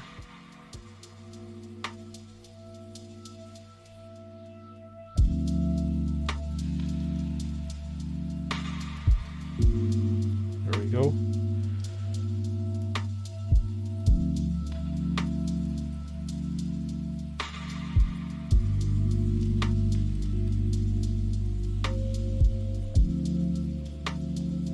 It looks definitely a lot better than what it did before. Press this on for about 10 to 15 seconds and we should be good to go for this one. Be ready to paint when we're ready for it.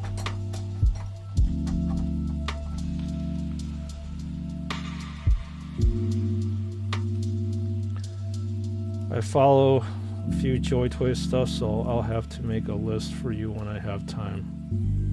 Okay. Sounds good, Chris.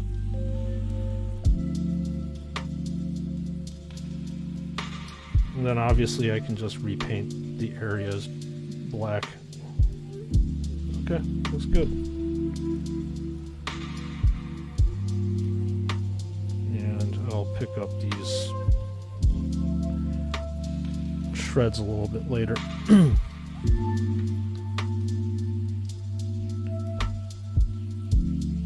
Okay, now I need to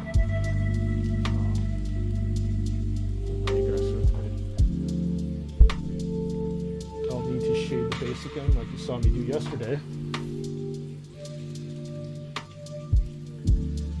there's a specific shade brush that I used.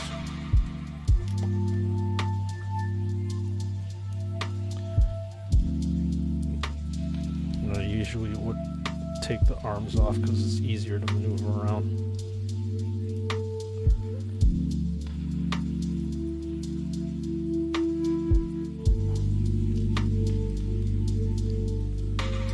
Okay, ready to go.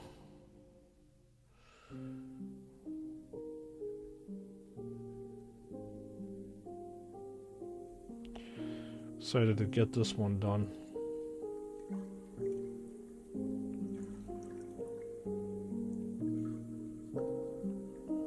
Wait for it to dry brush it. I dry brush the base.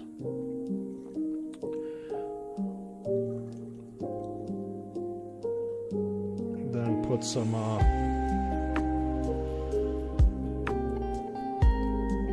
grass on it, and then touch up the base a little bit more on the sides, and we'll call it a day for this Space Marine. But for every Space Marine that you finish, there are hundreds more that need to be painted. Well, that's the case in Sprues' basement. There's a crap ton of stuff I need to do.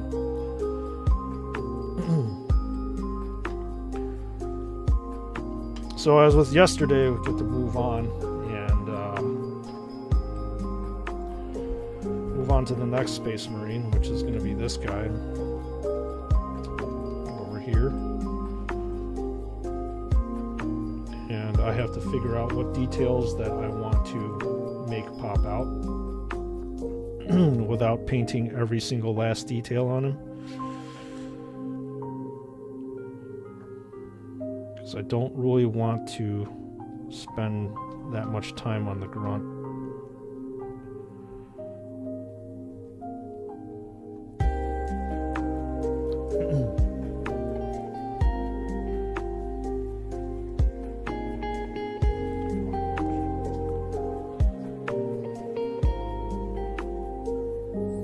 Okay, so I just need to paint this part black, so match with everything else. I don't think I need to worry too much about this side, but just do it just in case.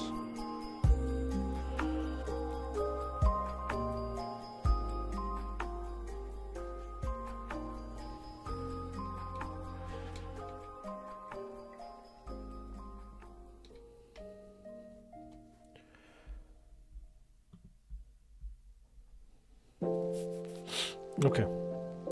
So I'm looking at this right now, and again, like I said, I don't really want to spend too much time on it. Just trying to figure out what areas that I want to pick out to make this thing pop. So I'm definitely going to have this gold, this metal part. The ribbons are going to be green.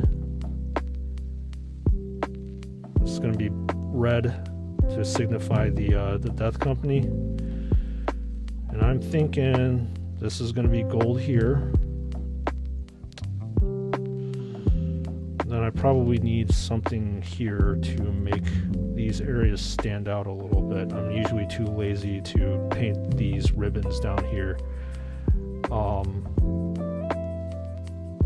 So this is the type of stuff, I'm just narrating how I think when I'm painting these things, or before I paint. So there's always like some sort of game plan, and it's going to just come with time. You may not have this game plan in mind when you first start, but this definitely gives me a better like roadmap on how to paint this stuff. So once you got that roadmap figured out, you just go and walk it, right? I'm probably going to paint this area red because it has that Death Company X down here too. But before we get to that, oh great, the shade actually has dried. I'm going to have to get this melted a little bit.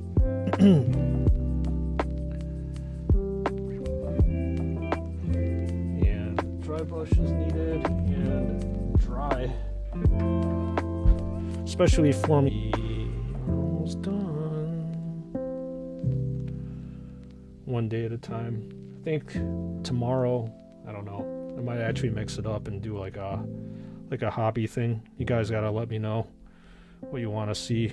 Me paint more of my little Death Company people, or put together some Primaris Marines or a tank. I'm not too sure what I want to do, but that's the nice thing about content creation, right? You just get to figure it out and you get to do it whatever the hell you want.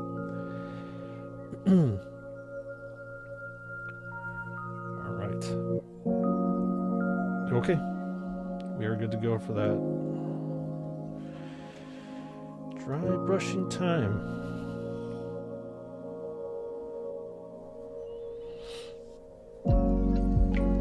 So again, with dry brushing, you want to dip you want to have a specialized brush. It's usually a coarser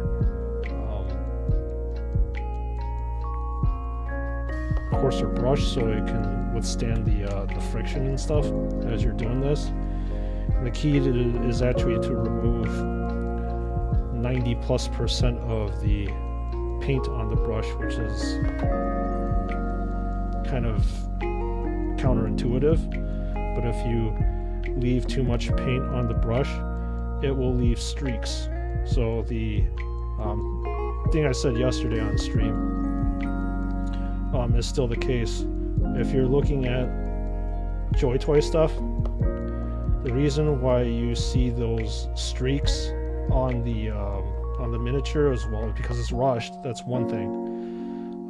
But the second thing is they didn't, when they were, I don't know if they're actually dry brushing, but it looks like they are. But when they're dry brushing, they don't have the paint removed. So that's why you see those streaks, brush streaks. And the whole thing about dry brushing is methodical building up of the highlight color.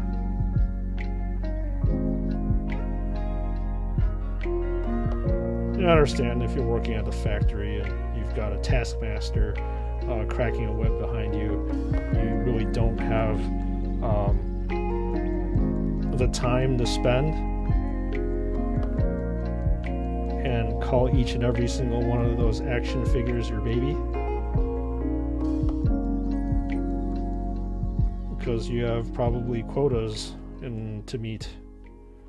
So I totally get it, but I get to call every single one of these miniatures my baby, so that's why I spend the excruciating amount of time that I spend on them. So you get to see some nice detail here that's being picked up on the ridges, and that's the whole purpose of that highlight of dry brushing.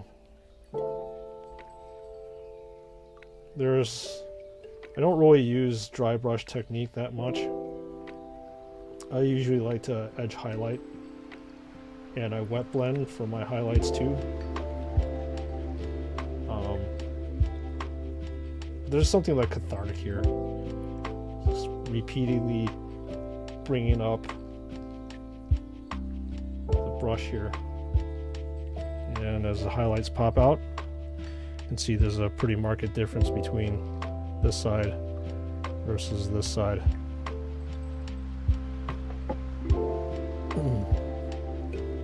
Time to load up the brush again, and we shall rinse and repeat. I think I actually put too much.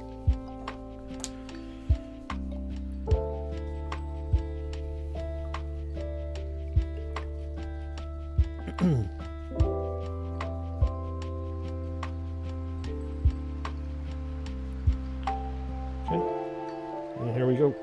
Dry brush again. Gradually building up the layers.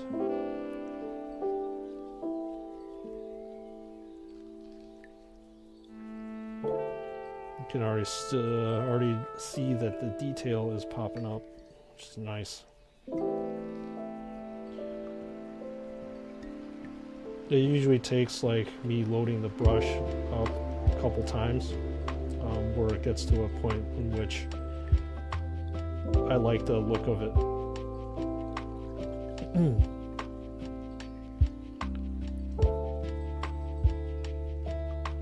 think one more loading of the brush is enough.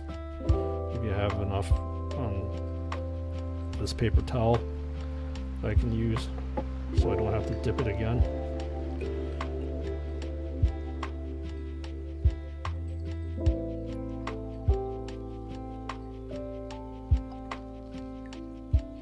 And yeah, that's all it took. I think we are at a good position to stop. Starting to look good, Battle Brother? Heck yeah, man.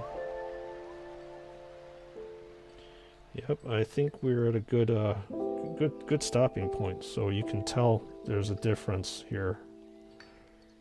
Very marked difference in all these different dry brush flakes. That's why I'm saying the final touch with the Rhinox hide over here can cover this up with no problem. Yeah, it looks good. Time to put the grass, little tufts.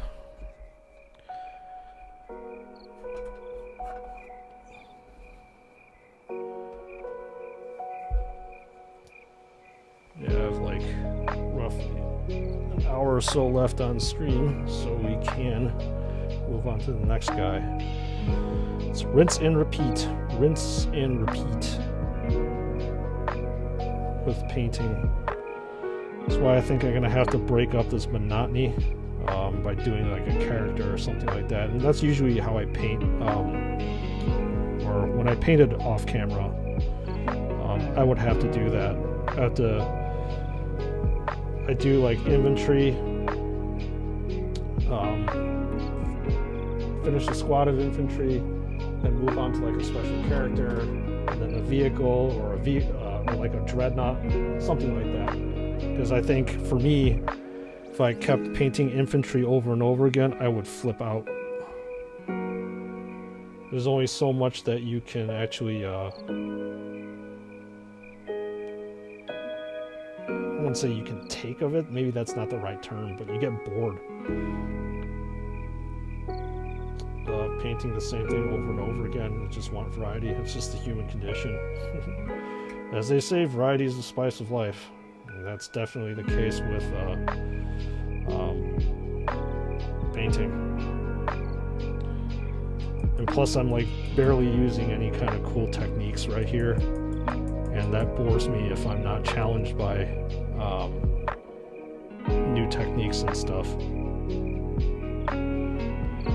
Just painting a grunt marine just to get by. And right now I'm basically shaking off the excess grass blades, or tapping away the extra grass blades. Mud's a little messy on the boot area, but it's all good. That's what it's supposed to be like. Okay.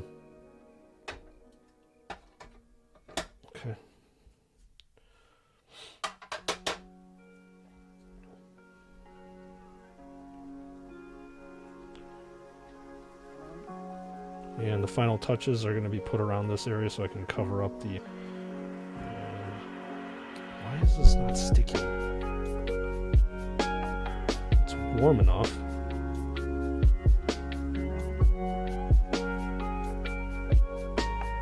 Other people may use like some other way of trying to fix it on, but this way kind of sucks, but it works for me.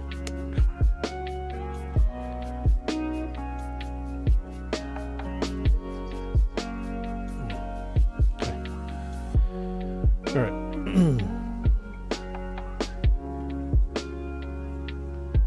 Need more here.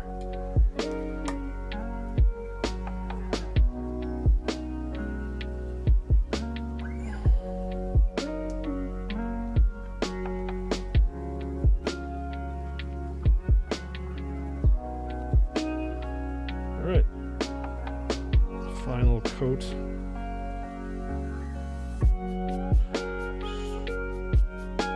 More purposeful and methodic than what I did before. So you also want the base to look good, right? It's part of the model.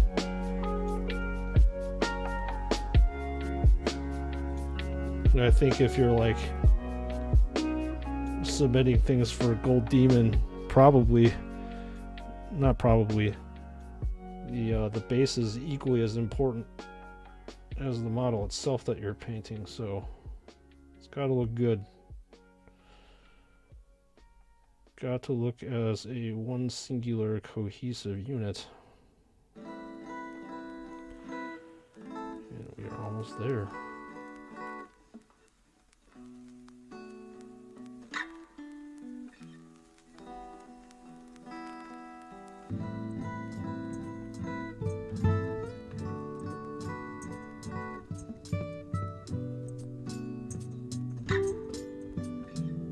Okay, I think we can call it quits. That is a Space Marine. That is a battle brother, ready to join his brethren out on the battlefield to fight for the Emperor, to rid the world of the Xenos.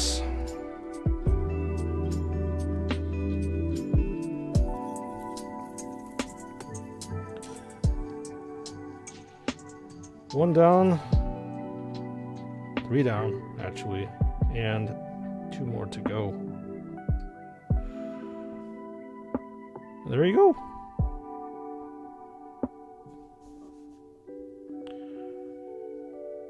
Oh no.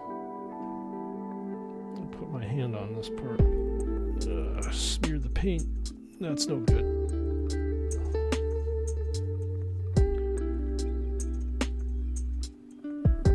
Nothing like a quick fix.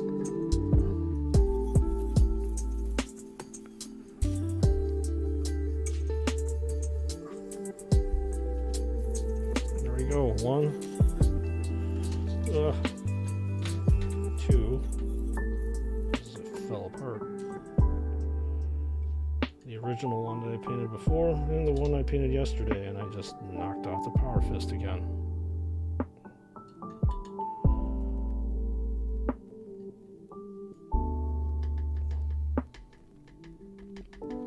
Now that's looking like a true squad.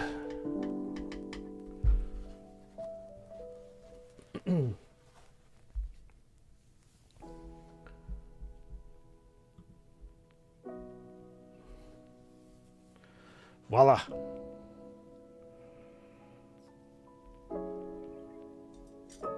Okay, remove all the paintbrushes that I don't need usually.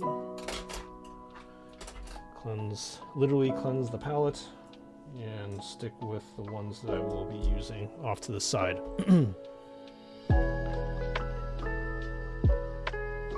So, how's everybody doing? Hopefully well.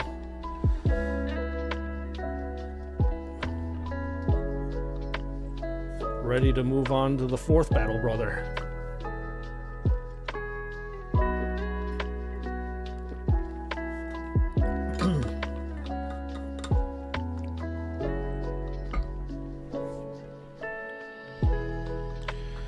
As I said, I'm going to be doing the red part first. Do double O first. Let's do 1. What you miss? We are done with Battle Brother number 3, Frost. You didn't really miss that much. In Sprues and Studs world, I move at a snail's pace when it comes to painting, so yeah, you don't miss much. So this is what you missed. The dude is finally done, in my opinion.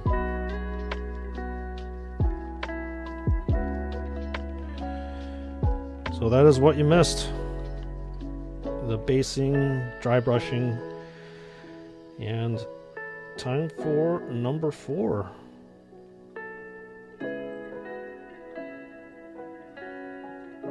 How are you doing today, Battle Brother? You forgot to ask. Were your manners? That's alright. No worries.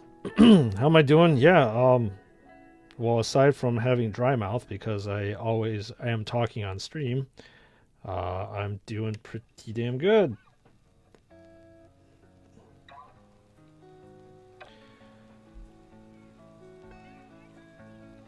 there really is something to be said about just not having to wake up for work.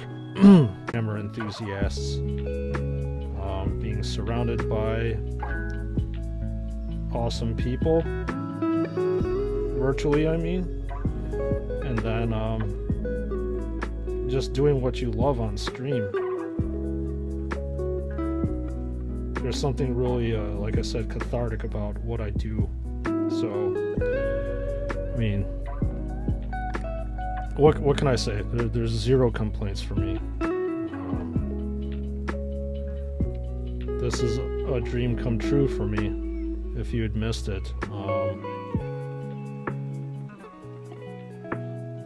I watch a ton of streamers on Twitch.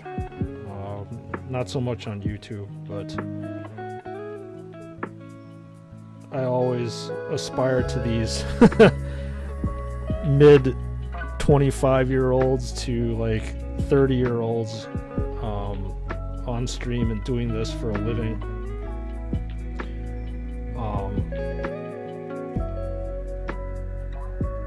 And here's where I sound like an old man. Back in my day, they didn't really actually have this back in my day. Alternate source of income, alternate source of things, but I'm not going to say that this is 100% viable, but this is way better for my personal psyche. Bro, that black and gold is good. Chest piece is blingy. Yeah. I mean, that's what I was explaining earlier, Frost, in that when I paint these grunt figures, I don't want to spend that much time, but you also want to pick out areas that on the figure that's gonna break up the monotony, because it's just gonna look like one gigantic black blob. And I said that before on my videos, especially when I'm reviewing McFarlane stuff. It just looks like a black blob, and it just doesn't look very good. And conversely, you can put a crap ton of detail on something, but that's going to take you forever. So it's a fine balance of breaking up the monotony and putting enough of detail versus too much detail. And I think over time I probably mastered at least how to do that.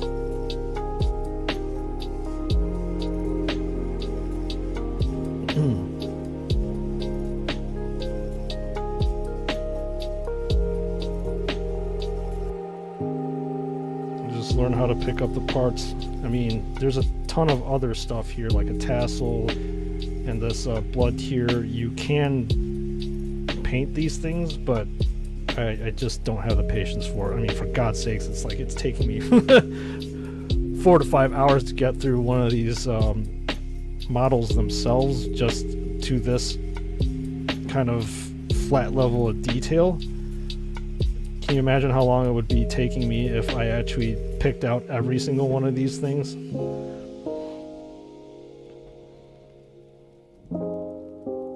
And the answer would be way too long.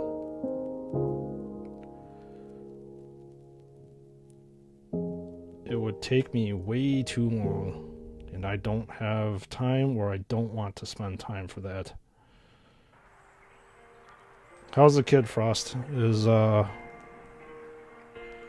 fully bathed, ready to sleep, ready to count sheep again? It's like, what, 8-ish over there?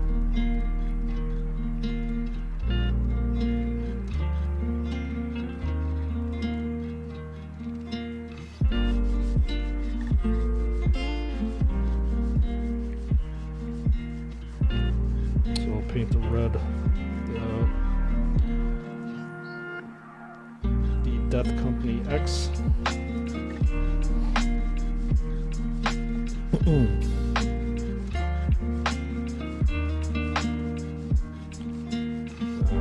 think I actually picked up all the stuff I needed to pick up over here. Actually, I missed a ton.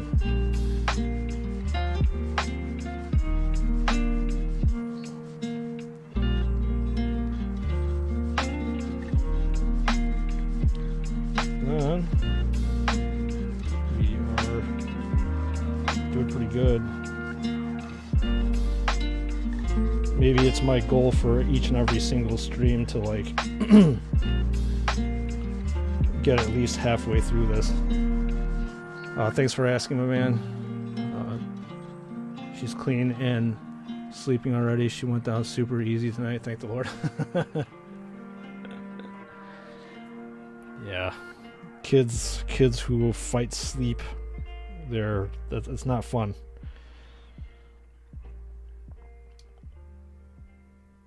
Parents usually just pass out alongside of the kid.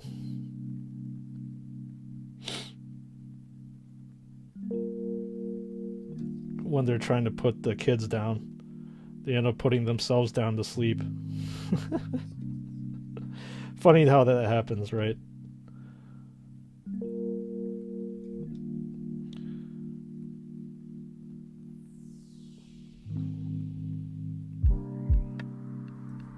Okay, so like I said, it's my goal, hopefully at the end of each stream, that I can get to the point where I have at least like the details on the body picked out, like I have right here.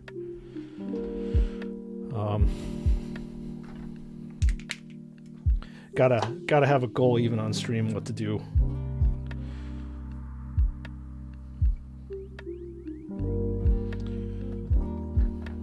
I have to say again though, my pace is terrible. But you know what they say, haste make waste. You get these guys out of the way lest I decide to paint them on accident.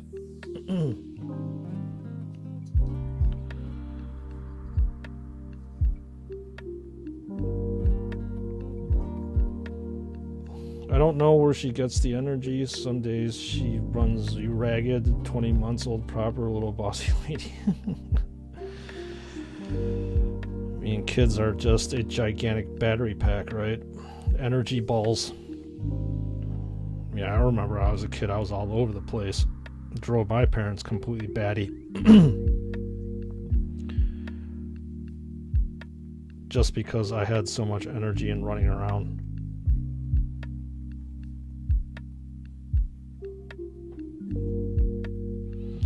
And sounds like you have a dangerous one, though. A bossy lady? Oof.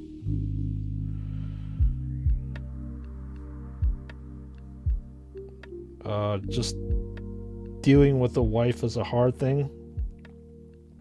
But having a little bossy lady dictating you around, that's also very hard, I imagine.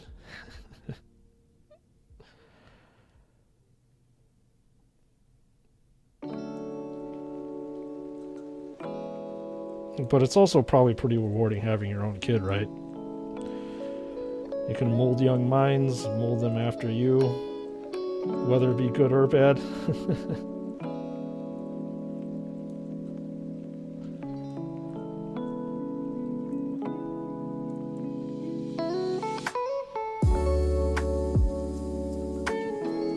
Yeah, this track is jamming. Super chill. Love it.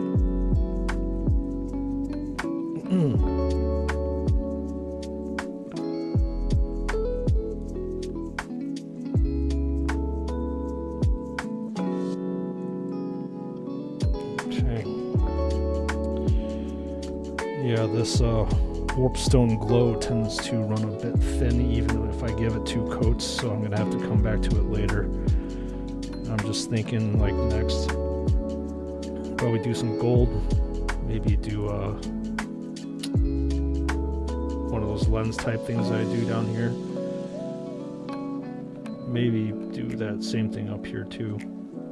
Yeah, let's go. Let's go!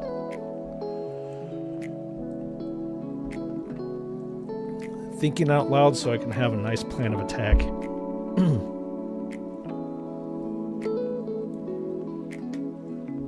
I don't think there's going to be a lot of gold bits on this one, though.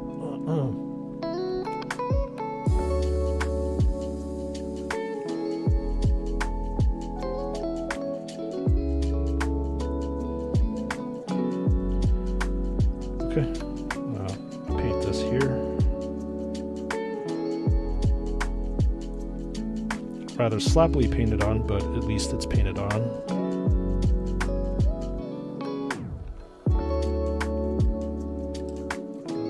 Made my chat disappear, that's not good.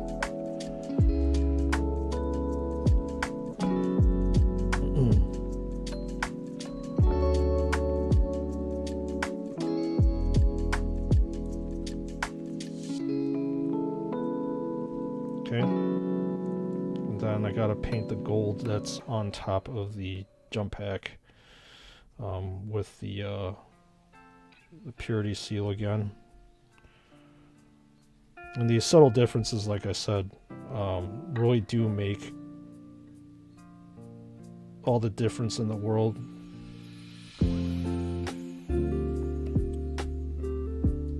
Each and every single one of these squads on the tabletop, you want to have something subtly to make them stand out from one squad to another. So that's what I do.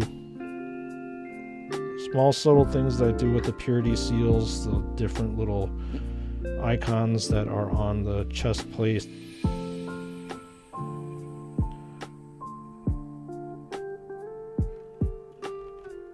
So like on another Death Company squad, because like I said in game, I believe it's a maximum of 15 Death Company Marines.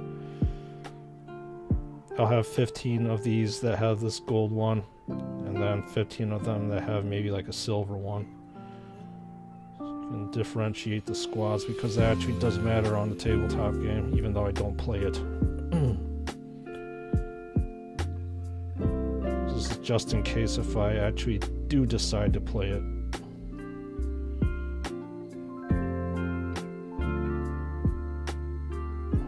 You do need to make these things unique. They are Space Marines after all. They're all battle brothers. Each decorated and forged through gene therapy to be superhuman. So they deserve it. They deserve being unique.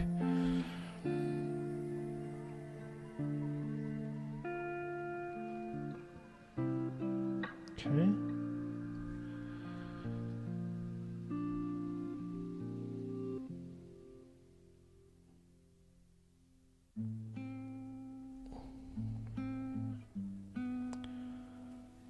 And tomorrow, I gotta think of what I want to do. Kind of a little bit tired of painting these guys. Maybe I'll move on to a character. Do that for a day. Do a Lego stream or something like that.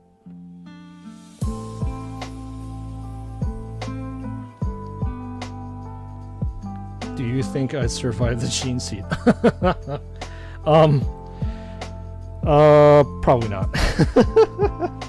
Maybe I don't give myself enough credit, but I've never been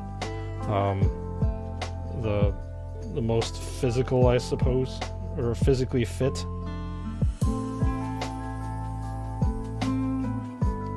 Perhaps when I was running my 5K every day or every other day,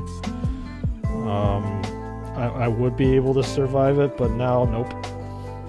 There's no way. I don't think I would have the endurance enough to do it.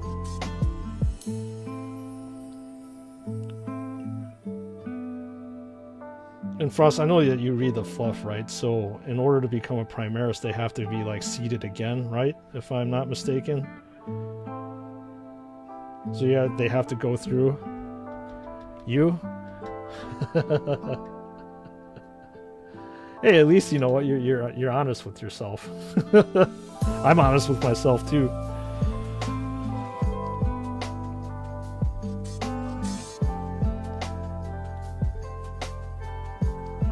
basically get ripped apart and put back peak. Yeah, that doesn't really sound like fun. But, you know, the Space Marines are definitely the finest of what mankind has to offer, so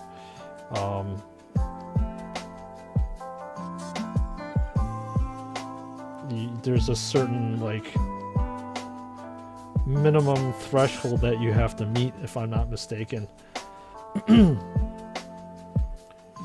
Well, you may also argue that the Custodies might be the peak of what mankind has to offer in the 40k millennia. I don't know. What the heck are your thoughts? I think it's called Crossing the Rubicon.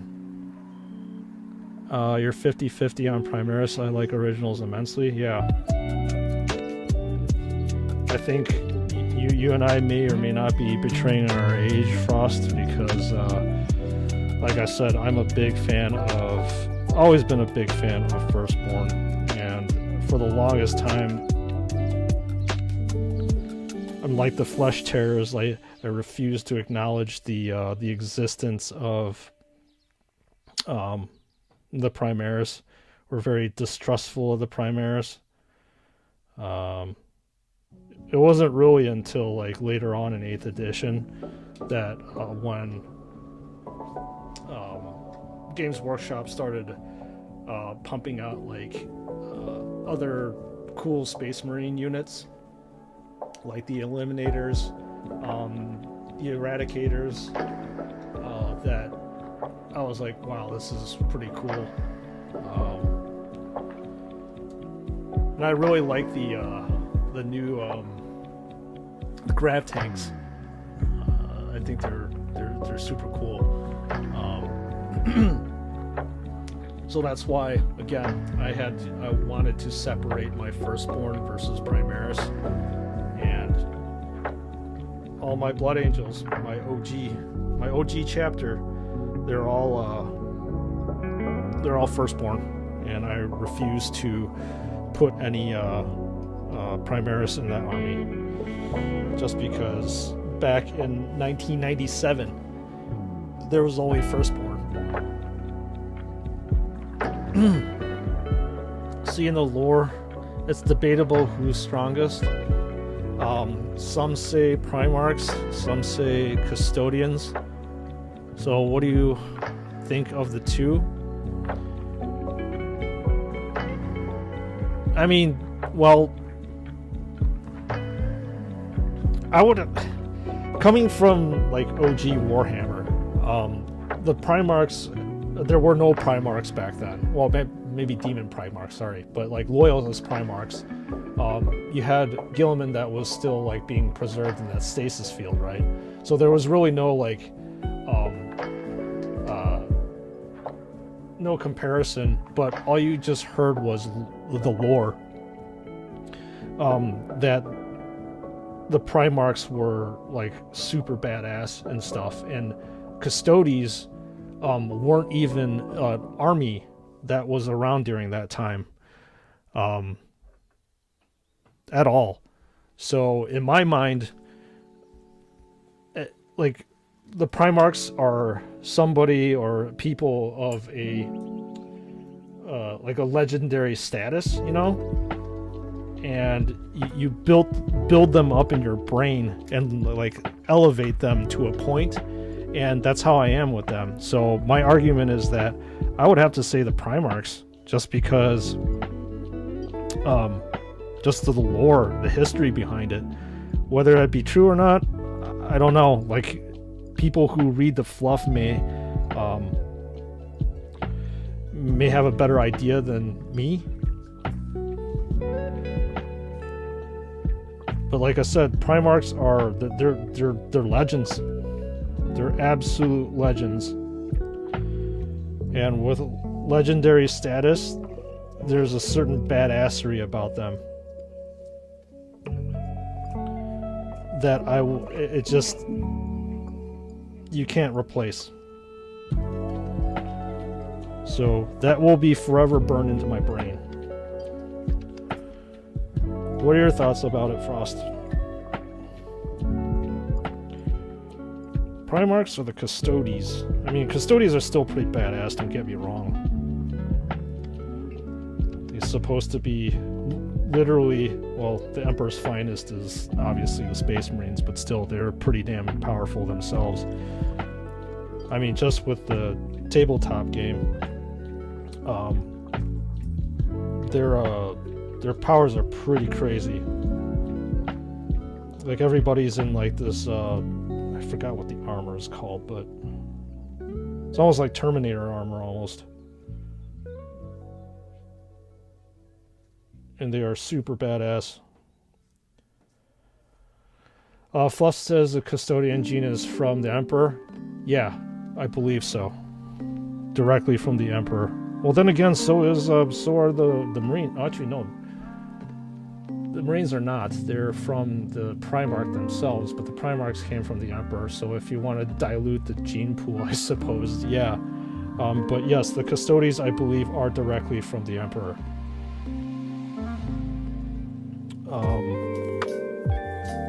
I don't know, that's debatable. Interesting. I forgot about that fact.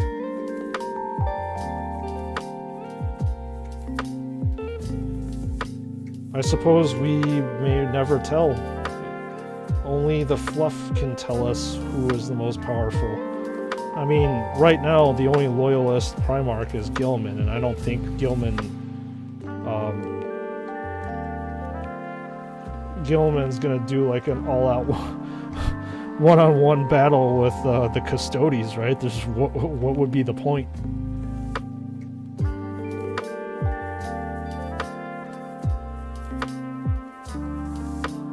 Unless if Gilliman wants to shape the Imperium in his own image or something like that, and remove the God Emperor from mythical status. But why would he want to do that? Maybe the Custodes would then have some beef with them. I'm not sure lore-wise, but I agree 100% with you on the Legendary Primarchs, though. It's one of those ones we can be right until GW says otherwise, yeah.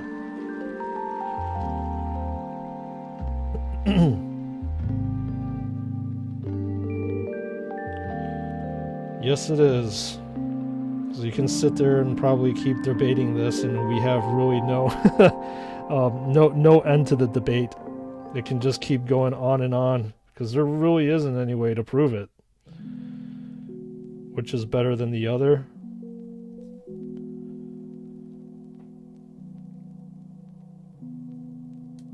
So...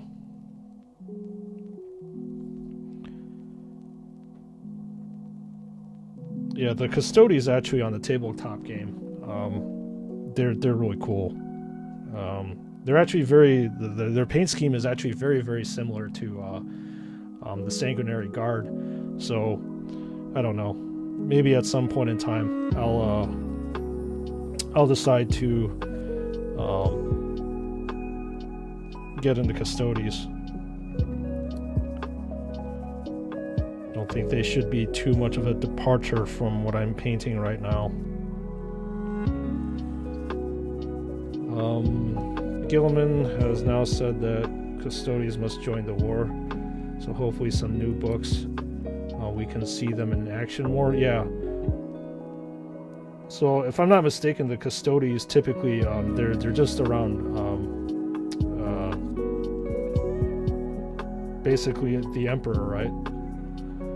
And protecting whatever's left of the Emperor. They don't really go out and like the Space Marines and be like shock troops and stuff. They only defend, what is it, Terra?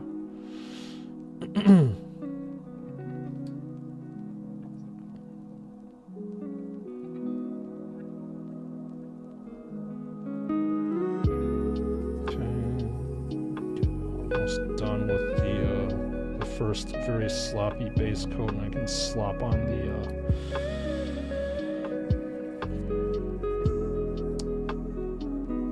slap on the shade. Alright. Actually, no, I forgot about the jetpacks again. I always forget about the jetpacks. Then we're done with the base coat. Lead Belcher.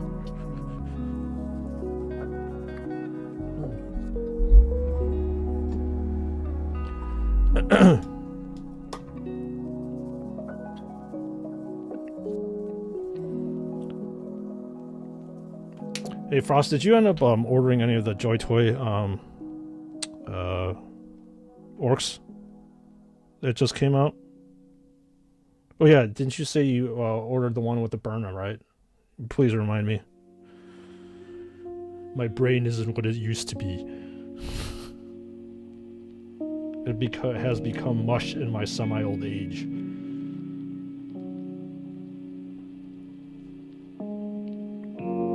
I don't know if you actually saw it, but I just got my knob in. So, looking forward to that review. In fact, I'll probably ended up reviewing him pretty soon. Not Saturday. Come out with that video.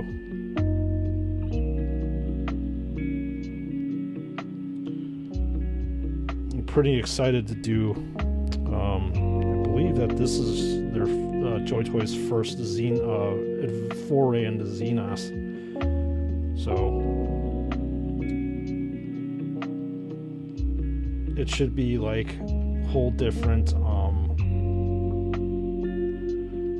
joints, articulation, all that different kind of stuff. So let's see what that's all about.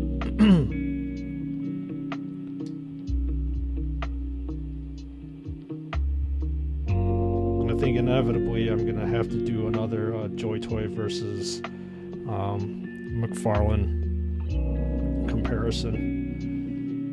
I love comparing those two companies. I just wish Bandai would come out with more and things that are a lot cheaper. But right now it's just those two.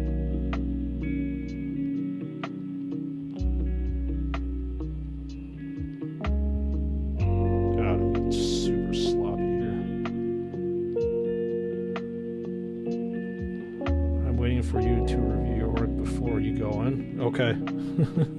Like I said, I just got him today. I showed him on stream earlier. I only bought one, which was just the knob. Just because, you know, as much as I do like the orcs, I just had to prioritize my spending on the Grey Knights. Just like fucking $275 for them, as well as Crow, which is like $80 over here too. Yes, that's why I'm here. So I can take the loss at your expense. Nah, I'm kidding.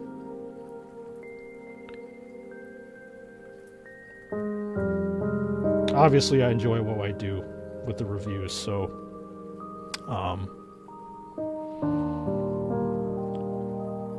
being informed in the marketplace is better than not being informed and going blindly in. Like me. I'll take the fall for you.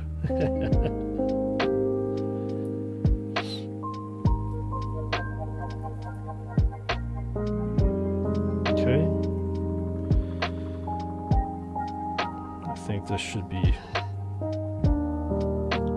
the slop should be respectable enough before I go in and try to fix the rest of it.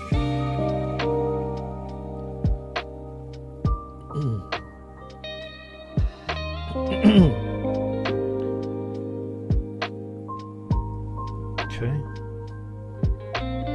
Wait, did you say you're getting all the Grey Knights? Yeah, dude. I am.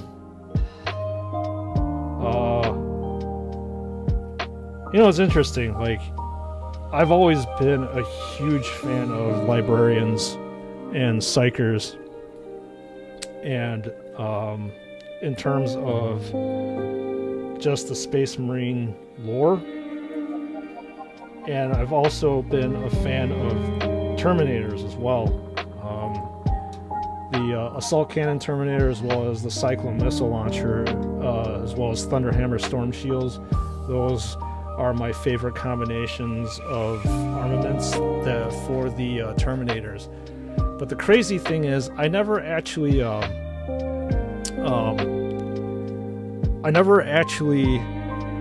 put them together, and that's what the Grey Knights are. They're basically Psychers in Terminator armor. And I never combined them both, and I should have.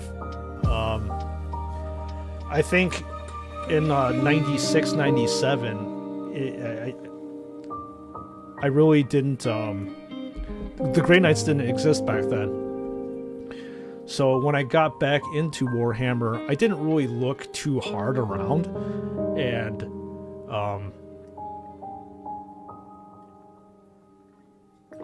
see if there were any other like factions that I wanted to take a look at. My blinders were just completely on the Blood Angels, and that was it. I just wanted to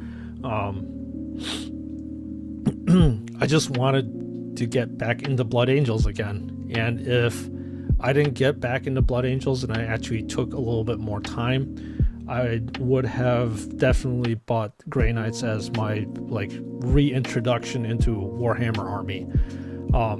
That being said, I don't really regret it.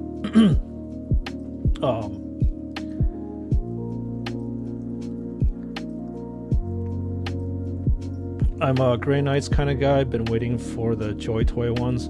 Gonna have to sell my 2 Marvel Legends to get them. Hook or by crook, I'll have them. Yeah, I agree with you. They're so badass, and like the Loyalist Space Marines, they currently do not have. They don't have anything in Terminator armor. Everything in Terminator armor is Chaos.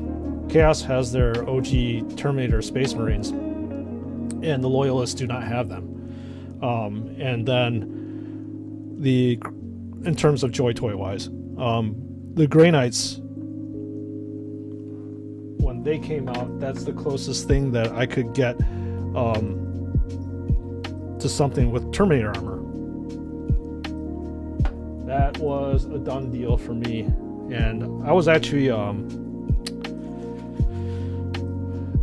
wondering like what the hell took them so long, because I was reading on Reddit and stuff that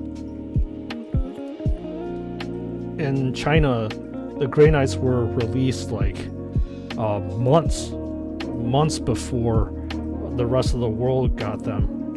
So I had absolutely no clue what the issue was, and these things were released months ago over there, and we in the rest of the world, I'm assuming, we are finally getting them after they were released in like July? I don't remember off the top of my head,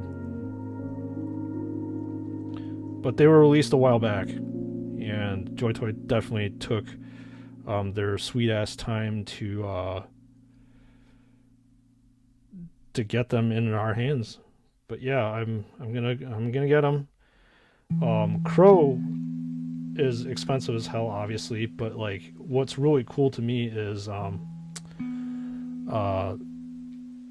that sword and those demonic flames that are wrapped around that sword, and apparently they're detachable, and I believe that the rest of the Space Marines don't have anything like that.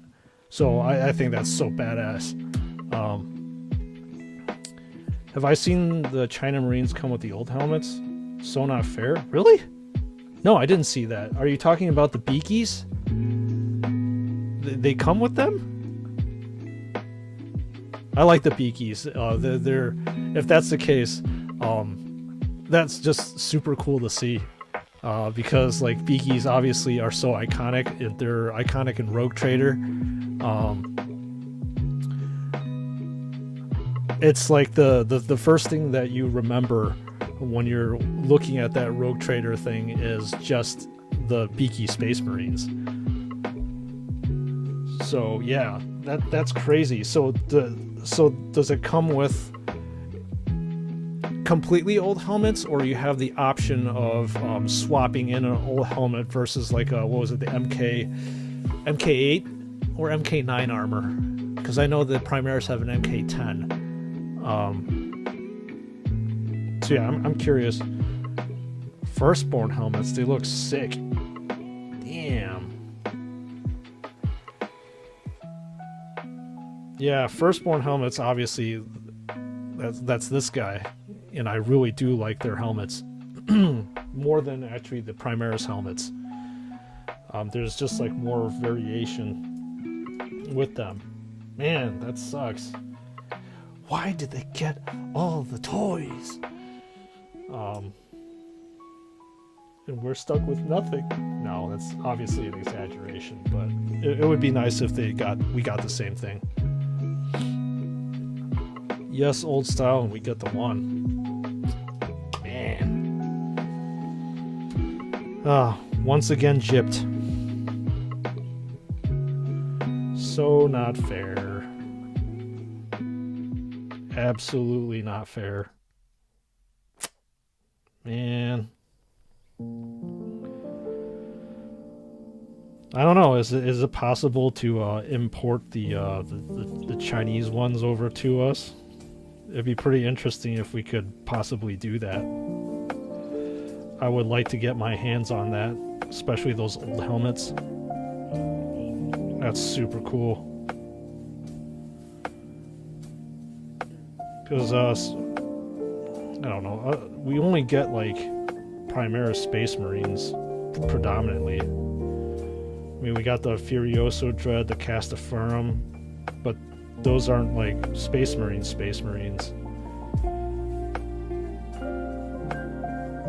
I want Space Marines. Firstborn. Well, the Space Wolves with the no, they get both R1 and the old one. Boo. But yeah, the Space Wolves of the what do you call them? The Wolf Riders. I'm not sure if that's the proper term. The Thunderwolf Cavalry. There you go. That's old space. That's Firstborn. I want Firstborn. Sad. I want the toys too. I've only seen pictures, but the helmets are amazing. I haven't seen it for myself. Maybe I'll pop on after a stream to check out Reddit. That's cool though. I would like to see that. Yeah, you know, call me old, but what there's something about old Warhammer that's just so poignant. Not that I don't accept the Primaris as well, but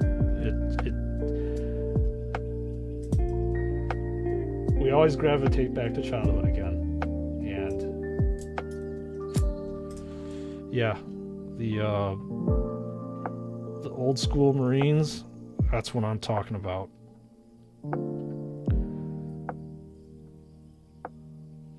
Don't look, it'll piss me off. I think I have to. I mean, it's just like I have no self-control. I just gotta see. I gotta see what I'm missing and then be jealous about what I'm missing. That's the true human condition. No, I'm kidding.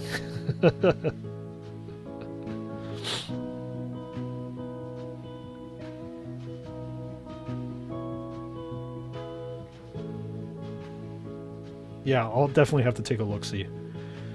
There's no way, now that I know that information is out there, that I will not take a look. But I know that once I see it, I can't unsee it. I'm going to be forever wanting. Maybe that's what like eBay or something like that's for Alibaba. You can try to order that stuff off of there. then again, I'm pretty sure you have to pay some sort of premium over there. Good old-fashioned nostalgia. Nostalgia is a powerful marketing tool. Very, very powerful marketing tool. Look what I'm doing, man. I am painting my nostalgia right now. I'm surrounded by my nostalgia.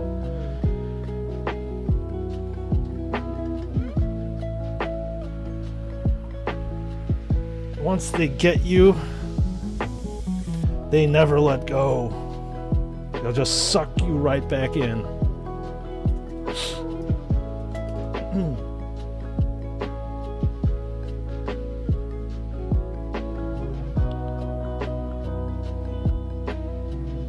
I checked eBay as soon as I saw them, no luck. So yeah, I think you might have to actually look at Alibaba, which I believe is China's like equivalent of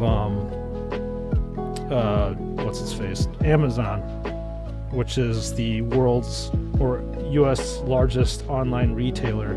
So I'm sure you can probably find that. Sorry, I'm forgetting to actually do this on camera. You have me, I can't read. You have already been going for 4 hours. Wow. Yeah, I have actually been going on for 5 hours. If I could actually read too, Jesus.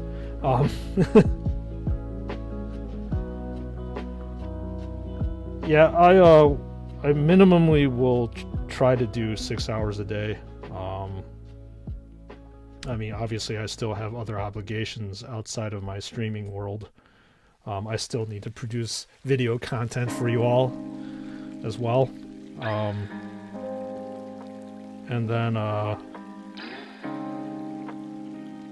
figure out ways how to improve stream and stuff. So that's why I usually like to cut it. Not usually. I've only been streaming for 2 days, but that's why I cut it off at 6, because I need to have the other couple hours to myself to figure stuff out. But yeah, it's a standard thing, Green. I'm not sure if you actually are too much into like the Twitch, YouTube streaming world, but you want to have longer streams and consistent streams to basically get a solid viewership and a solid base. You know, I'm actually lucky that I have lucky to have all of you here because.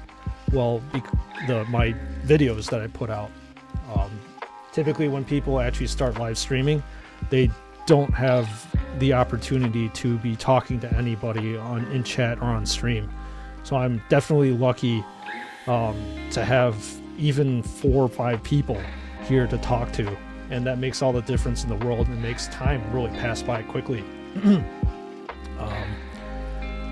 Alibaba, yeah, it's again, like I said, the Chinese online realtor, and you can actually get like Chinese stuff from there, if I'm not mistaken. I think Anthony brought that up not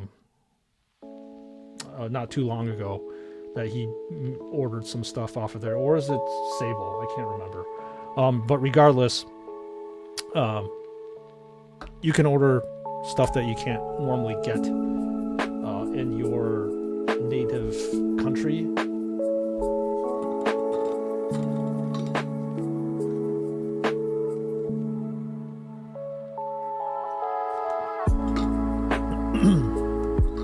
Sent to UK, I believe so.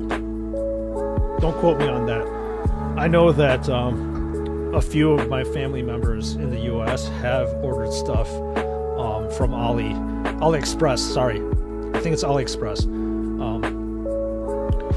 They have ordered stuff and had it delivered over here, so I would think that the UK would get the same.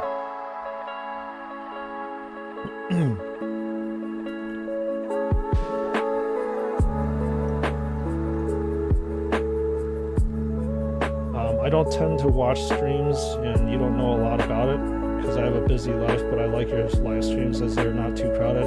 I love the painting and seeing the process in real time. Okay, that's fair. That's very fair. You know, I mean, life is all about what you put your priorities in. So if, and I totally get it. Like for me, watching other streamers and obviously doing things on stream is important to me. So that's why I spend the majority of my time on it. And no, my live streams are not crowded at all. I've seen, you've never watched a stream before unless you're sweet in the woods.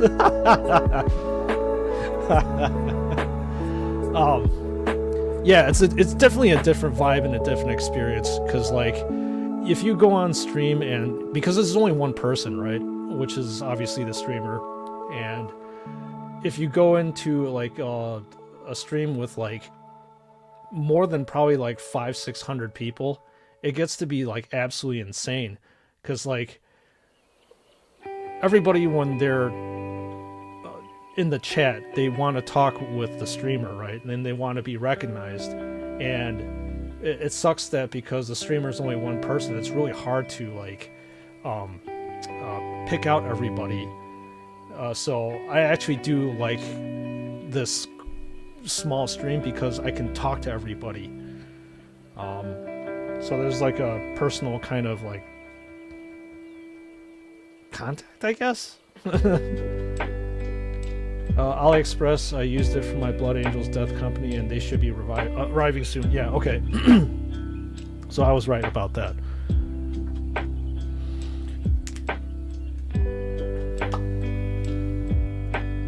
So I think smaller streams are, they're super cool, and every streamer starts off that way. And some may grow their viewership base, some of them don't.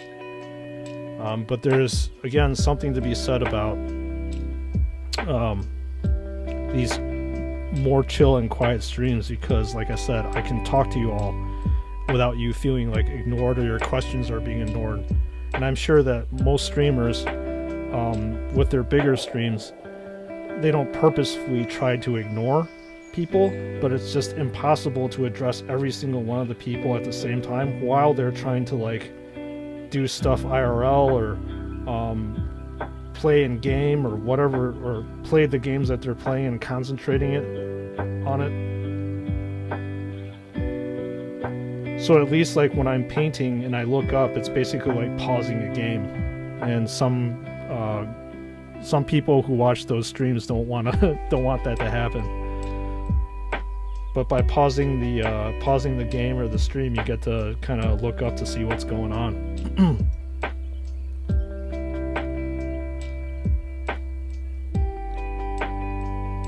So Green, I know you came aboard the channel by watching my Lego stuff, so I'm thinking probably like Friday. I gotta pick one of my Lego sets and probably build it on stream. I think it'd be pretty cool. I just have like just like a backlog of Warhammer miniatures to paint. I have a decent backlog of Lego sets to put together. In my world, a Twitcher is someone to avoid. Oh man.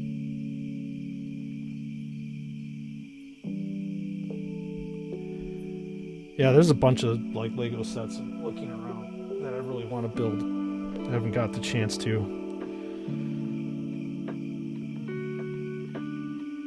So we have an Optimus Prime one that's like sitting up there.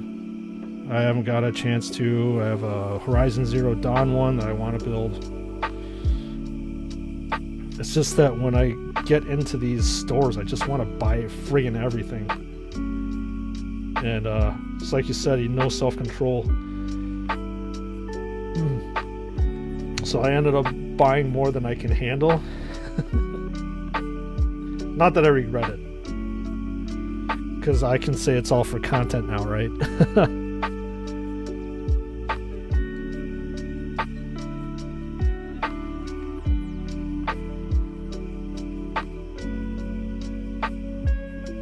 Fixing up all my screw ups over here. And then after that is rinse and repeat highlight.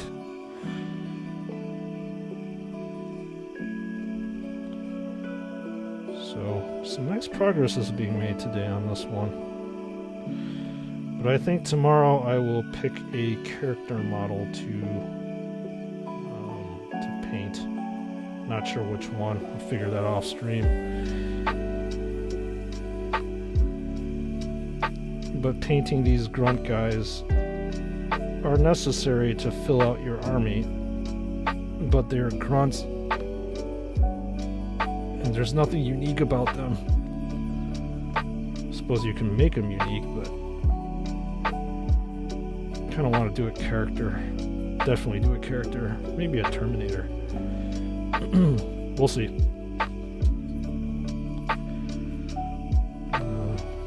So I kind of want to cover up this area on the kneecap.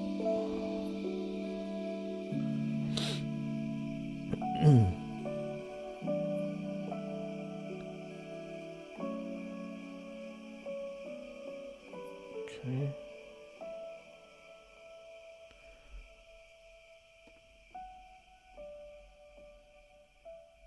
All right, from my angle, it looks like it's okay. I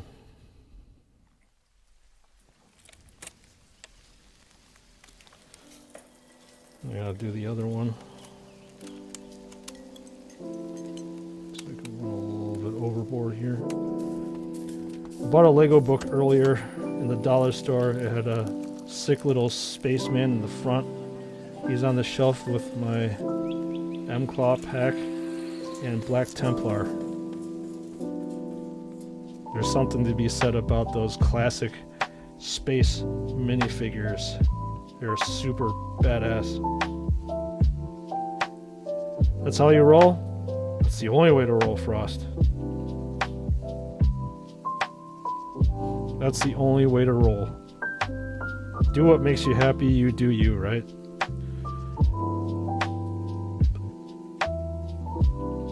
But yeah, I love those super OG minifigs. You only have like 2 dots and a line for a smile, but just having them in your possession is super cool.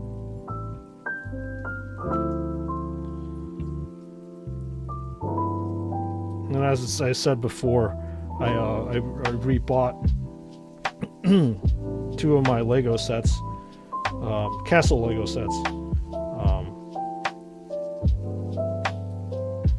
recently, because I wanted to get that nostalgia back, and I totally got it back when I was rebuilding those castles.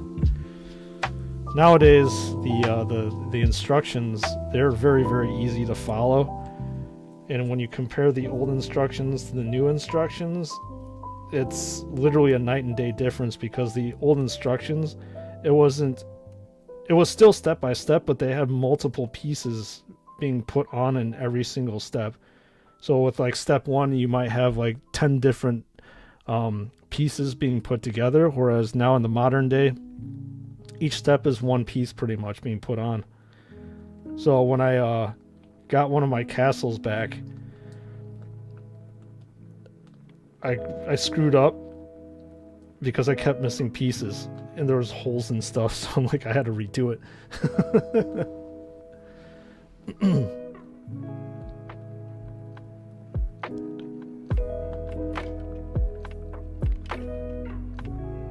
That's the difference between old school Lego and new Legos.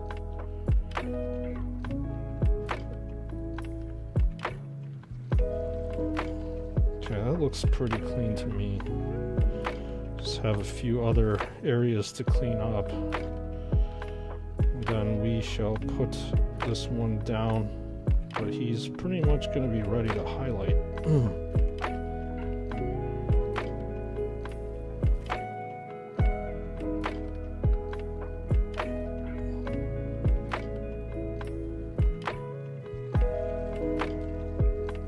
Very, very much ready to highlight.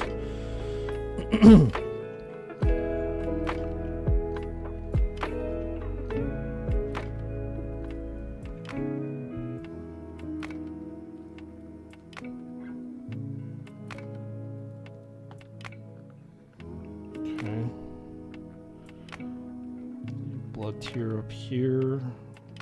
Went a little bit too overboard with the red.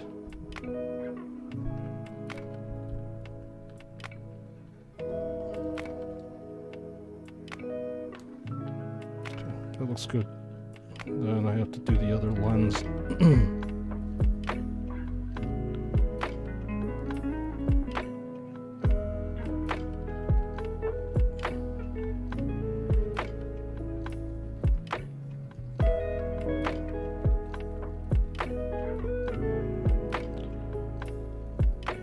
Cover up my screw ups over here.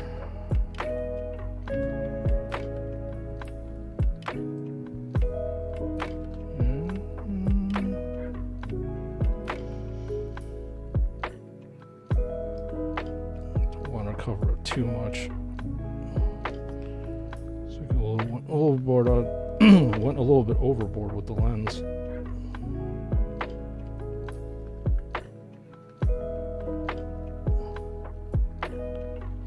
Pretty clean. Let's take a look at this X up here.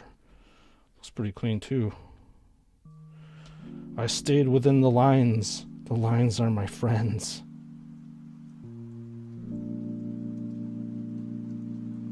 Here we go.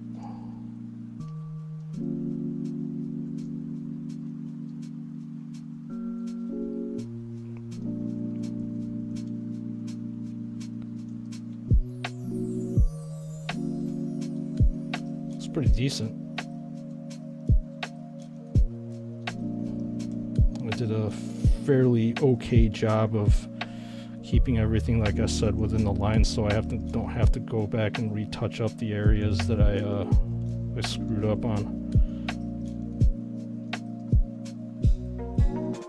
If only I had the patience to actually stay within the lines the first time right.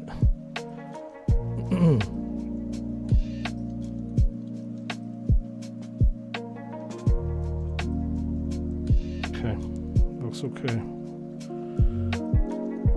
Let's see if there's any areas in which I need to touch up down here.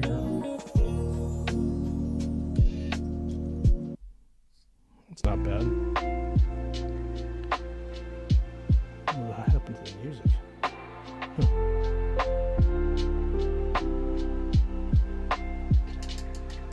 Okay, and I need to touch up some red parts. We shall call it a day after I touch up these areas. It has been a full, almost 6-hour stream, which is a good amount of time to be on stream.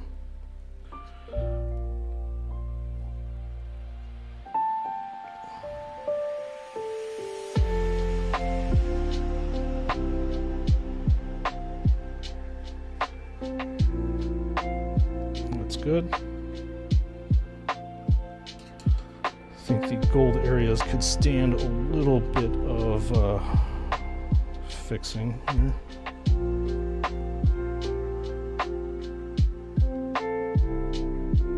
I watered it down too much, maybe. Yeah, I did.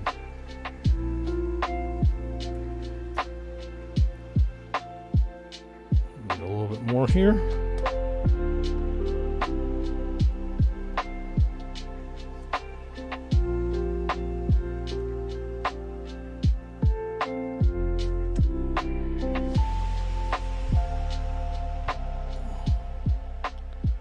Clean up this area a little bit. Okay. Then I think I have to clean up the jetpack area. I was really sloppy with this one.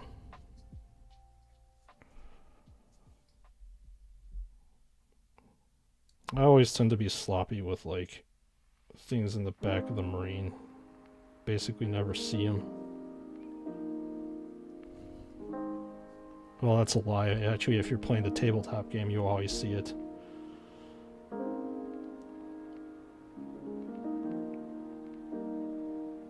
Because you're definitely not impressing your opponent with the back of the Space Marine, though.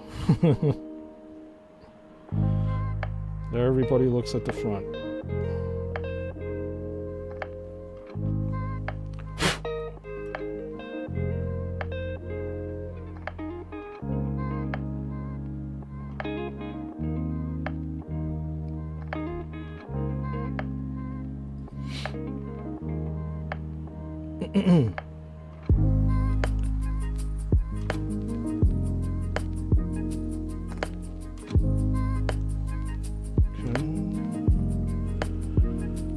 Almost done.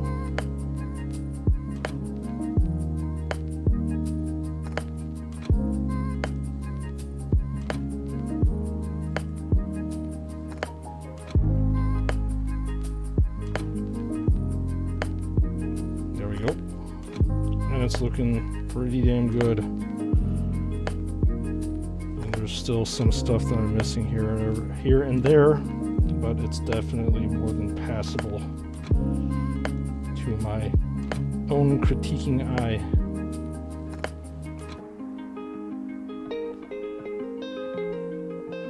Then when we will pick up this Space Marine again, we will start off with the highlights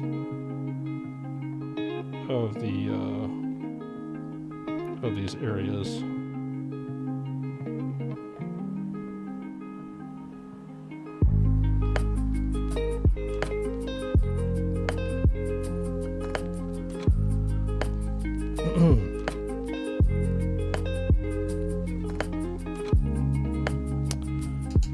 Got to know when to call it quits, and I think that this is looking pretty damn good.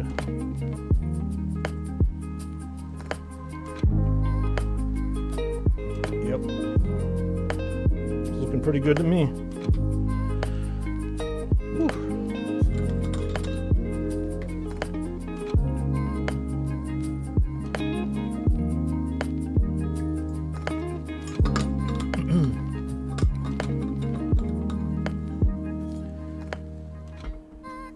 All right, folks, I'm going to call it a stream, call it a day here. Thanks again for taking the time out to hang out with me, especially you, Frost. You've been hanging out with me the whole entire time. It's much appreciated that I'm not just a random person sitting here and painting alone. Again, thanks for everybody for your support. Thanks for watching, and I will see you all here at the same time tomorrow. So I will look for you all then. Hope everyone has the good rest of your day and get some rest.